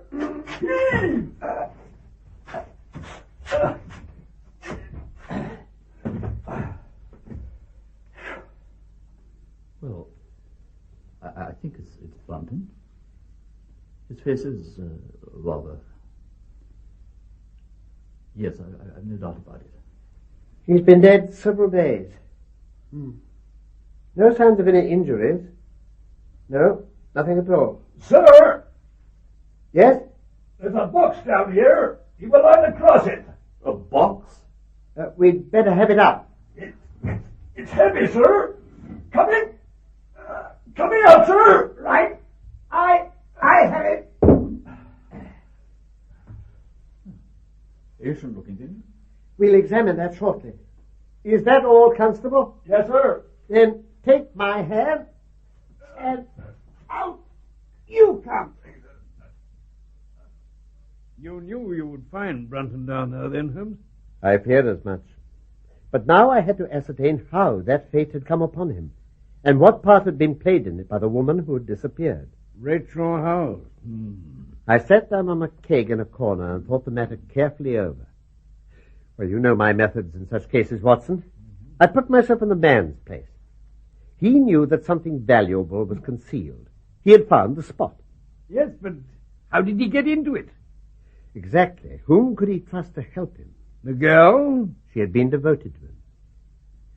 A man always finds it hard to realize that he may have finally lost a woman's love, however badly he may have treated her.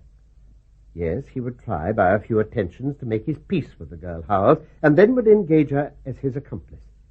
They would come together to the cellar at night, and their united force would suffice to raise the stone. Yes, but Holmes, you said that you and the constable found it hard enough. I mean to say a girl. Ah, I realized that.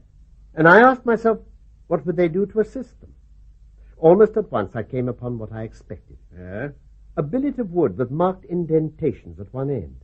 Obviously, it had been used as a lever, and then as a prop to keep the stone upright. Ah, yes, I see.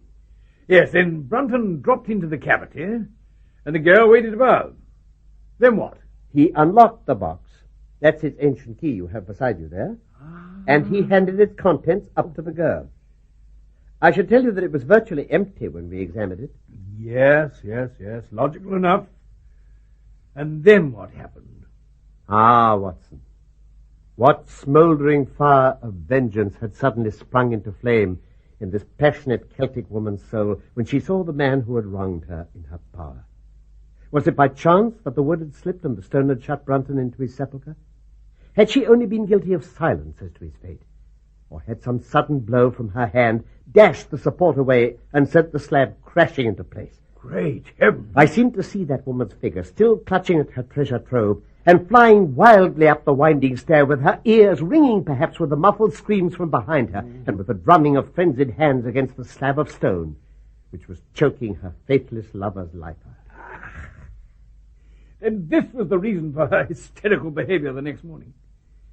But Holmes, this treasure trove she took away, you said they only found a bundle of old metal and pebbles in the lake. Well, as to that, my client Reginald Musgrave provided the clue. Holmes? Yes, Musgrave? These few coins, all of them in the box. I've just realized that they're Charles I. You see, we were right in fixing the date of the handwriting in the ritual as mid-17th century. Charles I? Yes. Musgrave, quickly! I must see the contents of the bag they fished out of the lake. Well, it's up in my study. Come on, then. We may find something else of Charles I, Musgrave. Now, what have we here?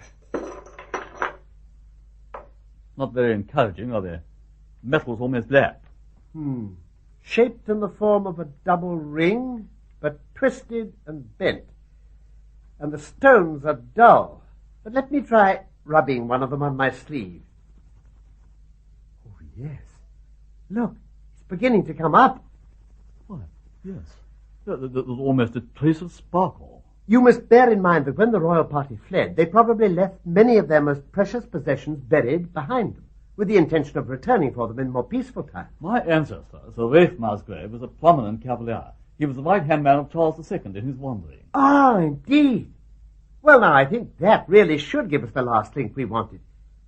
I must congratulate you on coming into possession, though in rather a tragic manner, of a relic which is of great intrinsic value, but even of greater importance as an historical curiosity.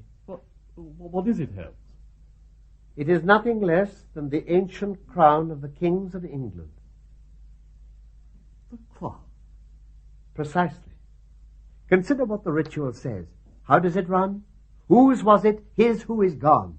That was after the execution of Charles I. Then, who shall have it? He who will come. That was Charles II, whose advent was already foreseen.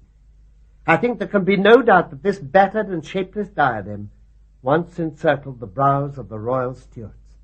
But how is it that Charles didn't get his crown when he returned? Ah, there you lay your finger upon the one point which we shall probably never be able to clear up. It's likely that the Musgrave who held the secret died in the interval, and by some oversight left this document to his descendant without explaining its meaning. From that day to this, it has been handed down from father to son, until at last it came within reach of a man who tore its secret out of it and lost his life in the venture. And that's the story of the Musgrave ritual, Watson. What an astounding business. But what about the missing woman, Holmes? Nothing was ever heard. The probability is that she got away out of England and carried herself and the memory of her crime to some land beyond the sea. Oh, bless my soul. Look at the time. Oh, goodness me. Oh, dear me, Holmes. No doubt you will wish to add the Musgrave ritual to your chronicles now that I have given you the particulars. I most certainly shall, Holmes. Capital, my dear Watson. Then, as you'll be needing all these things to refer to, I suggest we simply leave them where they are and tidy them up another day.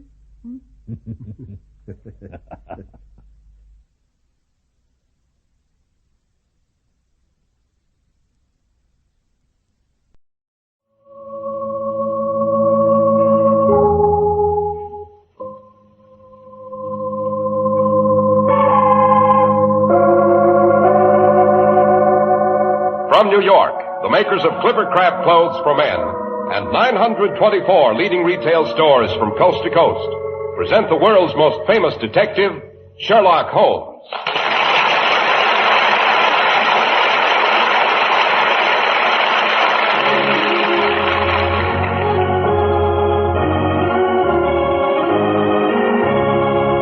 Our stories are based upon the character of Sherlock Holmes, created by Sir Arthur Conan Doyle. Sherlock Holmes is portrayed by John Stanley, Dr. Watson by Alfred Shirley, and the dramatizations are by Edith Meiser.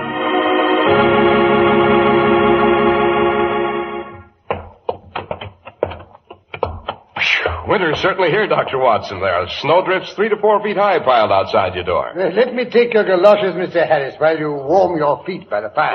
Boy, this feels good. I think I'll just dig in here for the winter, Doctor. Well, why don't you? And hear a Sherlock Holmes adventure every evening. Say, come to think of it, that would have the good old Arabian Nights beat all hollow. Thank you, Mr. Harris. A very neat compliment indeed. Well, Dr. Watson, which of your many Sherlock Holmes adventures have you decided to tell us this evening? Well, to tell the truth, I was in a quandary as to where to begin until I received a communication by this afternoon's post. Oh, here it is. Thank you. Wedding announcement. Gloria Waverly Pembroke to Juan Fernando Ferguson. Say, that's a strange combination of names. Juan Fernando Ferguson, Doctor? Yes, Juan Fernando Ferguson was the victim in the case of the Sussex vampire, although he was hardly a year old at the time. The case of the Sussex vampire. That sounds promising. Just what is a vampire, Dr. Watson? That's the exact same question that Holmes put to me at the beginning of this case. Oh, but before we go into the subject, suppose you say a few well-chosen words on another subject. A subject we're very pleased to hear about on this program. I thank you, Dr. Watson. A few words that give you the whole story in a nutshell are these. Clippercraft clothes are the best values in suits, topcoats, and overcoats you've ever seen. Now, you have every right to say to me, how do you explain that, Mr. Harris? Tell us what makes it so. Well, explaining Clippercraft's great values is simple as ABC. They're planned values. They take advantage of all the ingenuity their makers can bring to bear. The Clippercraft plan concentrates the buying power of 924 leading stores across the nation, making tremendous savings in manufacturing and distribution costs. You get the savings this brilliant plan makes possible. What's more, you get them at your own local independent store, at the store you can trust. Until you see them, you wouldn't believe such beautifully tailored suits were possible at only $40 and $45. Such handsome topcoats and overcoats at only $40. Clippercraft values are so downright remarkable. We urge you to compare them with clothes selling for many dollars more.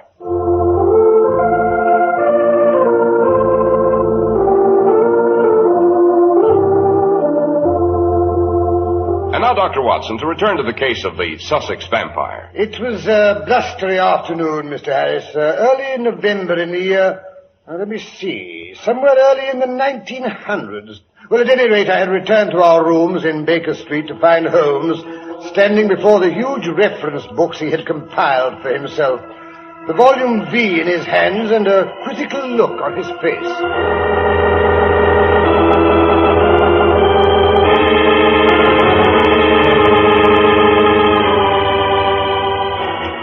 Ah, there you are, Watson. You look a trifle windblown. Well, it doesn't take any brilliant deduction on your part to ascertain that fact, my dear Holmes. What a gale. It fairly tears the coat off your back. I had to chase my hat almost the entire length of Kensington Gardens. Oh, I'm completely exhausted. Oh, nonsense. A little strenuous exercise is good for you. Oh, yes? Then why don't you indulge in it more frequently? I don't need to. My waistline isn't becoming unmanageable. Well, there's nothing matter with my waistline. A bit more substantial than yours, perhaps, but it's... Watson, stop your spluttering. I haven't time to listen. We've something more serious on hand. Oh, I say, a new case? I haven't decided. Watson, in your own invaluable opinion, just what is a vampire? Oh, I thought you didn't have time for any tittle-tattle. I haven't. My question's entirely serious. A vampire? Oh, well, a vampire's supposed to be a sort of walking corpse that lives by sucking human blood and can only be held in its grave by a stake driven through its heart. It's a purely legendary figure like werewolves and sea serpents. Exactly, a childish bugaboo, pure rubbish. Yes, just the result of a lot of ignorant peasants frightening each other. Their imaginations run away with them. Hocus pocus like that could never become current in England. No? Superstition's a difficult thing to stamp out. Read this letter. Oh, what is it? The hysterical ravings of some neurotic female? On the contrary, it's a business letter from Morrison, Morrison and Dodd, one of the oldest and most reputable law firms in the city. Read it. Mr. Sherlock Holmes, in Re Vampires. Sir, our client, Mr. Robert Ferguson, of Ferguson and Muirhead, tea brokers of Mincing Lane, has made some inquiry from us concerning vampires. As our firm specializes upon the assessment of machinery, the matter hardly comes within our purview, and we have therefore recommended Mr. Ferguson to lay the matter before you. The question now is, does it come within our purview either? Well, we seem to have been switched into Grimm's fairy tale. We may as well expect a witch on a broomstick to come flying down the chimney. Oh, well, anything's better than stagnation, eh, Watson? Besides, stamping out superstition's one of my hobbies. Now what? Come in, come in. Oh, good afternoon, Mrs. Hudson. A letter for you, sir. Came by the light post. From Mr. Robert Ferguson, Cheesemans, Lamberley. Thank you, Mrs. Hudson, thank you. Don't mention it, sir. Well, this Mr. Ferguson, he doesn't seem to have lost any time in getting in touch with you, Holmes. Well, the matter must be fairly urgent. Cheesemans, Lamberley. Where is Lamberley, Watson? In Sussex, south of Horsham. Read the letter, there's a good fellow. Oh, really, Holmes? You're becoming more indolent every day. Rubbish. Just because I sit here relaxed with my eyes closed doesn't mean I'm not mentally alert. But get on with the letter, get on with it. Well, wait a minute, can't you? Well, wait till I get it out of the envelope. There we are.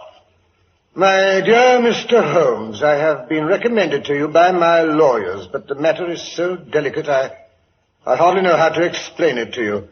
Some 5 years ago, I married a South American lady, the daughter of a Peruvian merchant. She's very beautiful and a most loving wife, but I cannot help feeling that there are sides of her character which I can never explore or understand. A few months ago, she began to show some curious traits quite alien to her ordinarily sweet and gentle disposition. This is my second marriage. I have one son by my first wife, charming and affectionate, but a cripple. Twice my wife was caught in the act of assaulting this poor lad in the most brutal and unprovoked way.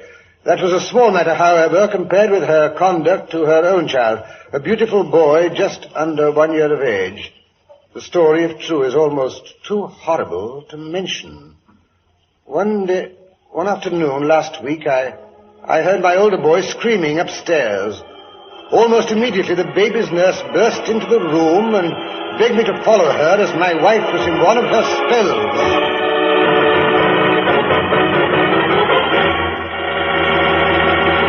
Let me go! Let me go! You're hurting me! Oh, Mr. Ferguson, sir, come quick. It's your wife. She's took bad again. What? She's beating the boy. Oh, hurry, sir, or she'll kill him. Good heavens, this is dreadful. Come along, nurse. You're twisting my arm. Oh, stop hitting me. Stop. I'm coming, Jackie, I'm coming. Tina! Tina, let the boy go. I say, let the boy go. Father, look. Father, she hit me. Look there. Why, you've raised a great welt on his arm. This is too much, Tina. Are you going crazy? I hate him. I hate him, you little beast. After all, Tina, he is my son and a cripple. How can you be so inhuman? It is because I love you. Don't you understand? I would sacrifice myself rather than break your heart. You must believe me. You must trust me. Yes, but what do you want me to believe? I cannot tell, but you must trust me. After all, actions speak louder than words. How can I believe you love me when I see you torturing my son? I hate him. Take him away. I will kill him next time. Stop it. You're delirious, that's it, you're delirious. Don't you think so, nurse? It's worse than that, sir. She's possessed of the devil. She and Dolores, that blackguard maid of hers. Dolores practices strange rites up in her room. She's a voodoo, I tell you. Oh, nonsense, this is going too far. Has the whole house turned into bedlam? Really, nurse, Dolores is from Latin America. Just because she does things you don't understand doesn't make her a witch. It's all quite easily explained. There's something going on in this house you can't explain so easy, no matter how you try. What do you mean? What I saw in the nursery this afternoon, just before she started into beating Jackie. Oh, don't tell. You promised not to. Oh, for the love of heaven, don't tell. Tina, be quiet. What did you find, nurse? I was out in the back hall, warming the baby's bottle, when all of a sudden I heard a loud cry, like he was in pain. I ran in to find out what the matter was. And there she was, leaning over the baby. I screamed. She looked up, and there was blood on her face. She's a vampire, that's what she is, a vampire.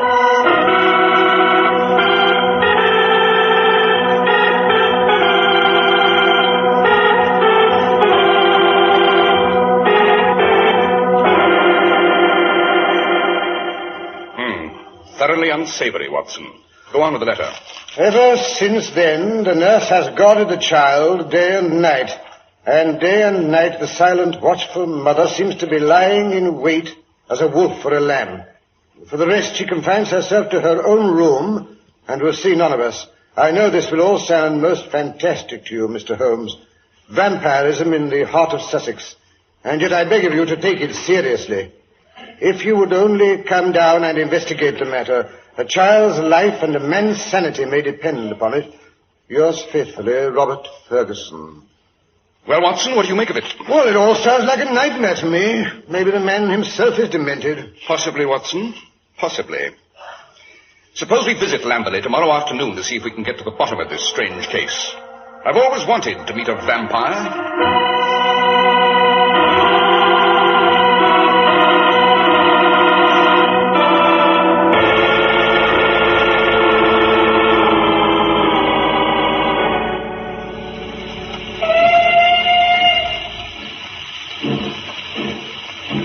Ah, yes, that must be our client, Mr. Ferguson, waiting at the other end of the platform. You mean the long, slab-sided man with loose limbs and a splendid back? Well, he looks prematurely aged. An experience like this would add years to any man's looks.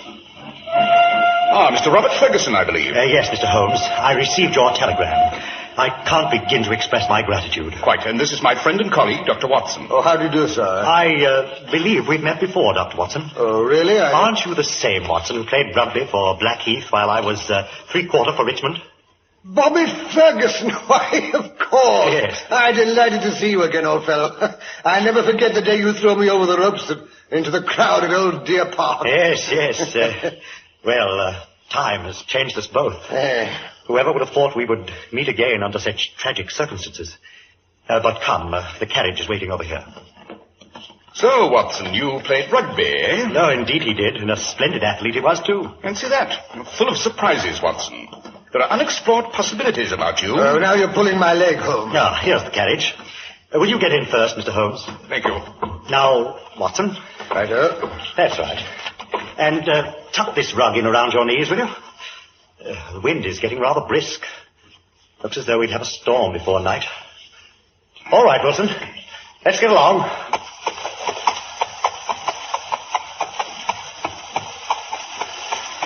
Now then, Mr. Ferguson, if you don't object to a few personal questions... No, anything. What can I do? I can't go to the police with such a story, and yet I must protect the children. Is it madness? Is it something in the blood? Have you ever had a similar case? Oh, for the love of heaven, give me some advice. I'm at my wit's end. Gently, Mr. Ferguson, gently. Now, just pull yourself together and give me a few clear answers. I can assure you that I'm very far from being at my wit's end. First of all, have you spoken to your wife since the discovery? No, Mr. Holmes. She refuses to see me. Her maid, Dolores, who's been with her since she was a child, is the only person she will see. I gather that you did not know your wife well at the time of your marriage. Only a few weeks. Then your wife's character would be better known to her maid than to you. I suppose so. This unhappy lady has appeared to assault both the children, her own baby and your son? Yes. She attacked Jackie again just day before yesterday. But the assaults take different forms, do they not? She has beaten your own son. Once with a stick and once very savagely with her hands. Is the lady jealous by nature? Well, she is a Latin American. She has a fiery, tropical nature. Quite. But the crippled boy, he's 15, I understand, and probably very bright mentally since his body isn't as active as other boys. Did he give any explanation of these assaults? No, he declared there was no reason. Were they good friends at other times? No, there was never any love between them. And yet you claim he's affectionate. Well, I've never seen a more devoted son. He's absorbed in everything I say or do. Most interesting. Were the attacks on the baby and your son at the same period? In the first case, yes. It was as if she were seized by some frenzy and had vented her rage on both. In the second, it was only Jackie who suffered. Possibly because nurse kept a strict watch over the baby. I see. Ah, but here we are, Mr. Holmes. Cheesemans.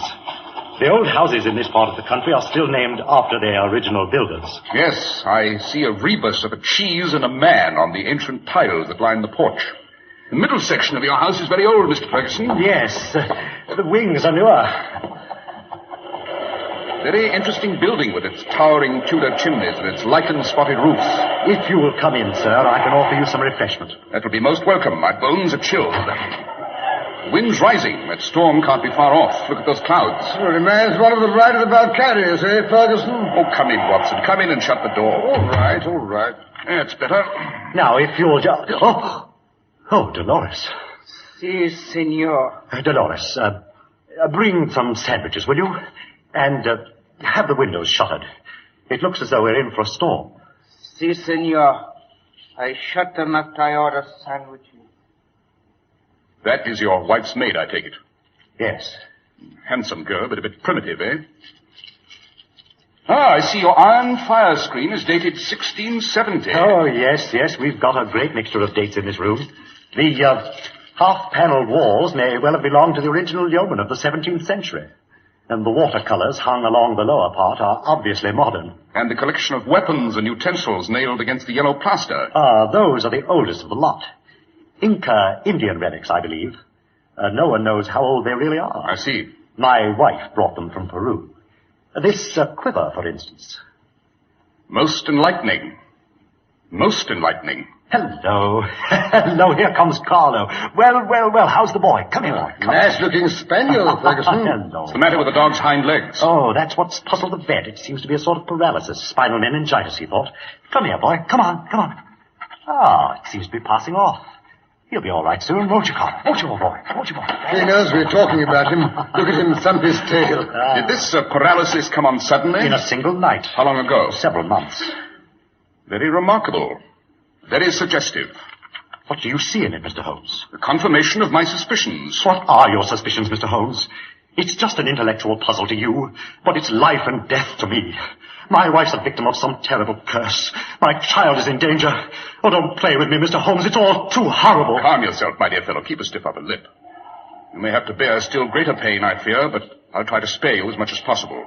I hope to have a solution before I leave this house tonight. The storm has broken at last. I say, listen to the rain. Yes. I got the shutters closed just in time. Thunder, by Jove, at this time of the year. It's a thoroughly bad night. Sandwiches, senor. Oh, yes.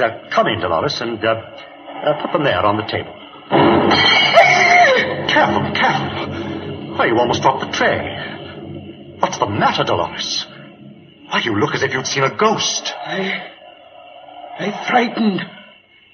Listen. You hear that storm? It's the great dogs of death howling round this house. My mistress, she very sick. She no take food. I'm frightened to stay with her without doctor. I should be glad if I could be of service. Would your mistress see Dr. Watson? I take him. I not ask leave. She need doctor. Oh, then I'll come at once. You're sure you're not afraid? My wife may be really dangerous. Oh, rubbish, Ferguson. I can take care of myself.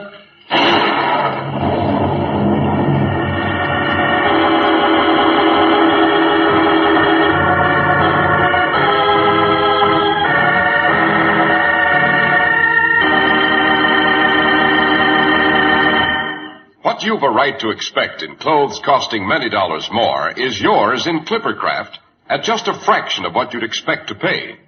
You get long wear that results from fine materials and good workmanship. You get good taste, correct styling as worn by the world's best-dressed men. And you get comfort and perfect fit from skilled designing and precision tailoring. American production genius applied to the making of clothes makes this possible. That and the unique Clippercraft plan concentrating the buying power of 924 of the nation's leading stores from coast to coast. You get the savings that result from this group buying at your own local independent store, at the store you can trust. Clippercraft suits are only $40 and $45. Clippercraft top coats and overcoats are only $40. Selling expensive clothes at inexpensive low prices at the nation's finest independent stores is the great big idea behind the Clippercraft plan. That's why men who know insist on Clippercraft clothes. So be sure to visit the Clippercraft store in your city.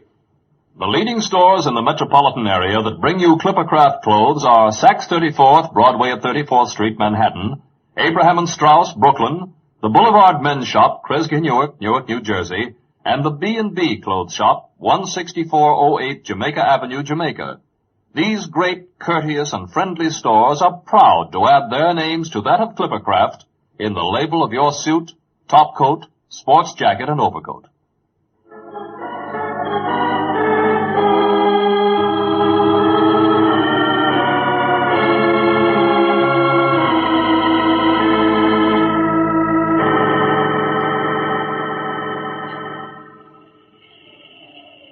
I wish Watson would come back. He's been gone over half an hour. He's all right. If anything had gone astray, I should have heard it. I've been listening. Oh, so that's what you've been doing. You were so quiet, I thought you were dozing. Wait. Something now. Listen. I can't hear anything but the rain. It's coming this way. Hear it?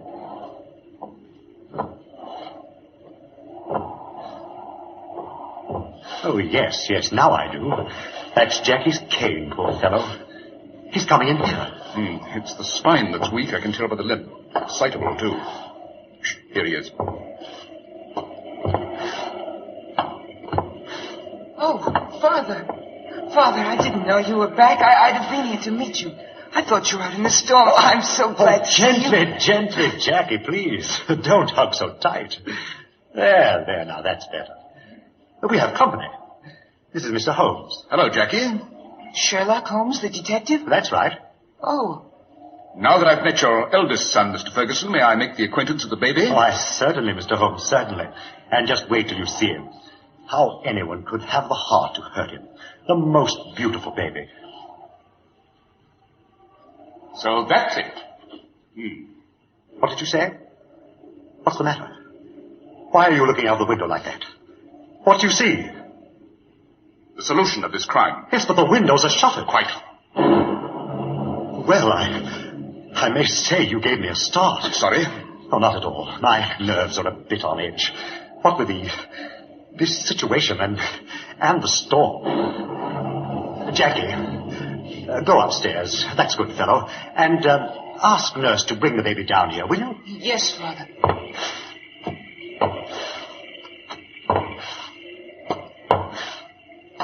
Has it ever occurred to you, Mr. Ferguson, that this story about your wife's peculiarities might have been made up by the nurse to get revenge on her for some slight? Oh, impossible. In the first place, I saw her beat the boy with my own eyes. Yes, but the other... No. Unfortunately, I feel that must be the truth, too. Nurse is a good woman with plenty of common sense. She's always been very fond of my wife and the baby. I'm sure she'd never have told me if she'd not felt it were necessary to protect the child. Yes, I thought so. However, we were bound to consider every possibility. You never know. Help! Help! She's killing him! Hello, what's up? Hurry, Holmes! Hurry! Coming, old chap, coming. Oh, this is terrible. What's up? What's happened? Mrs. Ferguson. Her bedroom door was open. She saw the boy go into the nursery. Quick as a flash, she was out of bed and into the other room. Oh, it's awful.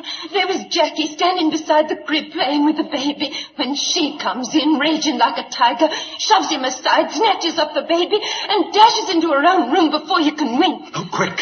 We must get the baby away from her. The door's locked. We can't get in. Break it down, then.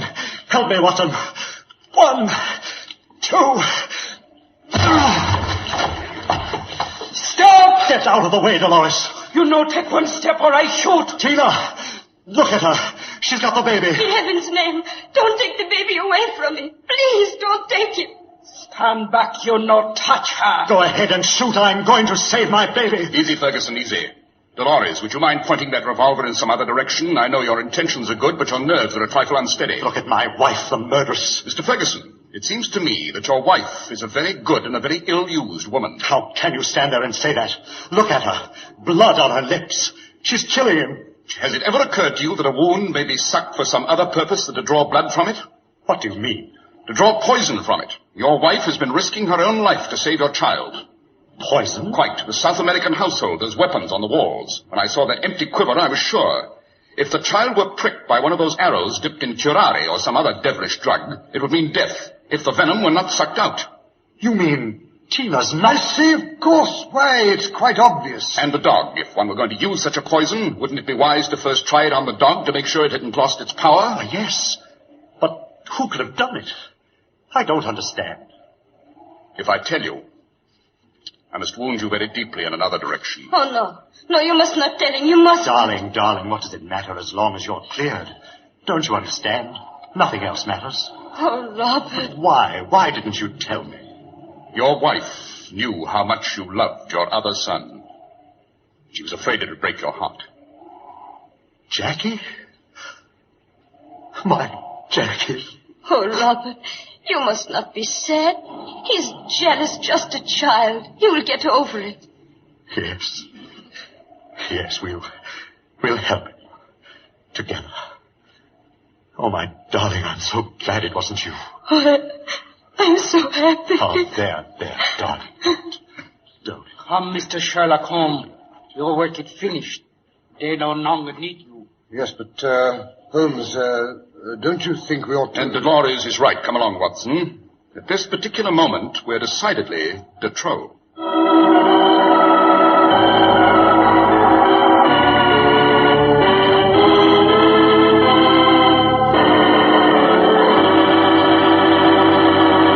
Why, that's a pretty harrowing story, Dr. Watson. Did Jackie recover his mental balance? Oh, yes, indeed, Mr. Harris.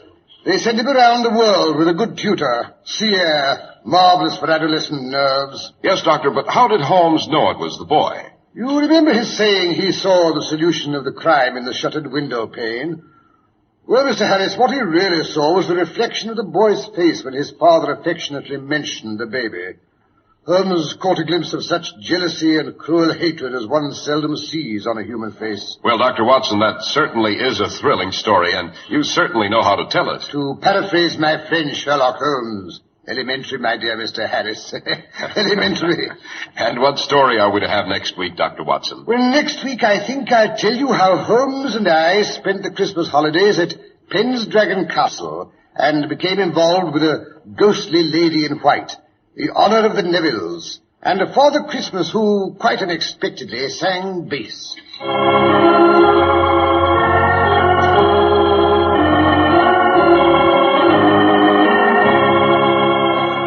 The makers of Clippercraft clothes and 924 leading stores from coast to coast have brought you another in the new series of broadcasts featuring the world's most famous detective, Sherlock Holmes. Sherlock Holmes is produced and directed by Basil Lochran, with special music by Albert Berman.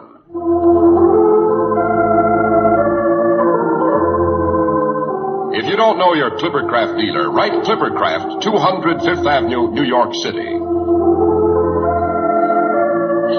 Lives are lost needlessly every year when people die of tuberculosis. You do your part to prevent tuberculosis when you buy and use Christmas seals. And be sure to do your Christmas mailing early. Be sure to listen next week to Sherlock Holmes in the Adventure of the Christmas Bride. If you'd like to attend the Sherlock Holmes broadcasts in New York, see your local Clippercraft dealer, and he'll tell you how to obtain your tickets.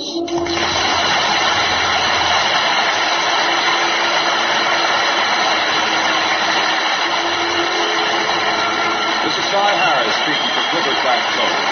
This is the world's largest network, serving more than 450 radio stations, the Mutual Broadcasting System.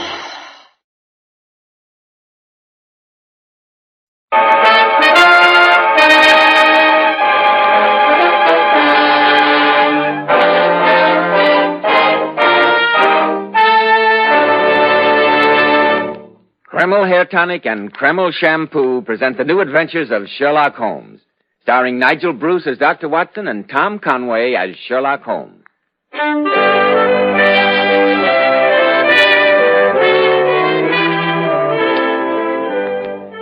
Once more, we're about to visit Dr. Watson, the friend and chronicler of Sherlock Holmes and his amazing adventures. We find him sitting in his well-worn armchair, an eager look on his face and a humorous twinkle in his eye. Can it be that the good doctor looks forward to his weekly appearances before the microphone? Good evening, Mr. Bell. It certainly can. Tonight I have my narrative all picked out. Have you ever noticed that red-headed people always seem to lead very eventful lives? Look at Queen Elizabeth. Yes. And I've heard that Cleopatra was a bricktop, and she certainly had very few dull moments. No, I'm sure she didn't. Well, tonight I've decided to tell you the story of the Red-Headed League. The Red-Headed League. What a curious title. No more curious than the situation it gave rise to in Sherlock Holmes's life. And as soon as your word with our listeners is out, I'll begin. Good. Men, if you want to be a success in life, if you want to look like a success in life, remember that well-groomed hair means a lot to a man's appearance.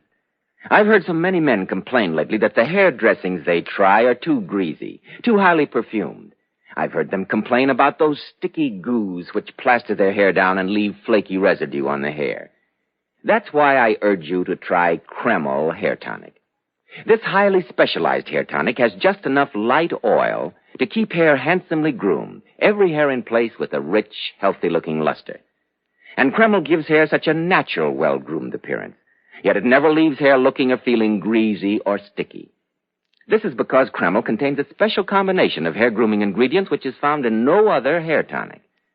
After you apply Kreml, just run your hand over your hair. Notice how delightfully clean your hair feels. So tempting for the ladies to touch. Notice how no greasy film comes off on your hand or hatband. Kreml always gives hair such a handsome, clean-cut look, as if your barber had just combed it, and it keeps it that way all day long. Be sure to try it, men. Kreml, Kreml Hair Tonic. Now, Dr. Watson, how about the Red-Headed League? Well, the adventure began one day during the autumn of the year 1890, I believe it was. It was just after my marriage, and I hadn't seen much of Sherlock Holmes lately. Anyway, I burst in upon my old friend to find him deep in conversation with a stout, florid-faced gentleman with the fiercest red hair it has ever been my privilege to observe.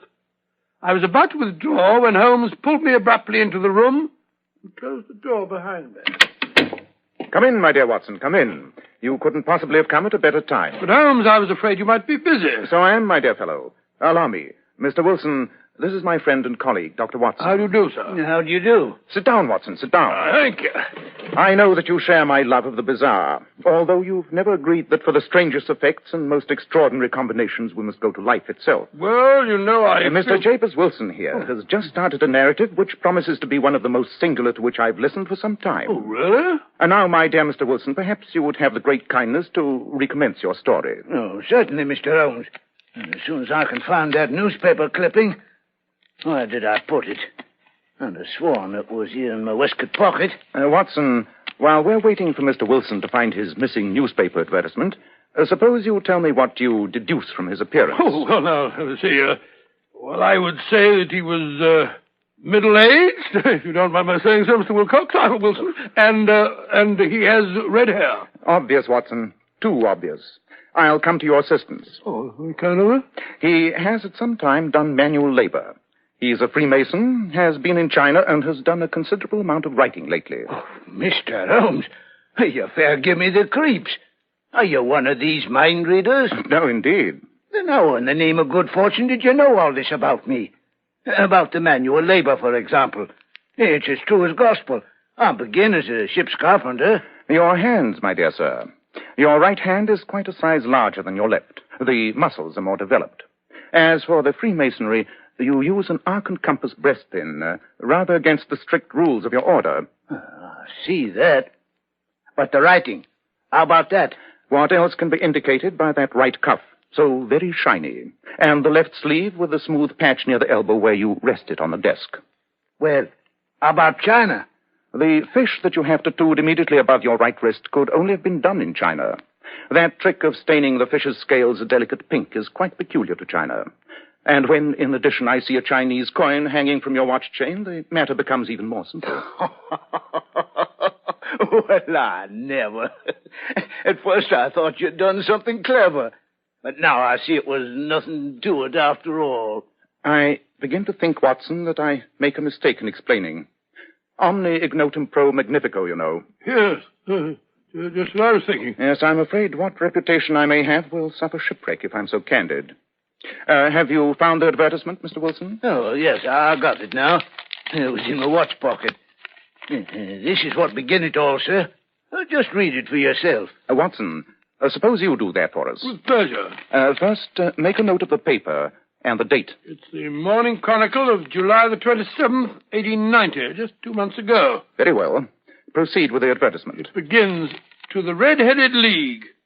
Owing to the bequest of the late Ezekiah Hopkins, there is now another vacancy open which entitles a member of the League to a salary of £4 a week for purely nominal services. All red-headed men above the age of 21 are eligible." Sounds very odd. Apply in person on Monday at 11 o'clock to Duncan Ross at the offices of the League, 7 Pope Court, Fleet Street. Dear me, Holmes, what on earth does this all mean? I think I promised you that this case was bizarre. Now, Mr. Wilson, if you will continue with your story. Well, it's just about as I was telling you, Mr. Holmes. I have a small pawnbroker shop in Coburg Square. Of late years, business has been bad. I used to be able to keep 2 assistants, but now I only have 1. And I don't have a job to pay him, except he's willing to come for half wages, so as to learn the business. Obliging youth. What's his name? Vincent Spaulding. And I couldn't want a smarter assistant, Mr. Holmes. I know he could easily earn twice what I'm able to give him.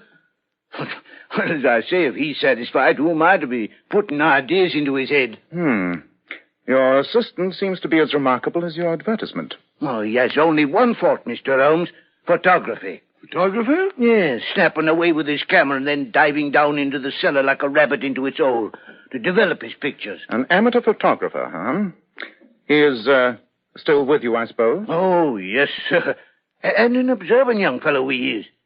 He was the one who's brought this advertisement to my notice.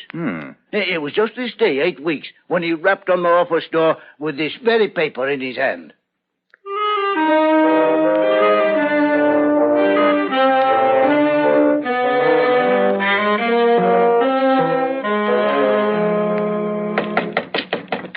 Come in.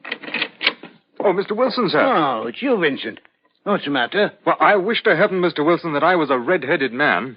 Why? Well, look here, sir. What it says in this paper. There's another vacancy in the League of the Red-Headed Men. It's worth a pretty penny to him that gets it. A red-headed league? Never heard of it. Never heard of the League of the Red-Headed Men? No. Oh, Mr. Wilson, and you eligible for one of the vacancies. Huh? What are they worth? Oh, merely a couple of $100 a year, but the work's slight, and it needn't interfere much with one's regular occupation. Couple of £100 a year, huh? Let me see that paper, young man. Yes, here you are, sir. As far as I can make out, the League was started by a millionaire named Ezekiah Hopkins, a red-headed man himself. He left his fortune in hands of trustees with instructions to provide easy berths to men who had red hair. From what I hear, the work isn't difficult. Oh, there must be millions of red-headed men. Oh, not as many as you might think, sir. You see, it's confined to Londoners. Oh. And then again, it's no use if your hair is light red or dark red or anything but real blazing fire red. They've got to pick the reddest hair they can find. Well, if there's a redder head of hair than mine in the length and breadth of London, I'd like to see it. Well, I have seen a few that I considered redder. Oh, nonsense. Well, where's my hat?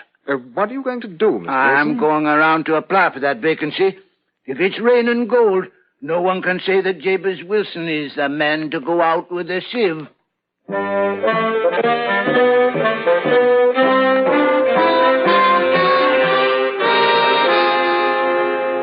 And did you get the job, Mr. Wilson? I did that, Mr. Holmes. There wasn't a head of hair could touch mine for redness, if I do say so myself. And there was thousands competing. And what was the work? Oh, purely nominal, like the paper said.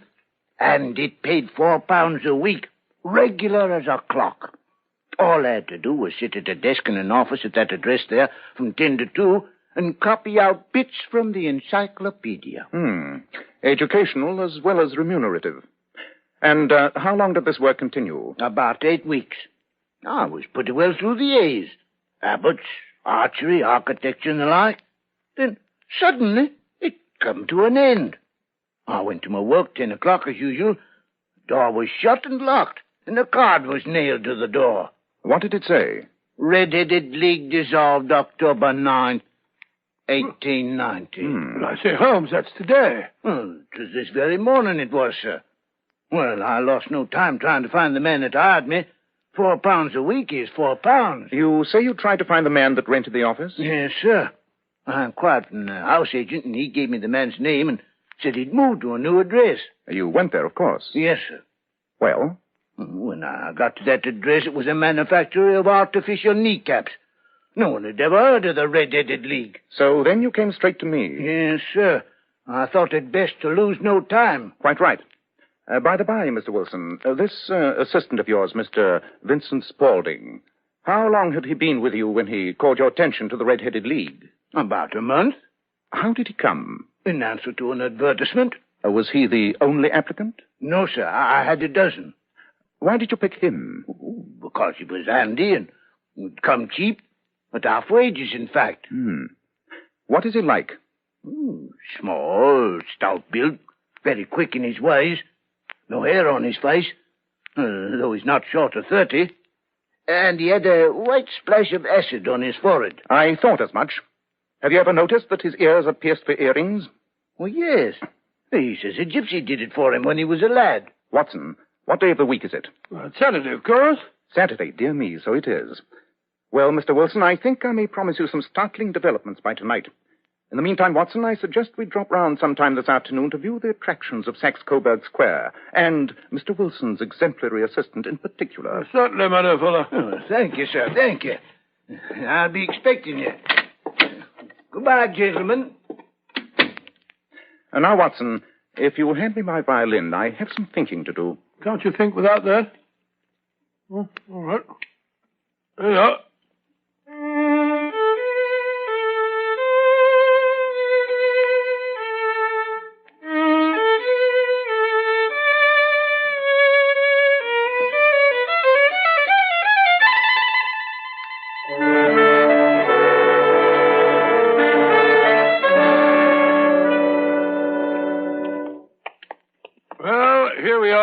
This seems to be Saxe-Coburg Square.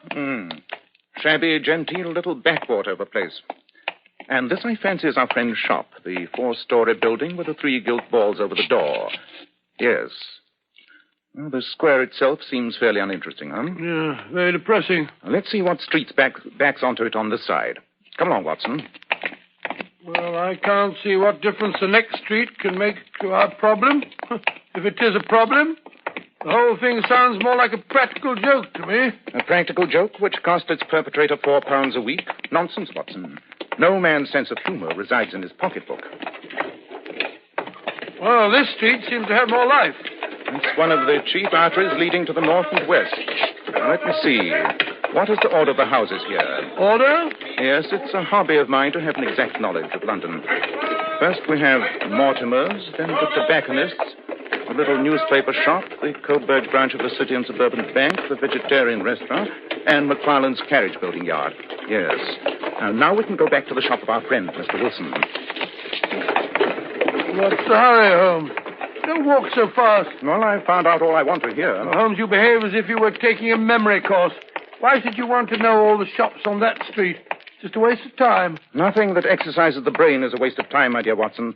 The trouble with most of us is that our brains have become flabby from lack of proper use. Rubbish. Well, here we are back again. Quite.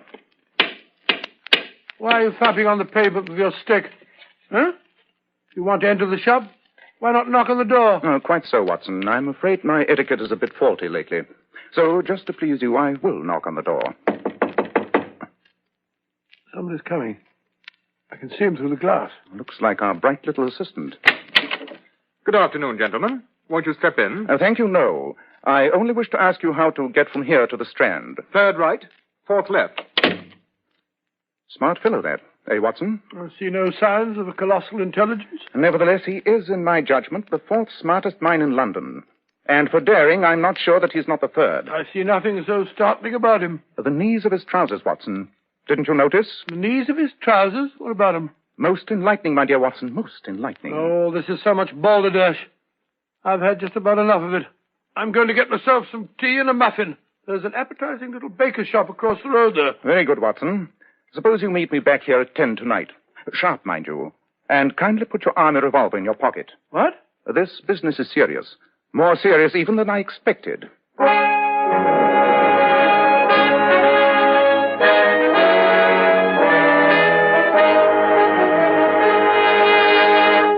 In just a moment, we'll rejoin Sherlock Holmes as he endeavors to solve the strange case of the Red-Headed League. Leading hair specialists in this country constantly advise us to take better care of the hair we've got. And men, don't forget that if you want your hair handsome and healthy looking, one of the first requirements is a hygienic scalp. And why settle for just any hairdressing when you can enjoy the extra advantages of Kreml hair tonic? Kreml is a highly specialized hair tonic which gives you your money's worth. It contains a unique combination of hair grooming ingredients which is found in no other hair preparation. It keeps hair attractively groomed at all times, looking so neat and orderly. But Kreml does lots more than keep hair looking handsome. A Kreml massage stimulates circulation right in the surface of your scalp and leaves your scalp feeling so alive and invigorated. At the same time, Kreml removes dandruff flakes, and it's excellent to lubricate a dry scalp. And if your hair is so dry that it breaks off and falls when you comb it, Kreml actually helps condition the hair, in that it makes it feel softer and more pliable. So men, take better care of the hair you've got. Buy a bottle of Kreml at any drug counter. Ask for an application at your barber shop. Use Kreml daily for better groomed hair for a more hygienic scalp. Kreml, Kreml Hair Tonic. Now, Dr. Watson, you are going to meet Sherlock Holmes that night in Saxe-Coburg Square. Yes, Mr. Bell. Our rendezvous took place right on the dot. I remember the hour was striking. I say, Holmes, it's 10 o'clock now. How long do we have to stand here in this confounded rain? I'm soaked to the skin. Until the other member of our party turns up, Watson. Ah, here comes a cab. I think you'll be in it. Whoa! Yes. Good evening, Mr. Merriweather. Good evening, Holmes. Yeah. I say, Holmes, why have you got to rout me out on a night like this? Saturday night, too. I shall miss my rubber of whist. It's the first Saturday night for 27 years that I've not had my whist. My dear Merriweather, I think you'll find that tonight you're playing for higher stakes than even you are accustomed to. And I can promise the play will be more exciting. Oh, indeed. By the way, this is my friend, Dr. Watson. How do you do? How do you do? But come, we must hurry. This way, gentlemen. Where are we going? Wilson's shop is here on the square. Oh, stop burbling, Watson. Wasn't burbling, Watson. Follow me and don't waste time. In your message to me, Holmes, you said something about John Clay, the murderer, thief, smasher, and forger. John Clay? Who's he? My dear Watson, John Clay is one of our most colorful and dangerous criminals. A young man, but at the head of his profession. I'd rather have the bracelet on him than on any criminal in London. I've heard that his grandfather was a royal duke, and he himself has been to Eton and Oxford. He'll crack a crib in Scotland one week and be raising money to build an orphanage in Cornwall the next. We've been after him for years, Holmes, and haven't set eyes on him yet. Well, I trust I may have the pleasure of introducing you tonight. Here we are, down this narrow passageway. You'd better let me go first. Look here, Holmes. I don't like the look of all this. This passage goes underground. Gives me the creeps. I say, just run into something. The wall, I fancy. I forgot to warn you. There's a turn here to the right. Yes, I found that out. Thanks very much. Ah, here's the door. Just a moment till I light my dark lantern. There. Now, Mr. Merriweather, if you will unlock the door for us. Just a moment till I find my key. Here we are. Better let me go first, sir, in case we're too late. Ah, yes, the coast seems clear enough. Come along, both of you. Holmes, as I said, I don't like the look of this place. Your lantern throws such weird shadows. Smells like a vault. It is a vault, my dear Watson. The basement of the City and Suburban Bank, to be exact, of which our friend Mr. Merriweather here is managing director. Well, what are all those wooden crates doing here? They explain why the most daring criminal in London is taking such an interest in this particular place. Yes, Dr. Watson. These crates contain our French gold. French gold? Quite. Well, you see, we had occasion some months ago to borrow 30,000 Napoleons from France. From France? Good gracious me. Most of which has never been unpacked. Rather an inducement for any thief. Oh, really, Holmes, I think you're rather unduly excited. The building is guarded by 10 burly watchmen. Yes, I dare say you're not particularly vulnerable from above. Nor from below, Holmes. Nothing but solid earth below these flagstones. Listen to this. Don't do that. You want to ruin all our plans? But look here, I say it did sound hollow, you know. Not so loud, please. Now then, I think we'd better take up our positions. You, Merriweather, behind those large boxes in the corner. Watson and I will hide behind this crate. I hope you appreciate the honor, my dear fellow. This crate contains no less than 2,000 Napoleons, neatly packed in tinfoil. Good heavens. Ready? We must put the screen over my dark lantern. And sit here in the dark? Certainly. Oh, dear, and I brought along a pack of cards. I thought we might have time for a three-handed rubber. Not tonight, Mr. Merriweather. We are dealing with a dangerous man, and unless we can take him at a disadvantage, he may do us considerable harm. One thing more. When I flash my light, close in swiftly. And if he reaches for a weapon, shoot, and shoot to kill. Dear me, I wish I'd stayed at home. Quite. I'm going to cover the light.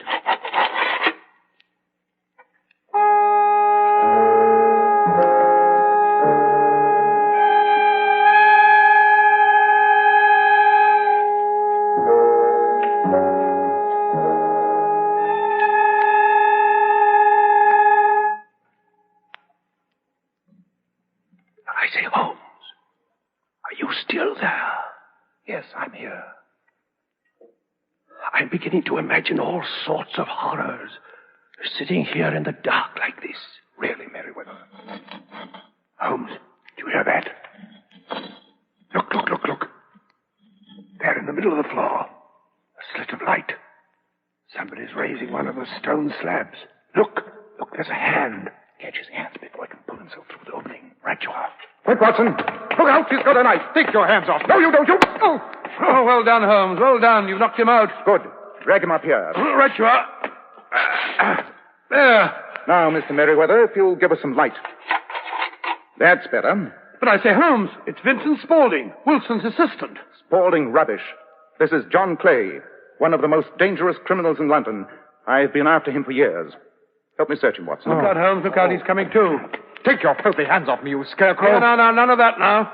You may not be aware that I have royal blood in my veins. Oh, lunatic. And when you address me, have the goodness to say sir and please. Oh, very well. Would you please, sir, march yourself upstairs where we can hand you over to the policemen who are anxiously awaiting your highness's arrival? And be quick about it.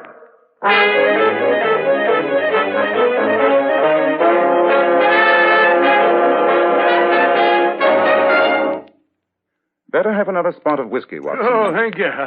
Jervis, feels good to get into dry clothes again after spending hours in that cold cellar.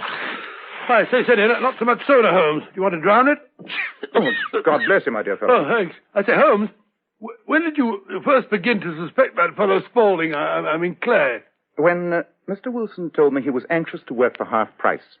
Always suspect anyone or anything that comes too cheap. There's sure to be a motive behind But it. how did you guess what the motive was in this case, I mean? I suspected his fondness for photography and his trick of vanishing into the cellar.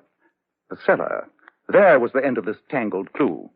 And why was someone so anxious to have our friend Mr. Wilson kept out of his shop for several hours every day? Activities in the cellar again.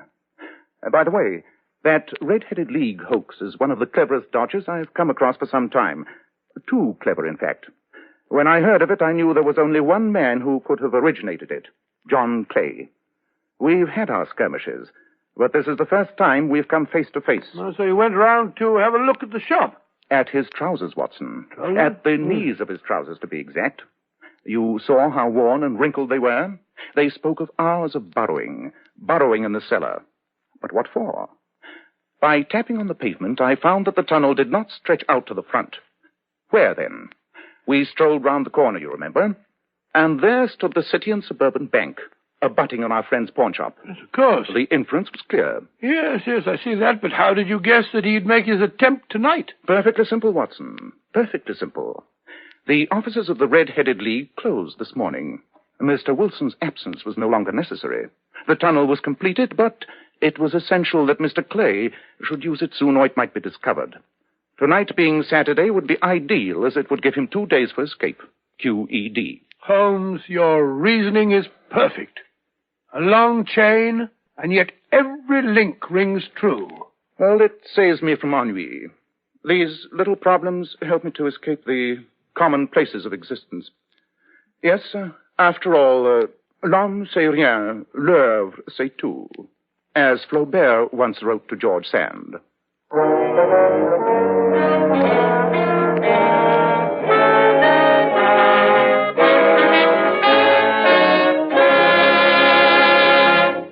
Fascinating story, Dr. Watson. What a thrilling time you must have had during the days you lived with Sherlock Holmes. Well, I can't say that I was ever bored. I should think not. Ladies, how often you've heard it said that a woman's hair is her crowning glory. And how true this is. That's why you ladies should take the very best care of your hair, especially in shampooing. I'm glad you brought that point up, Mr. Bell, because many popular shampoos have a tendency to dry the hair. Well, here's one shampoo that will never dry the hair, never under any circumstances, and it's Kreml shampoo. Yes, Kreml shampoo is simply wonderful. It actually glamour bathes each tiny strand of hair so that it fairly radiates natural dazzling highlights. It leaves the hair simply gleaming with natural glossy luster. And what's more, your hair stays this way for days. Kreml shampoo is not a soapless shampoo. It's not a cream shampoo. It's not a caustic soap. It's not a drying detergent. It's entirely different. Kreml shampoo whips up a luxurious active foam, even in the hardest water. You can use it as often as you wish over a long period of time, and it'll never dry your hair. In fact, Kreml shampoo has a built-in oil base, which actually helps keep the hair from becoming dry or brittle. Remember, ladies, that divinely beautiful Powers models wash their hair with Kreml shampoo. They claim no other shampoo leaves their hair more shining bright, yet never dries the hair. Why not try it? Kreml, Kreml shampoo. Now, Dr. Watson, what about next week? Well, now let me think. Well, Mr. Bell, one of the favorite fictional problems of your modern mystery writer is the so-called locked room story. Yes, I know him. Somebody gets murdered in a sealed room, locked from the inside, and the detective has an awful time finding out how it was done. Quite correct, Mr. Bell, quite correct. And next week, I'm going to tell you how, just 10 years before the turn of the century, Holmes actually encountered such a problem and solved it. I call the story Murder in the Locked Room.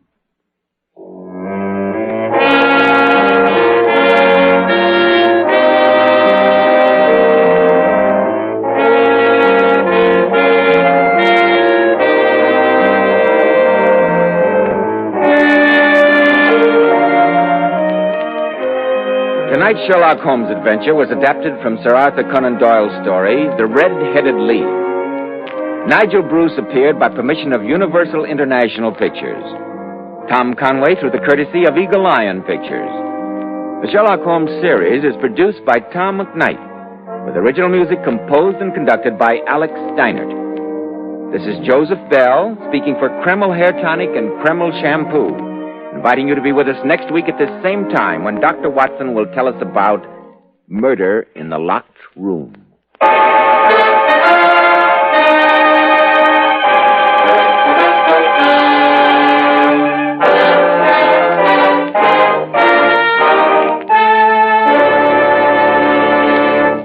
This is ABC, the American Broadcasting Company.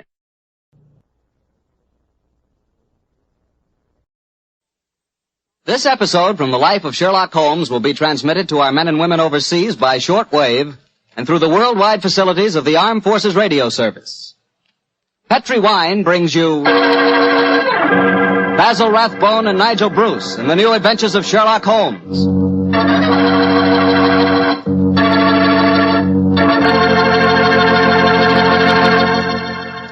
The Petri family, the family that took time to bring you good wine, invite you to listen to Dr. Watson tell us another exciting adventure he shared with his old friend, that master detective, Sherlock Holmes. And you know something? I had an adventure tonight I wish you could have shared with me. I had a steak about, an inch and a half thick, tender, juicy, and with it I had a glass of Petri California Burgundy. Now there's a combination, steak and Petri Burgundy. That Petri Burgundy's a perfect mealtime wine. It's a rich red wine that's hearty and full of flavor. Flavor that comes right from the heart of the grape. And don't think that Petri Burgundy is only good with steak. It'll make a hamburger sandwich taste like a feast, too. Try Petri Burgundy with any meat or meat dish. It's just wonderful.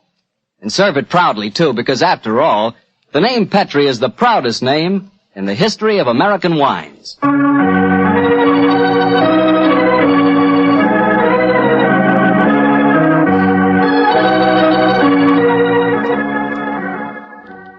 And now I know Dr. Watson's waiting for us, so let's go in and join him. Come in. Good evening, Dr. Watson. Good evening, Mr. Bartell. You're quite muffled up tonight, I see. Overcoat, scarf, and gloves. Slip 'em off and come and join me by the fire. Thanks, Doctor. It's quite a nip in the air tonight. Yes, there is indeed. Well, Doctor, you told us last week that tonight's story centered around the activities of a brilliant and beautiful woman. Yes, my boy. Her name was Irene Adler. But I never knew Holmes refer to her by any other name than the woman. She sounds mighty intriguing. How did you happen to meet up with her? Well, I'll tell you the story from the beginning. One night, it was on the 20th of May in 1888, to be exact, I was returning home from a visit to a patient when my steps led me through Baker Street.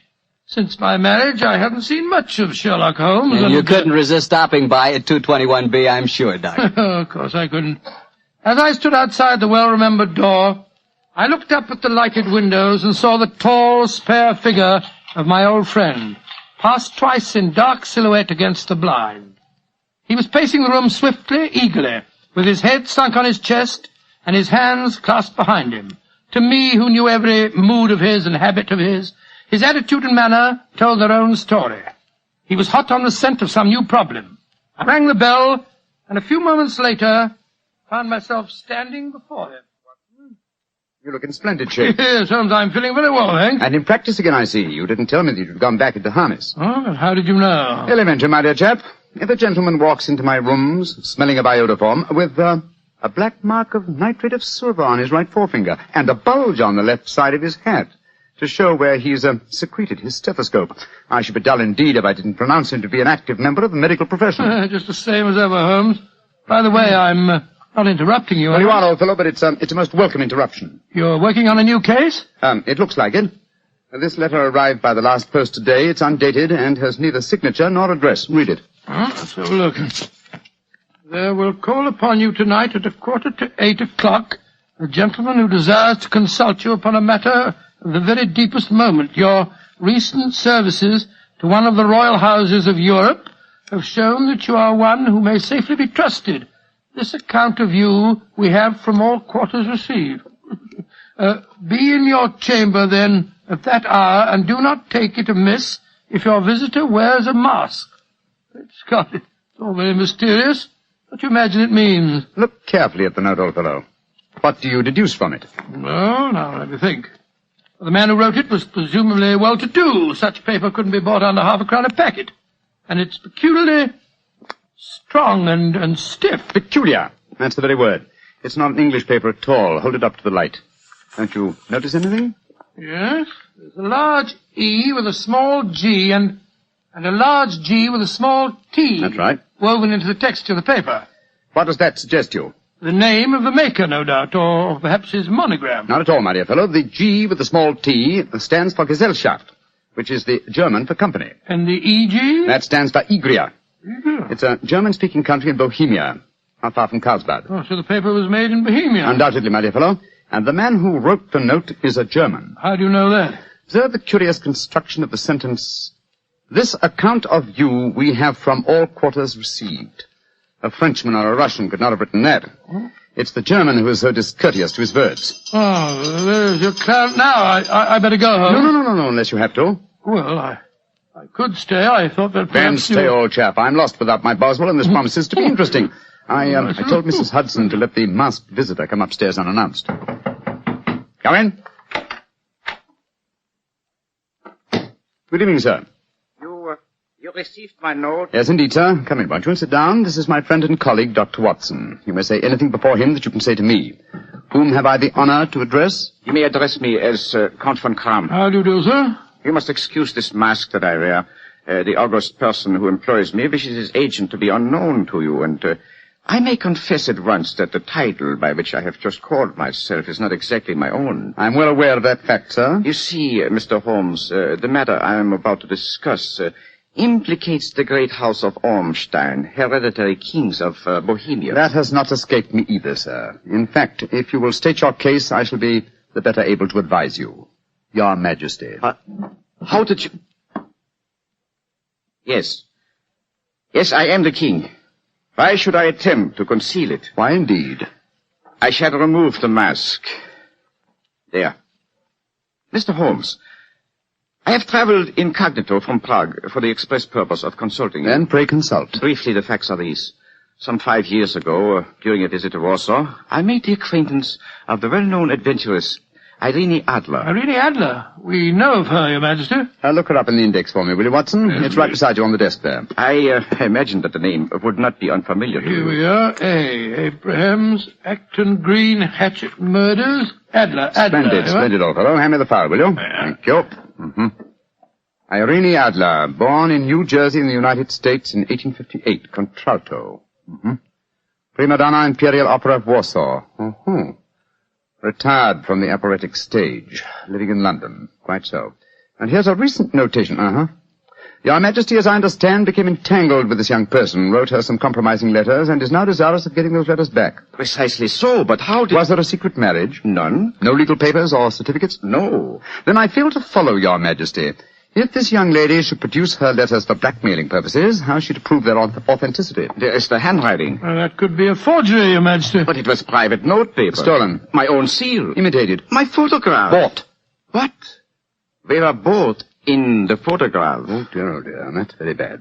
Your Majesty has indeed committed an indiscretion. Did you inscribe the photograph, Your Majesty? Yes, Dr. Watson, I'm afraid I did. Mr. Holmes, it must be recovered. Perhaps if you were to pay enough, the photograph might be bought. She refuses to sell. Stolen, then? 5 attempts have been made. Twice burglars in my pay ransacked her house. Once we diverted her luggage when she traveled. Twice she has been waylaid. There has been no result. Oh, dear. It's quite a pretty little problem. It is a deadly serious one to me. Your Majesty, what does Miss Adler intend to do with the photograph? To ruin me. Oh, how? Well, I'm about to be married to the second daughter of the King of Scandinavia. She is the soul of delicacy. A shadow of a doubt as to my conduct would bring the matter to an end. And Irene Adler threatens to send the photograph to your fiancée, I suppose. Yes, and she will do it. Rather than let me marry another woman, there are no lengths to which she would not go. None. Are you sure that she's not already sent it, Your Majesty? I am sure. Now, why, Your Majesty? She said that she would send it on the day my betrothal is publicly announced. That day will be next Monday. Splendid. Then we have still 3 days yet. Your Majesty will, of course, stay in London for the present. Certainly. You will find me at the Langham Hotel, registered as Count von Kram. Just 2 questions before you leave, sir. What are they? Is the photograph large or small? Quite large. And it was in a heavy frame. I see. And what is Miss Irene Adler's London address? Briony Lodge, Serpentine Avenue, St. John's Wood. Thank you, Your Majesty. Good night, and I trust we shall soon have some good news for you. I am placing all my hopes in you, Mr. Holmes. Good night.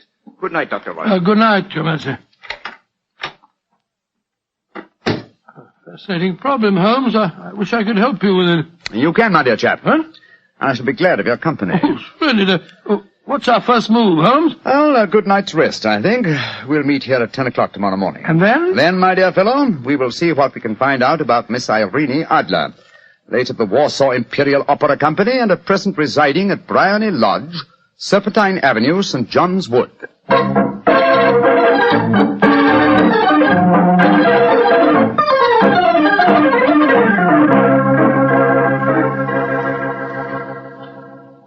Well, Holmes, a cursory examination of Briony Lodge didn't prove very illuminating. No, a bijou residence that represents the essence of dignified suburbia, that tells us very little about its owner.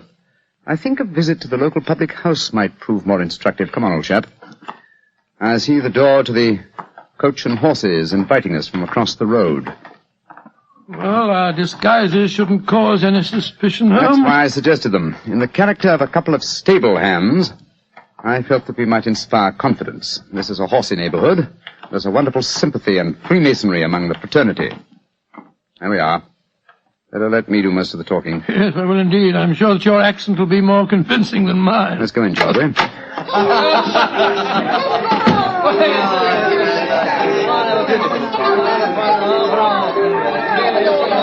Well, what'll it be, Majors? Half of Old and Mild, please. How about you, Charlie? All of a sight?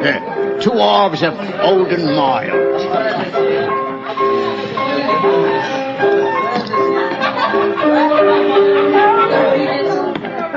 Well, here you are, Majors. That'll be a tenner. Have a drink with us, Governor. Well, don't mind if I do. I'll have a Guinness. You blokes new round here? Yes, that's right. Come over from Clapham. Clapham, eh? Well, here's looking at you. Hunting for jobs? That's right. We was told that Miss Idler, across at Bryony Lodge, needed a new coachman and a groom. Well, it's the first I've heard of it. It might be true. Have you been over there to ask? No, not yet. We thought we'd find out something about the old girl first. She ain't no old girl, matey. She's the prettiest young thing you ever saw under a bonnet, and that's a fact. You know her, Governor? Why, of course I know her. Used to drive her carriage, I did. Before I came to work here. Oh, what's she like? Oh, nice little lady, as you'll find, chum. Work hard? No. She lives quiet like. Goes out singing at concerts once in a while. The rest of the time it's money for jam. She goes out for a drive in the park every day at 5 and comes back to dinner at 6:30. The rest of the time's your own. She ain't married, you say? No. But she's got a bloke what comes to see her all the time. He's a barrister. Nice gentleman. Mr. Geoffrey Norton is his name. Good-looking fella. Wouldn't be surprised to see him get spliced. Sounds like a cushy job to me. Come on, Charlie. Let's get over to the house and see what's what. Much obliged to you, chum. Well, good luck, mateys, and thanks for the dinners.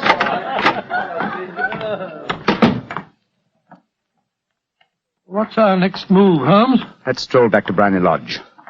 I'm undecided whether to continue my investigation there or to try and find out something about Mr. Geoffrey Norton, the barrister. If he's just her lawyer and nothing else, it's more than likely that she's entrusted the photograph to his safekeeping. Hello. There's a cab waiting outside Miss Adler's house. Hurry, Watson. Maybe Mr. Norton's. Here we are at the gate. Yes. Here comes a man hurrying down the pathway. Quick. Flatten yourself behind this post. Listen. Where to now, Mr. Norton? Drive like the devil. First to Gross and Hankey's in Regent Street, and then to the Church of St. Monica in the Edgware Road. Half a sovereign if you do it in 20 minutes. Right, you are, Mr. Norton. Up in. Try and signal the cab, Watson. We must follow him. Well, here comes one. Oh, no, it isn't. It's a private carriage. Miss Adler's, no doubt. Here she comes down the pathway. Back behind the post again, Watson. Where to, Miss Adler? The Church of St. Monica's, John. And half a sovereign if you reach it in 20 minutes. The game's afoot, Watson. Quick. We must get a cab and follow them. Well, here comes a hansom. Hi, cabby! Here! You blokes got enough money to take a cab? Here's a half sovereign for you, my man. Right you are. Where to, Governor? The Church of St. Monica, in the Edgware Road, and another half sovereign for you if you get us there in 20 minutes.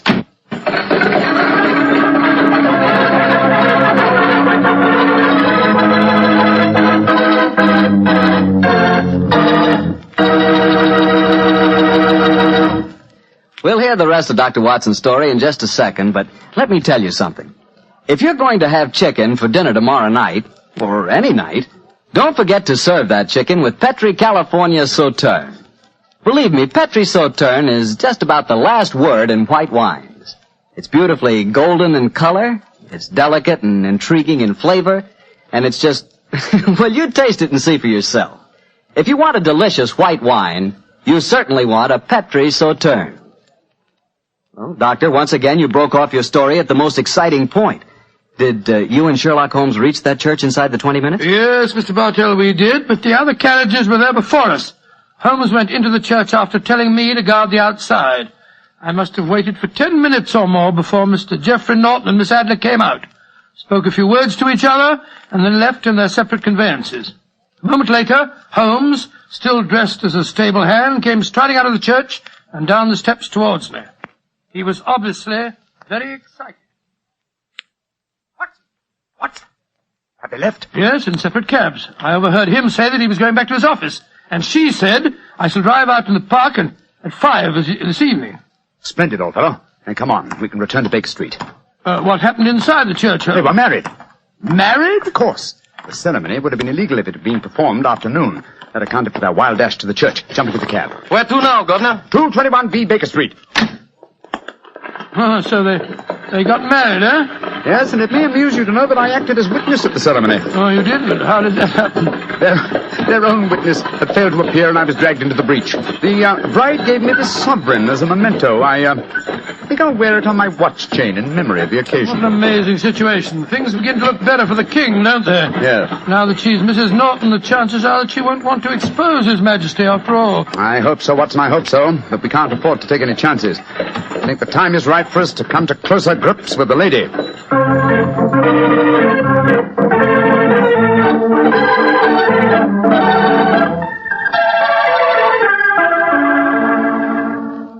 Well, Holmes, now that we've eaten, perhaps you'll tell me your plan. With pleasure, my dear fellow. And while I'm so doing, I'll proceed with applying the makeup for my new disguise. Another disguise? What's it to be this time? I think the character and appearance of an amiable and simple-minded nonconformist clergyman would be most suited to my plan for entering Miss Adler's house. Are you going to try and enter, then? I must, dear fellow. Yes, I'm sure the photograph is there. Miss Adler, or rather Mrs. Norton, will return from her drive in the park at 6:30. We must be at Bryony Lodge to meet her. And what then? You must leave that to me. I've already made my arrangements. There is only one point on which I must insist. You must not interfere, come what may. You understand? I'm to remain neutral. Yes, there will be some small unpleasantness. Don't join in it. It will end in my being conveyed into the house. As soon as I'm able to, I shall open one of the windows. You are to watch from the outside. When I raise my hand, you will throw an object which I shall give you through the window, and at the same time cry, fire.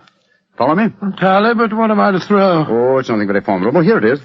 Looks like a great big cigar. What is it? Just an ordinary plumber's smoke rocket, fitted with a cap at each end to make it self-lighting. Your task is confined to throwing it through the window. When you raise the cry, fire, it will be taken up by quite a number of people.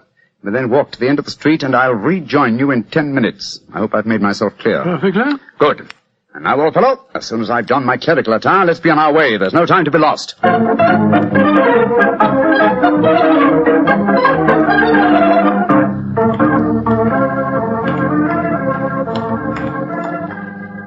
It's nearly 6:30, Holmes.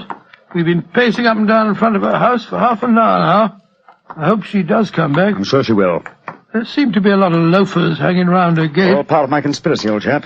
You'll see them play their parts in a few minutes. You still think the photograph is inside the house? Yes, I'm sure of it.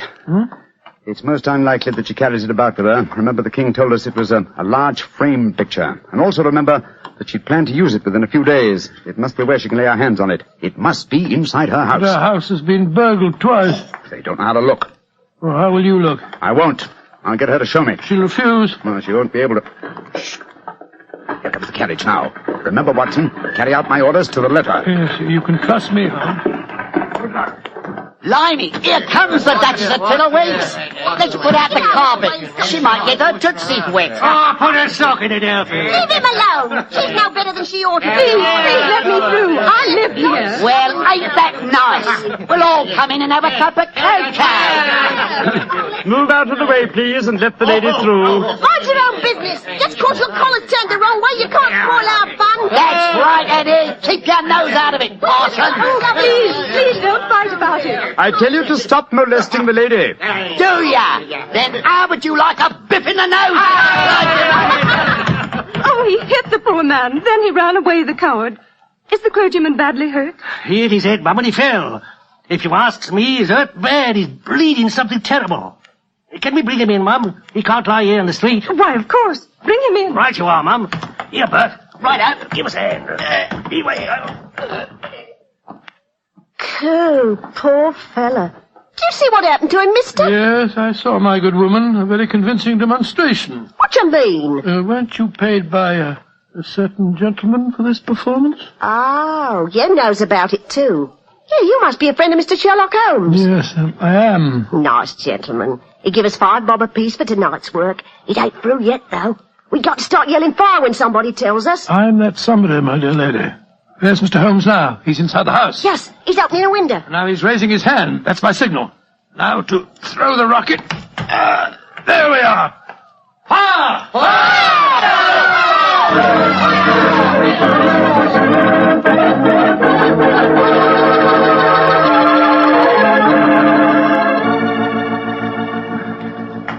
Holmes, there you are. You have the photograph? No. But I know what it is. She showed me, as I told you she would. I'm still in the dark. There's no mystery, old chap. When my accomplices started around the street, I had a little moist red paint in my hand. As my good friend Alfie pretended to strike me, I clapped my hand to my head and fell down. It's an old trick. Yes, I understand that, but how did my throwing the rocket help you? It was all important, my dear fellow. When a woman thinks her home is on fire, her instinct is at once to rush to the thing she values most. A married woman grabs her baby. An unmarried reaches for her jewel box. In this case, of course, it was the photograph. Where was it? In a recess in the living room, just above the right-hand bell pull. I caught a glimpse of it as she half drew it out. When I made it known that the fire was a false alarm, she replaced the photograph. As soon as I was able, I assured her that I was feeling well enough to leave. You didn't take the photograph, then? No, I felt that over-precipitance at this stage might ruin everything. And what do we do now? Drive to the Langham Hotel and inform His Majesty of what has happened, then return with him here. After that, my dear chap, the case will be ended.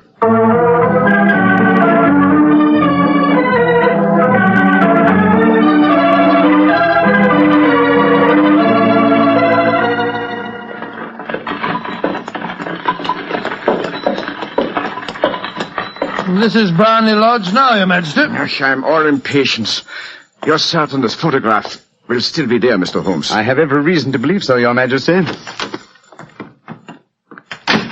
I must confess, this is going to be something of an ordeal. Then I suggest that you let me do the talking, Your Majesty. I think I know how to handle the lady.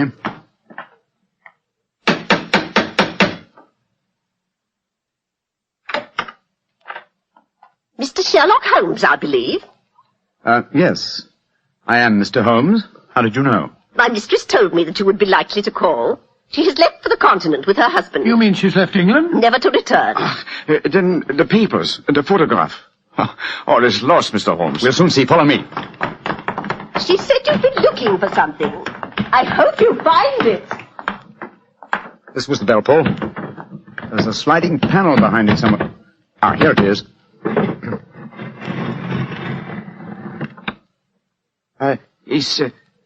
Is the photograph there, Mr. Holmes? There is a photograph, but it's a photograph of the lady alone. Here's a letter, and it's addressed to me. Well, what's it say, Holmes? My dear Mr. Sherlock Holmes, you really did it very well. Until after the fire alarm, I had no suspicion. But then, when I realized how I had betrayed myself, I began to think. I'd been warned that if the king employed an agent, it would certainly be you. May I congratulate you on your disguise as the dear old clergyman? Great Scott, you was far more clever than you thought, Holmes. Yeah, go on. What else does it say? Let me see. My husband and I both thought that the best recourse was flight. So you will find the nest empty. As to the photograph of the king and yourself, His Majesty may rest in peace. Thank goodness for that. I love and am loved by a better man than he. I leave another photograph, however, that he might care to possess. And I remain, dear Mr. Sherlock Holmes, very truly yours, Irene Norton, née Adler. What a woman, Watson. What a woman. What a magnificent woman. She fooled me completely. But, I'm sorry, Your Majesty, I've been unable to bring your business to a more successful conclusion. On the contrary, my dear sir, nothing could be more successful. I know that Irene's word is inviolate. The incriminating photograph is now as safe as if it were in the fire. I'm glad to hear Your Majesty say so. I am immensely indebted to you. Now, pray tell me in what way I can reward you. This beryl ring that I wear, I should be proud Your Majesty has something that I should value even more highly. You have but to name it. This photograph. Irene's photograph? But certainly. However, you must let me give you something more substantial. Oh, no, Your Majesty. This is something I shall treasure all my life. This and a golden sovereign I received from the lady's hand. They will remind me that I was once tricked by a woman. A woman that I shall never forget.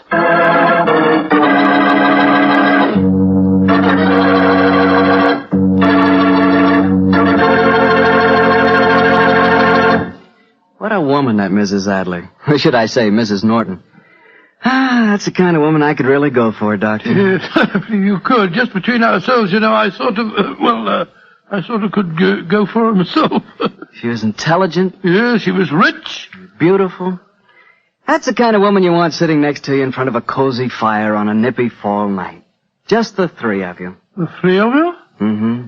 You, she, and a glass of Petri port. Miss Bartelli. Why not? That Petri California port is some wine. Boy, that Petri family really knows how to make good wine, all right. And no wonder. Look at all the experience they've had. Ever since they started the Petri business way back in the 1800s, the Petri family has handed down from father to son, the art of selecting perfect sun-ripened California grapes and making them into clear, fragrant, delicious wine. Those letters, P-E-T-R-I, on the label of every bottle of Petri wine are the personal assurance of the Petri family that every drop of wine in that bottle is good wine. It's got to be, because Petri took time to bring you good wine. Well, Dr. Watson, that was a great story you told us tonight. I thought you'd like it, Mr. Bartell. That's why I plan to tell you a sequel to it next week. A sequel? Say, that sounds exciting, Doctor. Oh, I think you'll find that it proves to be that, Mr. Bartell. It's a story that takes place 20 years after tonight's adventure. And once again, the principal part is played by a woman, only in this case, it isn't Irene Adler. It's her daughter. And now, Mr. Bartell, before I go, I want to remind our listeners that they owe a real debt of gratitude to the selective service boards in their communities. At this moment, those selective service boards are working harder than ever, making sure that every returning veteran knows his rights and privileges. And the boards are helping him take full advantage of those rights and privileges. And they're helping our veterans get jobs. Our selective service boards deserve our sincere thanks, and they deserve our cooperation. They have done, and they are doing, a splendid job. Tonight's Sherlock Holmes adventure was written by Dennis Green and Anthony Boucher and is an adaptation of the Sir Arthur Conan Doyle story, A Scandal in Bohemia. Music is by Dean Fossler. Mr. Rathbone appears through the courtesy of Metro-Goldwyn-Mayer, and Mr. Bruce through the courtesy of Universal Pictures, where they are now starring in the Sherlock Holmes series. The Petri Wine Company of San Francisco, California, invites you to tune in again next week, same time, same station. Sherlock Holmes comes to you from our Hollywood studios. This is Harry Bartell saying good night for the Petri family. For a solid hour of exciting mystery dramas, listen every Monday on most of these same stations at 8 o'clock to Michael Shayne, followed immediately by Sherlock Holmes. This is the Mutual Broadcasting System.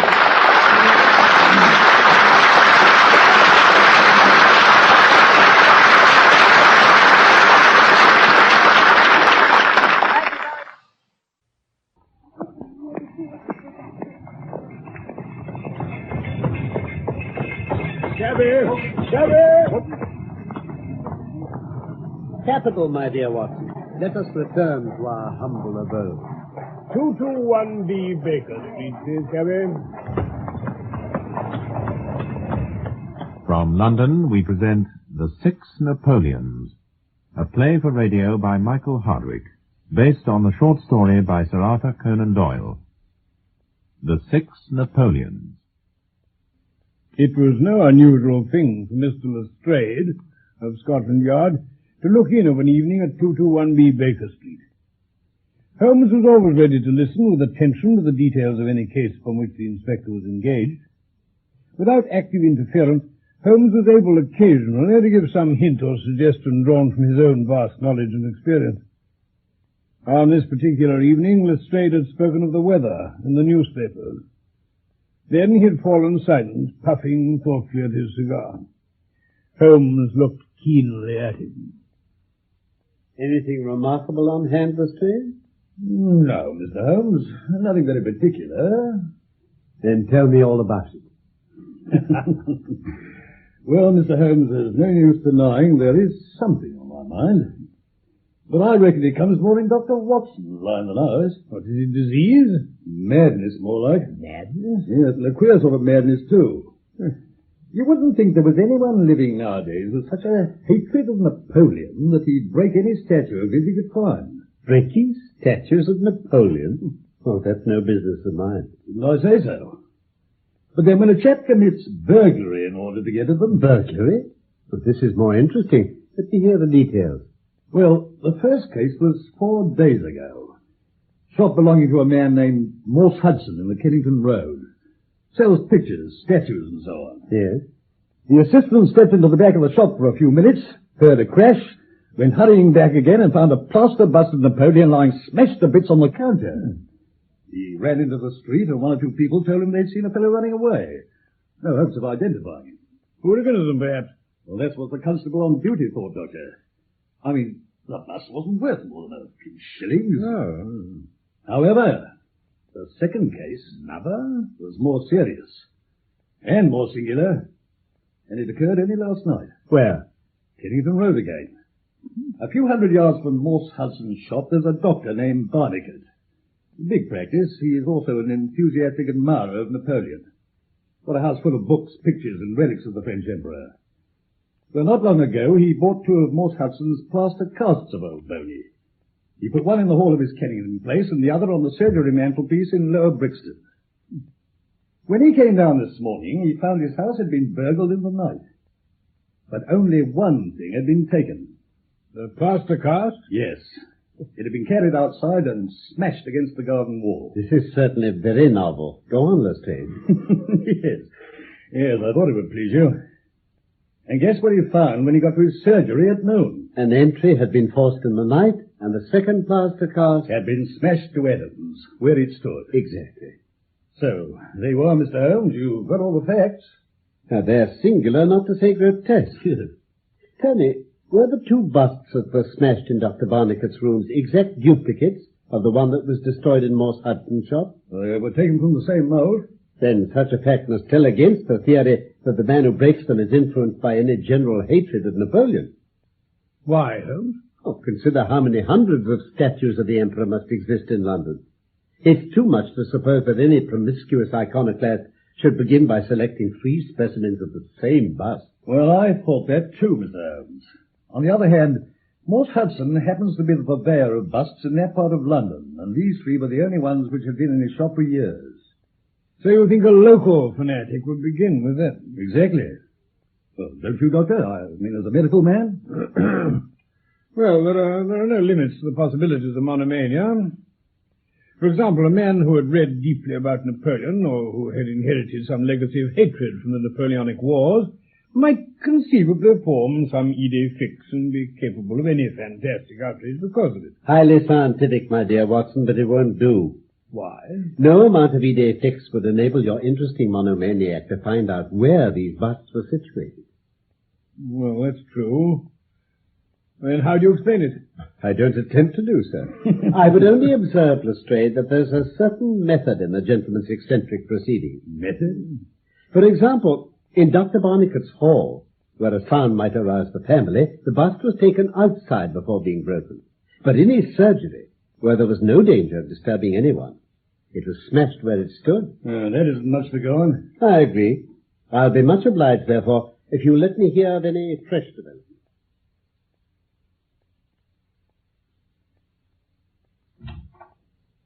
Good morning, Watson. Good morning.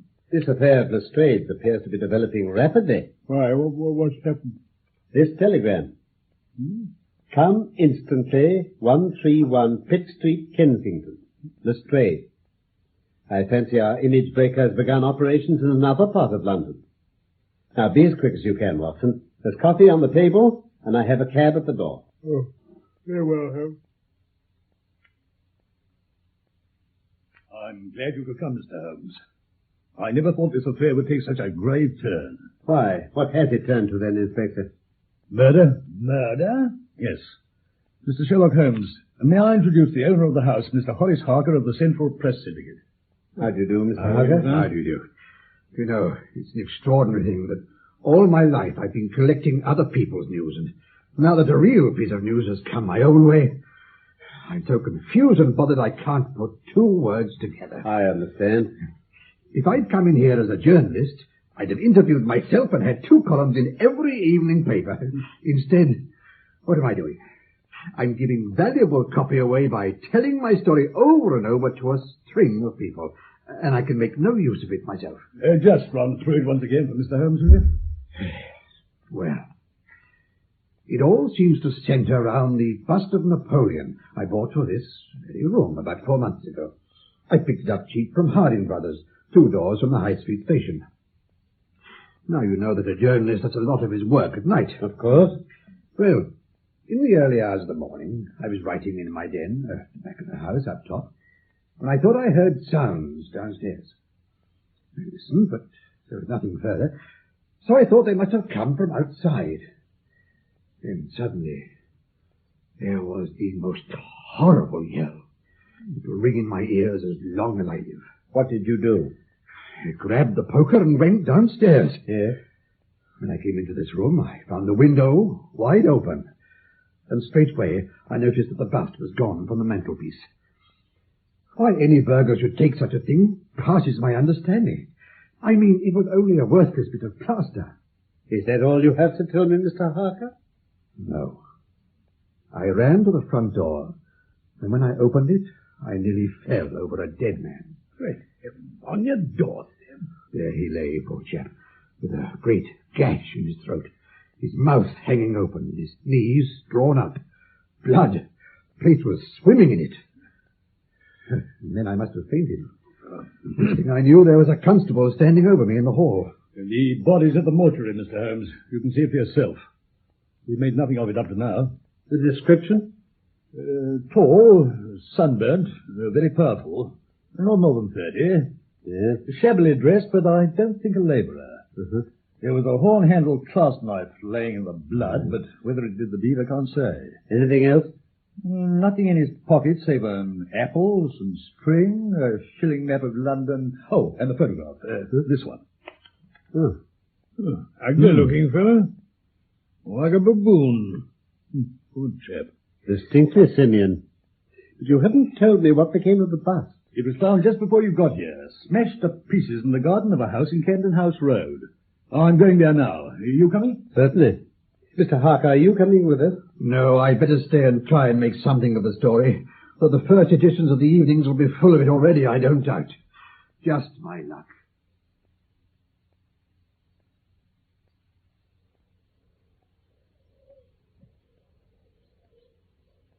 Well, Mr. Holmes, do those shattered fragments of the bust tell you anything? No, Lestrade.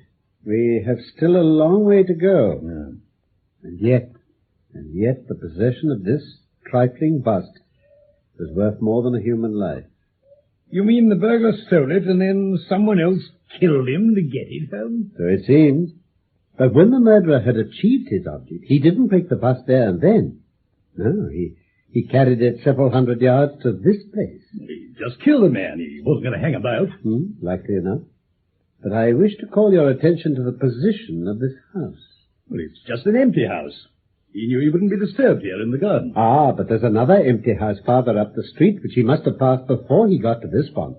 Why didn't he break it there? Well, because... Oh, I give up. Then observe, Lestrade. Eh? Just over the wall, a street lamp. In this garden, he could see what he was doing. Well, Mr. Holmes, what are we going to do with that fact? To remember it, we may come upon something later that will bear upon it. Mm-hmm. Now, what's your next step, Lestrade? I reckon it's imperative we get that body identified. Find out who he was and who his associates were. Then we might learn what he was doing in Pitt Street last night. That ought to lead us to who killed him. Don't you think so? No doubt. And yet it's not quite the way I should approach the case. Oh? What would you do then? Oh, you mustn't let me influence you in any way. I suggest that you go on your line and I on mine. We can compare notes afterwards. Very well, then. Oh, by the way, if you're going back to Pitt Street, you might tell Mr. Harker from me that I've quite made up my mind that a dangerous homicidal lunatic with Napoleonic delusion was in his house last night. You don't seriously believe that, Mr. Holmes? Don't I? No, Holmes. Well, perhaps I don't. But I'm sure it'll interest the subscribers of the Central Press Syndicate. Oh, I'll keep this photograph for the time being, if I may. Oh, certainly. And I should be glad if you could make it convenient to meet us at Baker Street at 6 o'clock this evening. Yes, yes. It's possible that I may have to ask your company and assistance on a small expedition tonight. I'll be there. Meanwhile, Watson, I think we shall find that we have a long and rather complex day's work before us. Commencing, I think, at the shop where this bust was purchased. Harding's in the High Street. That's quite right, sir. I remember selling Mr. Harker the bust. We ordered 3 at the time from Gielgud and Company of Stepney, but they're all gone now. Can you tell us to whom the others were sold, Mr. Harding? Oh, in a twinkling. Everything goes into this sales book. Yes? There. There, you see? A plaster bust of Napoleon to Mr. Horace Harker. Oh, yes, yes. Then here another to Mr. Josiah Brown. Brown. Laburnum Vale. Vale. Chiswick. Chiswick. And the other to Mr. Sandiford. Sandiford. Lower Grove Road. Grove Road. Ready. Ready. System, gentlemen. System. Admirable. I wonder whether your system would run to identifying the man in this photograph. No, Mr. Holmes. I see. Do you employ a large staff, Mr. Harding? Largish. Are there any Italians? Oh, yes, there are. 2 or 3. Work people and cleaners. Could any of them gain access to this sales book if he wished? Take a peep into it? Yes. Oh, yes, I dare say. Nothing confidential about it. Right, sir. Well, thank you, Mr. Harding. You've been most helpful. No trouble, gentlemen. Good day to you. Good day, Mr. Harding. Well, where to now, Holmes? Let us make for Mr. Morse Hudson in the Kennington Road and see if he can throw any light upon the problem.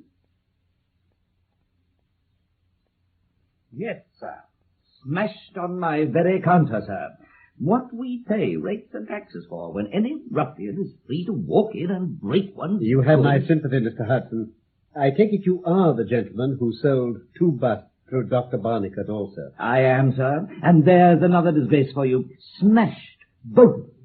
Anarchists roaming our streets. Red Republicans. Oh, if I had my May I way, ask where you obtained the statues?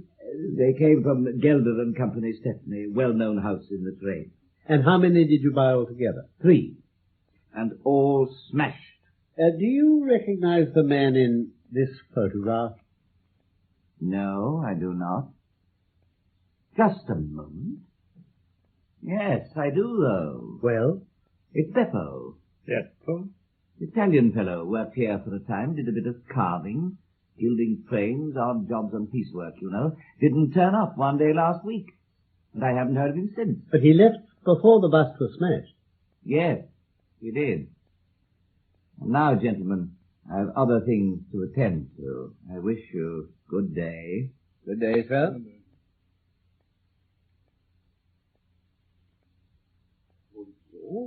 They're cast in 2 molds.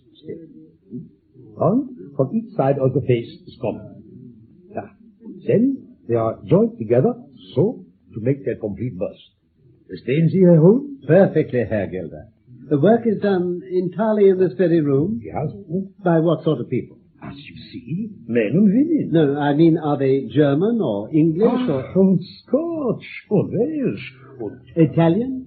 Yeah, many Italians in the molding room work. Was the man in this photograph ever one of them? The rascal. Jawohl, indeed, I know him very well. I tell you, Herr Holmes, the only time ever we have the police here was over this Beppo. It's like a respectable house. What did he do? He has another Italian stud. He's in the back. Fine, in the street. Did he kill him? The man is living. Old Beppo, he did 12 more. How long ago was this? 1 year. I have no doubt he's out now. When you referred to your ledger just now, you informed me that the date on which you sold 3 busts of Napoleon to Morse Hudson and 3 to Harding Brothers was June the 3rd of last year. Yeah. Can you possibly recall for me the precise date on which Beppo was arrested for the stabbing? Yeah, I remember it well. It was May the 20th. May the 20th, June the 3rd. I'm much obliged to you, Herr Gelder. You've helped us very much indeed.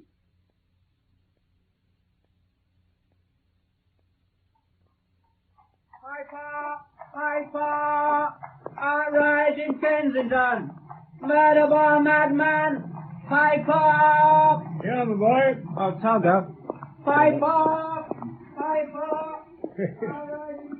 Well, at any rate, poor old Harker seems to have got his story into the paper. Yes? You listen to this. It is satisfactory to know that there can be no difference of opinion upon this case, since Mr. Lestrade, one of the most experienced members of the official force, and Mr. Sherlock Holmes, the well-known consulting expert, have each come to the conclusion that the grotesque series of incidents which have ended in so tragic a fashion arise from lunacy rather than from deliberate crime. Is that what you'd hoped he'd write? The press, Watson, is the most valuable institution if you only know how to use it. And now, if you can tear yourself away from that newspaper, we'll return to Baker Street. I fancy we shall barely get back before Lestrade is due. Well, Mr. Holmes, what luck, eh? What luck? Oh, my friend and I have had a very busy day, Lestrade. Indeed? We've seen both the retailers and the wholesalers. I'm now in a position to trace each of the busts from its very beginning. The busts, eh? Well, well. You have your own methods, Mr. Sherlock Holmes, and it's not for me to say a word against them. Still, I reckon I've done a better day's work than you. Oh, really? Yes, I've identified the dead man. You don't say so. Yes, one Pietro Benucci from Naples. By all accounts, one of the worst cutthroats in London. Connected with the Mafia, a secret society, you know. Really? Yes, uses murder to get its ends. So you see how the affair begins to clear up.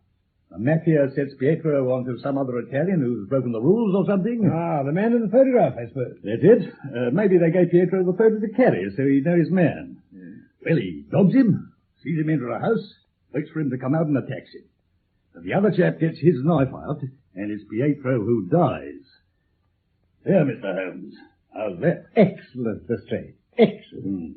Eh, Watson? Oh, brilliant. Only... What? I didn't quite follow your explanation of the destruction of the bust. Busts? You don't seem to be able to get them out of your head. Pretty larceny, that's all that was. 6 months at the most. What we're on to is murder. Oh, well. And the next stage, then? Simple enough. I shall go down to the Italian quarter, find the man in that photograph we've got, and arrest him for murder. Will you come? I think not. I fancy we can attain our end in a simpler way. Oh? In fact, the betting is exactly 2-1 that if you'll come with us tonight, I shall be able to help you lay your man by the heels. To the Italian quarter? No. Chiswick. What? Chiswick? You come with me to Chiswick tonight, Lestrade, and I'll promise to go to the Italian quarter with you tomorrow. Well... I don't wish to leave before 11. I have some old newspapers to look through. In the meantime, Watson... Yes, Holmes? I should be glad if you would order an express messenger. I have a letter to send, and it's important that it should go at once. What place is this, then? The Burnham Villa, the home of a Mr. Josiah Brown, who purchased one of the 6 busts. Oh, not busts again. 6 were purchased, 4 have been destroyed. As I told you, that leaves a 2-1 chance that we shall get something for our trouble this evening. You reckon someone will try and break in and get at the bust? They already have. What? There's a light moving in that room. So there is. Well done, Watson. Then come on. Let's get in and nab him. Oh, too late. What? He's climbing out. Oh, he's smashed it already. Quickly. Don't let him get away. Come on. Let him know. Oh, Maria. Got you, my man. Come on. Silence. That's him all secure. Now let's get a look at him. Maria, non fate niente, non sono cattivo. Madre mia, cosa, eh? Oh, Maria. It's you did for the photograph, all right, isn't it, Mr. Holmes? Here, what you doing? Examining the fragments of the bust. No, Lestrade, our case is not finished yet. This is one of those cases which are worth working out to the very end. It's a little late for explanations now. Lestrade, will you come to my rooms at 6 o'clock tomorrow? Again? If you will, I think I shall be able to show you that even now you have not grasped the entire meaning of this business. It has features which make it absolutely original in the history of art.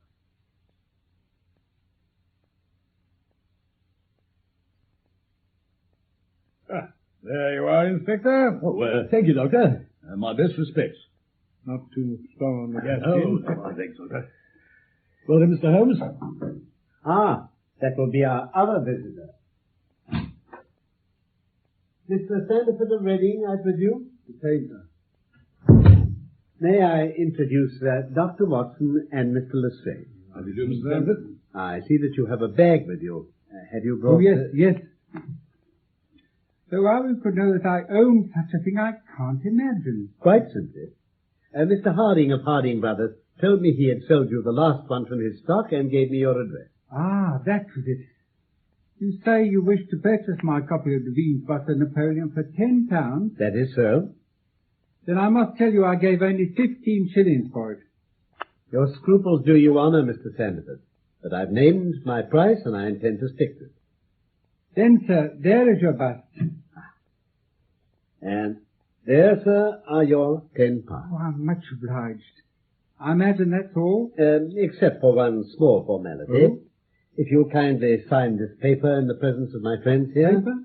Or it simply says that you transfer every possible right that you ever had in this bust to me. I'm a methodical man, you see. I've heard of your famous methods, Mr. Holmes. There you are, sir.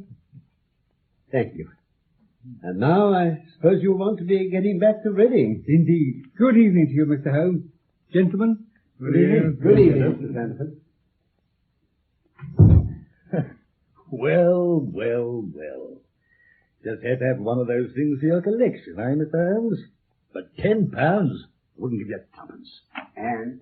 Oh, Holmes, you smashed it. Gentlemen, let me introduce you to the famous Black Pearl of the Borgias. The what? Great heavens. Yes, gentlemen, the most famous pearl now existing in the world, and it's been my good fortune, by a chain of inductive reasoning, to trace it from the Princess of Colonna's bedroom where it was lost, to the interior of this, the last of the 6 busts of Napoleon manufactured by Gielgud and Company of Stepney. Remarkable, Holmes, but how on earth... You may remember that when the pearl disappeared, the suspected person was the princess's maid, an Italian. Yeah. Her name, as it happens, was Lucrezia Venucci. Venucci? That's the name of the murdered man. Exactly. The brother she was known to have in London, but who couldn't be traced. Now, whether our murderer Beppo stole the pearl from Pietro, or whether they were accomplices and fell out, I do not know. The main fact which I discovered by looking it up in the old newspapers is that the pearl was stolen from the princess just 2 days before Beppo was arrested for stabbing another employee of Gielgud and Company in the street. So, where does that take us? It took Beppo with the pearl in his possession and the police hot on his track for this stabbing back to Gielgud's factory where he worked. He knew he had only a few minutes to hide the pearl. Where should he put it? 6 plaster casts of Napoleon were drying, and one of them was still soft. In an instant, Beppo made a small hole in the wet plaster, inserted the pearl, and covered up the places. What a hiding place. Admirable. But by the time he emerged from prison a year later, the 6 busts had been sold. He had no means of knowing which of them contained his treasure. He had to track them down one by one and smash them open to find it. Well, I'm blowed. He carried out his search with considerable ingenuity and perseverance. He found 4 of the busts, but none of them contained the pearl. And on the 4th occasion, he fell foul of his ex-accomplice and murdered him. So that was it. Well, after the murder, I calculated that Beppo would probably hurry his movement for fear the police should get onto his secret and start looking for him again. He had found 4 busts. 2 remained. The chances were, as I told you, 2 to 1 that the next he found would be the one he was seeking. It was obvious to me that he would choose the London one first. I warned the owner of the house by express letter to keep out of the way for fear of violence. The rest, you know. Having taken our man without finding the pearl on him, I could only assume that it must be concealed in the 6th and last bust, as it was. Well, I've seen you handle a good many cases, Mr. Holmes, but I don't know that I ever knew a more workmanlike one than that. Thank you, Mr. Thank you. Put the pearl in the safe, Watson, and get out the papers on the Conk Singleton forgery case. Oh, goodbye, Lestrade. If any little problem comes your way at any time, I shall be happy if I can to give you a hint or two as to its solution. That was The Six Napoleons by Michael Hardwick, based on the short story by Sir Arthur Conan Doyle. Sherlock Holmes was played by Carlton Hobbs, and Dr. Watson by Norman Shelley. Production for the BBC was by Martin C. Webster.